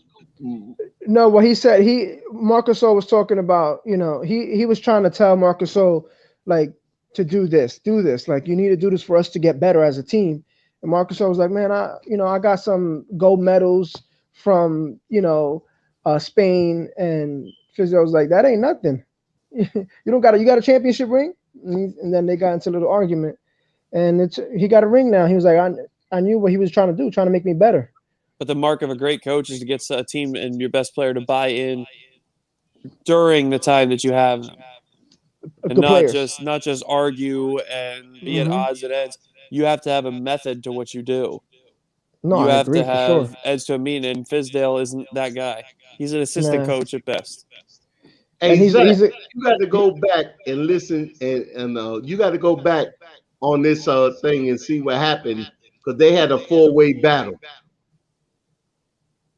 It was legendary today. Nah, I'm not a Tim. Really? I'm not saying I'm a Brian. I'm not saying I'm a Tim Hardaway Jr. fan. I'm looking at the chat. No, we know, but no, I'm just. Hey, Zach, you need to see what happened earlier. What happened? Give me a recap. I'll go back. It was we had a 4-way battle. A fatal 4-way.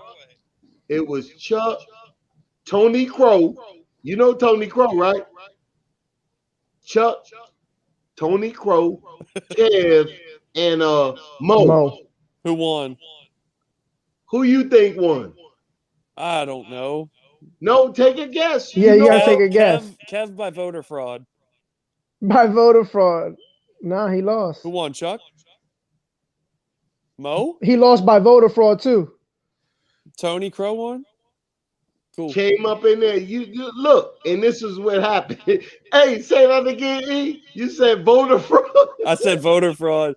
Yeah, because he said that he lost that Hey, Kev look. won by voter fraud. They said when Chuck lost, right? They said that it was they gave him party gifts. He was mad.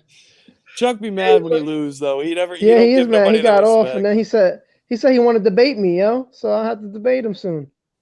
Oh, look. Now I think E, you and Kev, I think that would be a good one. I would like that. Look, I'm gonna try to talk to Freezy to say, like, look here, Tuesdays and Thursdays is like the go up round to get to the championship belt on a Saturday. Freezy wouldn't let me in the debate. He said, he can't have Zach having paws put on him. Nah. He gonna let you in there.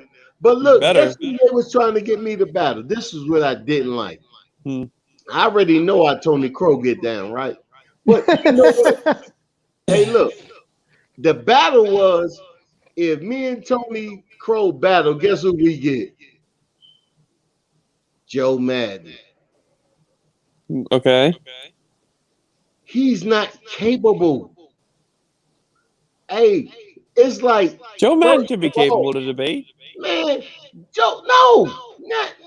How do you know until he gets in the ring? No, because I listened to his takes. But that's he can still. Nah, him and Elijah need to battle first, man. Look, we should have Brad. Elijah. They in the chat. They said we should have a NCAA tournament style. Yeah, a debate madness. How you gonna put like the good ones and then you win, and then after you win, you get the one that ain't supposed to be there? I don't know. Look, everybody know Joe Madden want to trade everybody, and not only that he want to trade everybody, he doesn't deal with the history of the team. Yeah, you got to know the history.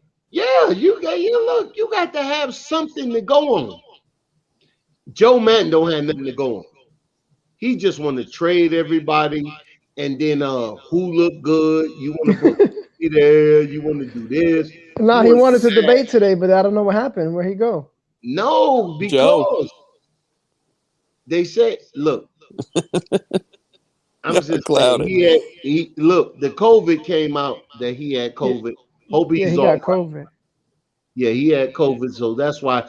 But they said that he was showing his face earlier today with the COVID. Yeah, he has been. He's been on with COVID. Okay, but all the who's to say he didn't get sicker though? All the chat asked for was. I'm just saying, if I got COVID, I'm not gonna be in the chat. That's what I'm gonna say. Yeah. I'm gonna lay my ass down. Say he was in earlier today. They said, but we seen you earlier, but when they got time to battle, because what I did was he could have gotten sicker. He could have taken a turn for the worse. Hey, look, no. I hope he's well. I pray for that. No. He was ready to battle all up until they asked him to show his pictures. Yeah, he didn't want to show his face. He didn't want to show his it's face. all love, Joe. I ain't gonna clown you like these two. Look, I'm not clowning anybody. I you hope gotta he's lay well. off of Joe, Rob. You gotta take it I easy love on Joe, Rob. I love Joe, but I'll debate you, Anthony. But look, see, Zach, you don't know what he did. Bro, my God, Nice in the building. What's up, Nice? Man, Nice, what up? Finally. Finally. It seems and then like Freezy comes on now. Well, I'm gonna wrap up here. Nah, I think just Freezy just passed by. Like, let me just see what's that. Oh, they still in there. Oh, there's another one. Click. Another one. Click. Yeah. Hey, what's up, Nice? Hey, how's everything, player? Haven't seen you in a minute, Nice. No, I haven't seen you. Hey, can we curse here or not really? I try not to. A little bit, not much. Now we just I'm just gonna keep it down low. I'm not even gonna curse. But I haven't seen you Sack on the long run of the other one. See, I was on Ron's today, but the problem is he goes on at 5, right? And my 5-year-old, I'm a single father. I mean, my girlfriend's in the picture, but I'm just saying, like, I always have my son. So that's dinner time with the family, this, that, and the third. So I can't always be on. You know what I mean? But like the morning drive is when I can really be on because I take my kid to school. I'm off work, and then I can talk that ish a little bit. Oh, you're muted. Nice. You muted. Come on, man. Wait. You We can't even good? Are we unmute good now? You yourself. good? You good? You You can't good? even unmute yourself. You've been waiting that long. Come And it's on, nice. that what is it? That trigger finger, whatever you want to call it. But I was listening to Ian, and Ian's right on point when he said what he said to Kev that we can't have it the other way around. We cannot have a superstar and try to build around that superstar. That's like a losing mentality because what happens if it doesn't work out? If Then we you on the start, books. let's say helping each position right now, and if they play with chemistry, that's it. The only thing you just need is just to plug one superstar or two, best case scenario. But at least you're giving the opportunity to a superstar to look at the Knicks. Like, you know something? I'm willing to fudge with it because it seems like they well develop a team right there. But we cannot. We can't grow one. Say it again. We can't grow one. We are right now. We are. But even RJ Barrett's going to be an absolute stud next season. He is, but I like Quickly's going to be an all-star. I'm putting all my chips on Quickley and Randall's going to be an all-star. I agree. He already is an all-star, but if it's This rigged year. this year, you know what it is. Who will you put all your chips on? Like an actual player, like what we have right Everybody, now. you don't want to put your chips on one? I'm putting my chips on two right now. You mean like a player we don't have? Who you put your chips on, nice? Quickly and Obi. But I'm dead serious. Where Obi's really proving it. Okay. What I actually saw with the Cleveland is like I don't know. It was Obi like hustled. like he didn't like do that anything little, special. He hustled. That little tape, like you know something, is going to be something nice, you know. But they not trying to give him more than what he. Yeah, no, he only had like 5 straight points or 7 straight points. Yeah. Hey, he had 5 points. That's five straight, more right? than enough. If we put you on and you take an advantage, that's the thing. If you have a player not doing what he's supposed to do, bench him at least so that player can have that hunger that Obi showed on the last game. So whenever your time is up and we play you, you gotta show any type of productivity because it's showing right there that we put in you when we believe that we gonna need you and you not showing up, you're not taking advantage of the minutes that they giving you. So I'd rather them to do what they're doing right now and with Quickley, don't touch him. You remember Sack that I used to say, damn, what happened to the other cat? He'll be put back on. I got you. But you remember that I always mention, hey, we need to start quickly. But no lie, after what I'm seeing right now, it seems like it's better off bringing Quickley out off the bench. Right now, 100%. 100% because. What you think about the 25th pick? Oh. So now that you're thinking about the draft, right?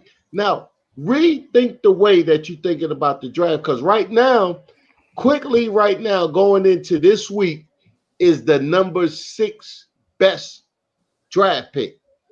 They reevaluate it every week. He went from 30 to 20 to 15 all the way up to now he's 6. Now this week he gonna crack the top 5. Somebody moving out. Somebody is moving out. But so therefore, it's one thing that I liked about Perry. Perry no talent. He drafted Darko Milicic. He drafted Mario Hezonja. He drafted Elfrid Payton. But no, that's when he didn't know. Okay, he first got the job. Okay, yeah, he may have done that. But guess what else he did? He got Mitch. He got Trier. Talent. Trier's a joke. He's out of the league for a reason. No, Trier's a head case. That's what I'm saying. It's a joke. But not talent-wise. But still, that's part of it. That's just as important as on the field or off the court as off. But look, yeah, guess what? He signed him. He didn't draft him. Yeah. He signed him. Yeah. That was smart. Okay. Now, he had to re-educate himself about what he want to do in the NBA. Look, you know he was the 4th pick in the draft, in the G League draft. He's back. Number 4 pick. So therefore, he got to get his mind together. Okay, we can get with that. But look, you take Trier, right? All right, Zach, look, you take Trier, right? and then you also look at okay Robinson. You look at Mitch. Mitch listened. Mitch listened. Mitch ain't make nothing. Mitch survived 3 coaches. At the end of the day, they didn't fire Mitch. But that's 2. Name all the busts he drafted is what I'm No, saying. I'm talking name about Knox, name since he was with Herzonia, us. name. I'm just talking about since he was with us. Okay. I don't care about what he did over there. What about his lottery picks since he's been here? Who's he drafted No, that was he good? picked every player that we got. Every player that we had, he was the G. He was the ones making the picks. He drafted Knox. Okay, we got to wait on Knox. Knox is 20. In 15 years, Kevin Knox might be a starter. But look, Zach, Knox is 21. He's 20. Yeah, 21, 22. Okay. Okay, 21. You know, Knox is 21. We got him early. Hey, even when we drafted him, what did Calipari say? 3 years. Calipari also sold guys on the Nerlens Noel. But no, not to us. Not to us. Okay, but he's a car salesman. That's what he does. No, not to us. He told us about Quickley. But we can't Didn't he say we got one? Didn't he say we got one with Quickley? He says that about every player he has. What do you like? That's what you can't put stock in that. He never stepped on stage and said anything. He stepped on stage on our 2 picks. But we can't. He said Knox gonna take 3 years when we drafted him. He also said with Quickley, he didn't say 3 years. Guess what he said? Wait, you got one. Wait, what I'm saying is every player that's came to the NBA has been drafted from Calipari's system. He has said good things about. I mean, he's been saying he's a salesman. That's what he's supposed to do. I don't care about that. I'm caring about the players he gave to us. If Knox is in the NBA, and that's a rhetorical question, I know, but is Knox playing for the NBA? Sadly, exactly. So, hey, I would want to see Knox playing nice, but it seems like, can you guys hear me right? Yeah. All right. So I want to see him play nice, but at the same time, we just got to be honest. Like Knox, he's not taking advantage of all the time that they keep on putting him on. Like we not seeing, the only thing that he has improved is a little bit more on his defense, but all around, just a little bit. Maybe the first 5 games, but ever since he's been back to his old ways. I got a question. Mm-hmm. Okay. This is the question. That dude Woods in Houston, right? Who? Christian Wood? Woods in Houston, right? They said that we need to have got him, right? Okay. Woods, right? Okay. Okay, so this here. We didn't see none of his development. We seen when he got good. But he got drafted 3 years ago. He was undrafted. But now it's like now everybody want him. So he had to go through his own steps to make it. Knox is a slow learner. The difference is Christian Wood and those guys have it between the ears and in your chest. Kevin Knox doesn't. He was caught up his You whole don't know life. that. You know why you don't know that? Okay. This is why you don't know that, Zach. Okay. Because he wasn't on the radar. When he got on the radar, he didn't even get drafted. So he Kevin wasn't Knox on the radar. Kevin Knox what got drafted. I'm talking about Kevin Knox. But what would happen? No, I'm talking about the comparisons of undrafted versus who Knox is right now. Who's to say Knox skill level looks like it's gonna be good? Even though right now, Rob, you had one too many. You think so? Hey, yeah, Rob, I think we gotta cut you off, bro. No, you talking crazy. Rob. Christian Woods. The reason I say Christian Woods has both of y'all saying Knox is not going to be good. What I'm saying is, like Christian Woods, like when Christian Wood was undrafted, if you look it up and read the story, he cried and he went to his mother and he said, "Look, I'm sorry. Hold on. He said, I'm letting you down. This will never happen. I let me down. I let myself down. I let my family down. This will never happen again." Kevin Knox, if something don't work out, guess where he's going to go back to? A spoiled life like he always had with a professional father, and he's not going to give a damn because he's got everything he already wanted. He doesn't have to work for anything. He never did. He never had to work at anything in his life. So you putting him in that, right? Well, look, we Knicks for life, right? Baby. Can I say this real quick? Go ahead. Knox, he could have the potential, but if he's not at least taking advantage of the time that they given him, like you don't hear Knox staying, let's say after the game and shooting. You hear that from River. He shoots. He does. But whenever they do actually put him on, he doesn't even be making it in. So it's like 5 games bad, and then a 1 good game, and then we go back to 5. Hey, look, it just doesn't make no sense. The only ones who talking bad about Knox, really, you go through Clyde. Look, you listen to the game on the other channels. Like, look, if you listen to MSG, that's one way. They talk good about Knox. When you listen to the chatter that they say about Knox on the other end, it's good. Because they didn't draft him 8th overall. They know what they're saying is this here. They knew that the last year was a throwaway year.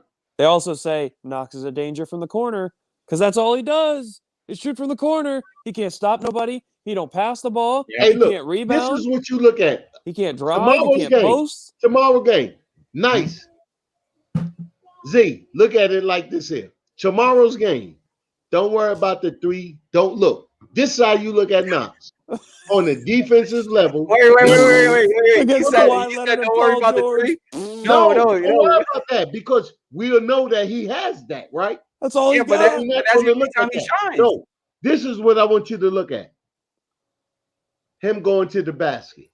He doesn't do that. If he doesn't go to the basket tomorrow at least 2-3 times, not to say that if he make the shot or miss it, but this is one thing that he added since he's been making the shot.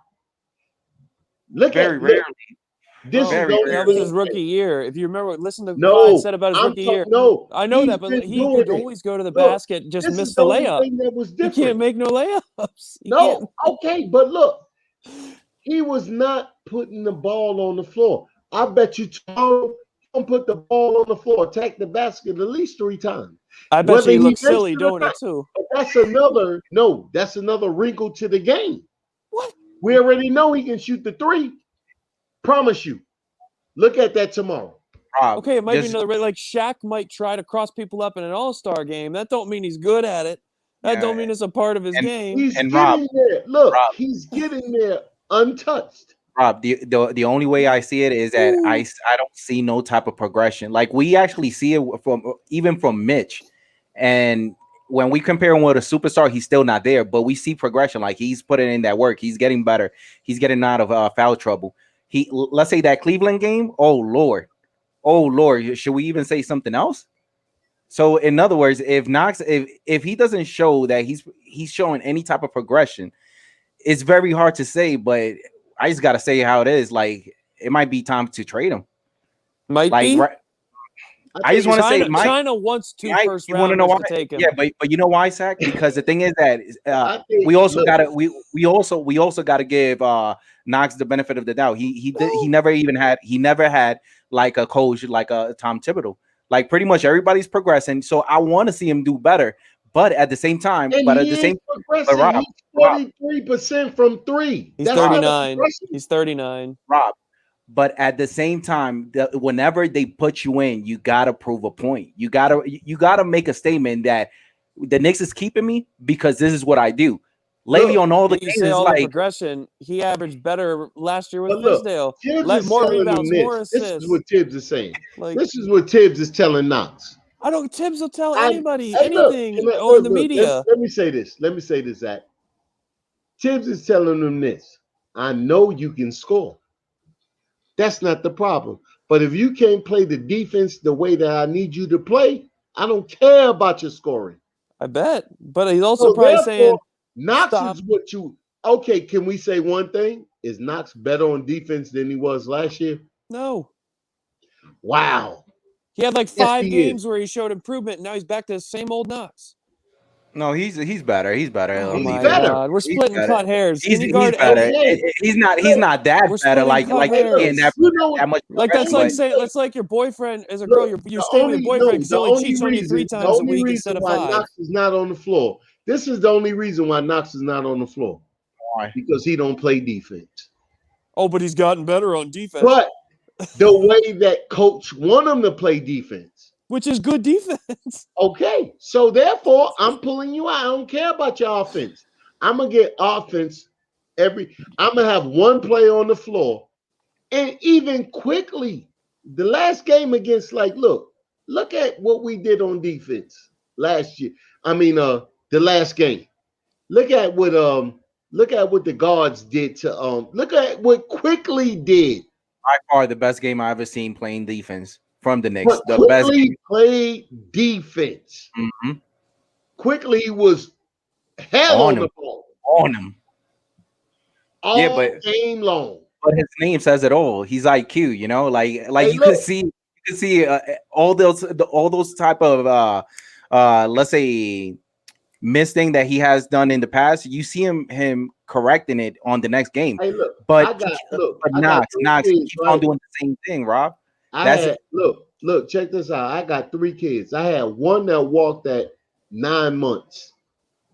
I had one that walked at 15 months. Talking about NBA, Rob. But look here, check this out. We're talking My about little girl NBA walked talent. at 8 months.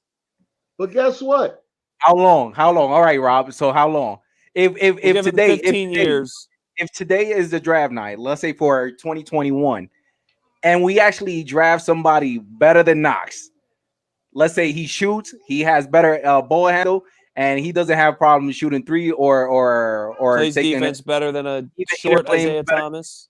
Are we going to keep on having that mentality like we still need to give him a chance? Hell no. We moving on. Thank you. But right now, what he says about Knox too on offense is when Knox takes good shots to go in. That means when you don't drive, when you don't do anything other than just stand in the corner, I like you, Knox. But other than that, that's his subliminal message. Hey, look, you don't want no, him doing anything else. Stand in the corner and shoot the ball. This is what I'm saying. I'm he saying sucks. this here. At 21 years old, we raising you. RJ Barrett's 20. Yo, and he's worth it. And he was able to catch on first. Quickly's 19 or 20. He's worth it. Wait, how old is Obi? Quickly is 21. Obi's 20. Obi's 22, about to be 23. Yeah, that's what I'm saying. But so, you got Randle in so- front of you. so no matter Obi is what older. you're doing. Wait, who's Right older? now, Obi or look, Knox? you I don't not getting care. it. Knox is older in the NBA. LeBron's only 36 in his 18th year. So what? He's still 18 What years that in the league. mean? I'm saying, like, just because LeBron. someone's younger in age, Okay, let me ask you a if they have question. years in the league. Okay, let's go to this dude right here. Let's go to the dude right there, played with Indiana. The dude that played with Indiana went to score 50 in the bubble. TJ Warren. Okay, slow. He had was one slow. 50-point game. He's But back to the same. He got kicked out the league. What do you mean when did TJ Warren He get kicked was out of the not league? in the league. He came back in. Okay, he had one When he got 50-point game. drafted, he wasn't the guy yet. He's still not the guy. But look, he started. Yo, Rob, let's just give Kevin Knox 15 years and see if he develops at the 15th year. Let's see it. Let's he's not enough time. I can't do that yet. First, He's it's only too young. 21. Then it'll be like he's only 25. And then we'll be like he's only 30. And then we'll be like, okay, he retired. But still, if we would have gave him a better... We are not going to say that. Rob, but you know what will be the, let's say, what will be the disadvantage of the Knicks having that same mentality of keeping a player like Knox that everybody is secure? Because if we don't even see that progression and Knox is still sitting down. And DSJ. Well, DSJ, I do give him respect. At least what he did. What he did. What was it, today or yesterday? Yesterday. Yeah, he went to the G Leagues by his own. Get out of our hair. He requested to go there. But think about it this way. He should have took Frank with him. But think about it this way. If DSJ, he saw that they're not gonna play him, and at least he freed up let's say space to even get another player that has a potential to even start or come out of the bench. At least he did something better for the team. Because if you don't see me as somebody productive to be playing, might as well let me get out of your hair, play for the G League, get in shape, and you guys could have somebody. Meanwhile, it could work. It's going to work for us in the long run. Y'all remember This is Bruce Bowen? Yeah, that was also a different generation. Okay, so You heard what IQ Jay said? Who? No, he came back into the league after he got kicked out. No, but he played over there in Italy, France, came all the way back. And some people develop later. Knox is a late developer. But the worst part about it is his skill set says that he can play with confidence. All right. When he gets confidence. So I'm gonna make the same comparison. If we drafted Obi and Randle is playing worse than what he was playing last year, what would be the point of playing Randle and not just playing Obi? We would have traded him. All right. So that's the same thing. Randle showed to the establishment that look, you bugging out. He came back this year with a coach. Coach said, look, this is what we're gonna do. And you buy into this, you're gonna get everything that you need to have. Yeah, but is Knox buying into it? He's not showing it. Knox is buying in. Knox is playing defense. No, he's not. Yes, he is. No, he is not. Look, listen to what That's the like a commentators girlfriend saying, "Oh, he only cheated on me 3 times a week and not 5." But he's okay. He's all right now. He's faithful now. Okay. He's trying to be faithful. Young Bucks. I see how y'all young Bucks doing it. It's okay. He's trying to be faithful okay. now. You know who'd be better? I've been a Knicks fan. Zach. When I was 5 years old, the '99. Who's your favorite player then? My favorite player ever on the Knicks? Yeah. I love watching film with Patrick Ewing. You have to say that's my favorite. Just from watching, like my dad always had me watch old film. Who was yours? That was your dad's favorite player. Who was yours? Amari Stoudemire. Okay, nice. Who was yours? You guys gonna laugh on this, but Nate Robinson. Whoa! Nate Robinson. Oh hell! I'm dead serious. You know what? Look, just because he was like he proved a point. He's short. It's like people would not even look at him like why he's gonna play for the NBA. And whenever he was hot, man, I used to love those three. You want to know? Webb? But like this whole is bogus. Like, sorry guys, I'm going downstairs. So, but anyway, if you hey, look, only thing I'm saying is this here. This is the only thing I'm saying. Give him a chance. We've given him too many chances. No, you didn't. He was a starter and he blew it. Then he tried. Then you had he had a good rookie year. No, he didn't. He was horribly inefficient. Couldn't make a single layup. The only reason he was playing those minutes because we had nobody else to play him. He was garbage. He had a better rookie year. He had a better rookie year than RJ. No, he didn't. RJ was more efficient, sadly. No. Look it up. Made the all-rookie team. I don't care if he made the all-rookie team or not. RJ was more efficient. Wow. RJ was more that's a popularity thing. That's also has to do with your draft class and how strong it is. What was the popularity about Kevin Knox to put him on the team? His big forehead. I don't know. Oh man. But no, he looked like the Joker with the upside down forehead. He got a frown right there, right? Like my thing is, and this is just I don't like Frank at all, but I give Frank his minutes. He's 6'6". You can't tell me Knox can guard more threes than Frank Ntilikina can. Knox is 6'10". I know that, but I'm saying Frank is 6'6". You can't tell me Frank. Frank can guard more threes in the league than Knox can. And he's less of he moves the ball on offense. He might not make the best decision all the time, but he at least moves the ball. Kevin Knox can't. He's a black hole. But Frank is good at one thing, at least solid at one thing, shooting the three from the corner, and that's all Kevin Knox can do on offense anyway.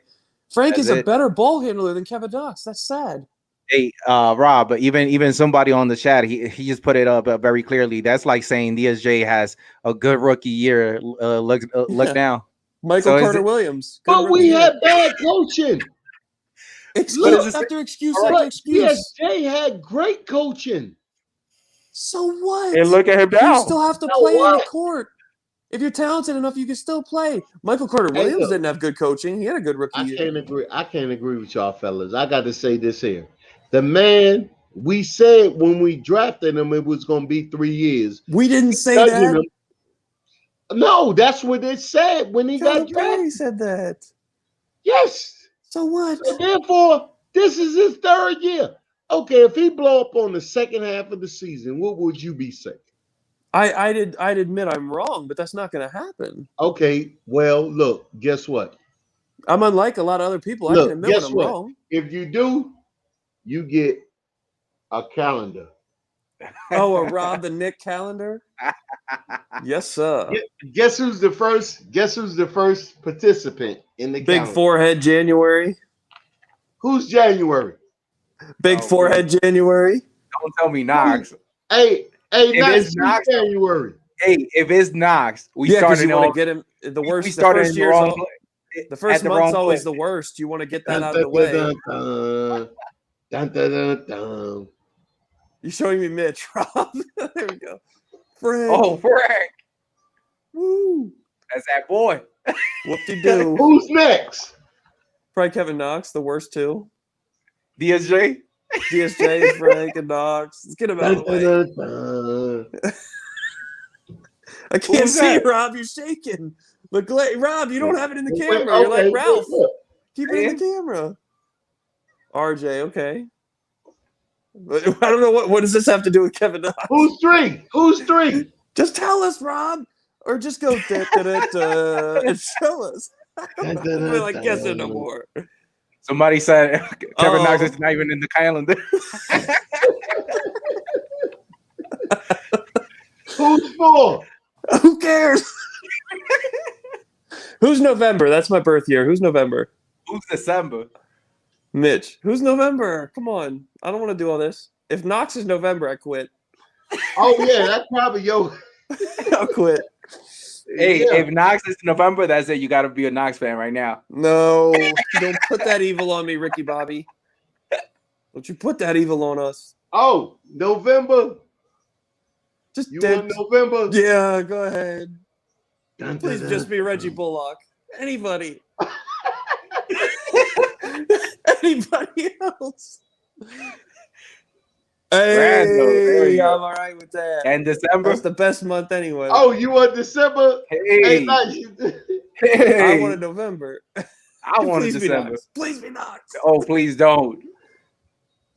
What? Again? They put him in twice? Why? Yeah, why? Because we got guys like Knox on the team. Oh, Knox. Knox is running around. Look, Knox is running around about like June. But look, this What was the point of that? This is the point. My point is this. You need chill out. We winning games, right? Yeah. Kind of. We all agree we 9-11. winning games, right? Hey, compare it So, to losing last year, team. yeah. Oh, You know yeah. something? I'll take it. Oh, yeah, no. What I'm saying, let's not act like we're title contenders. Hey, we're not. Look, But we we probably moving in the gonna right figure it out direction. at the end, but look, this is the best stretch. This is going to make look. One thing that y'all probably didn't look at when he was the coach of Chicago. Don't you know his first season they was 1-11, and they ran off. They ran off 17. They ran off their next 20 games. They won 18 of them. They also had the MVP of the league. But look, guess what? Joakim But Noah. guess what? It was all based on look. This is the only thing I need to say, Nice and Z. Look, build the defensive structure first, because you're gonna always be able to once the offense is opened up, you're gonna always be able to put your head on the pillow on one thing: the defensive side of the ball. And that's what we need first. So that when you're looking at the Knicks now and you're saying, oh, the offense can't do nothing there. Nah.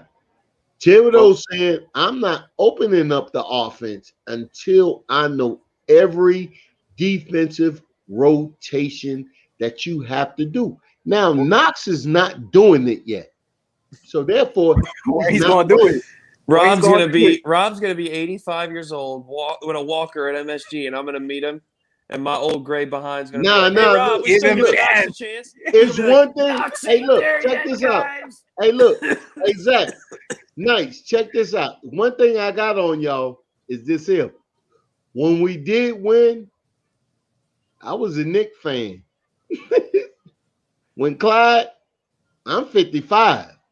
I won. Look, when they won. Yeah, but you can't go there. I wasn't even born, so it's like, come on, man. Hey, you might it ain't never my know fault. what. I wasn't even. But look, a twinkle in my you know daddy's how eye. we built that team? You know how we built that team? Yeah, but you but know but what? it's a different. Look. It's I'm a gonna give different you system something now. right now. I'm gonna give you something right now. How many years ago was it, Y'all Rob? both gonna say wow. When we drafted Clyde, right? Oh no, we're going back to the All 70s. right, now listen. Listen. When we drafted Clyde, right?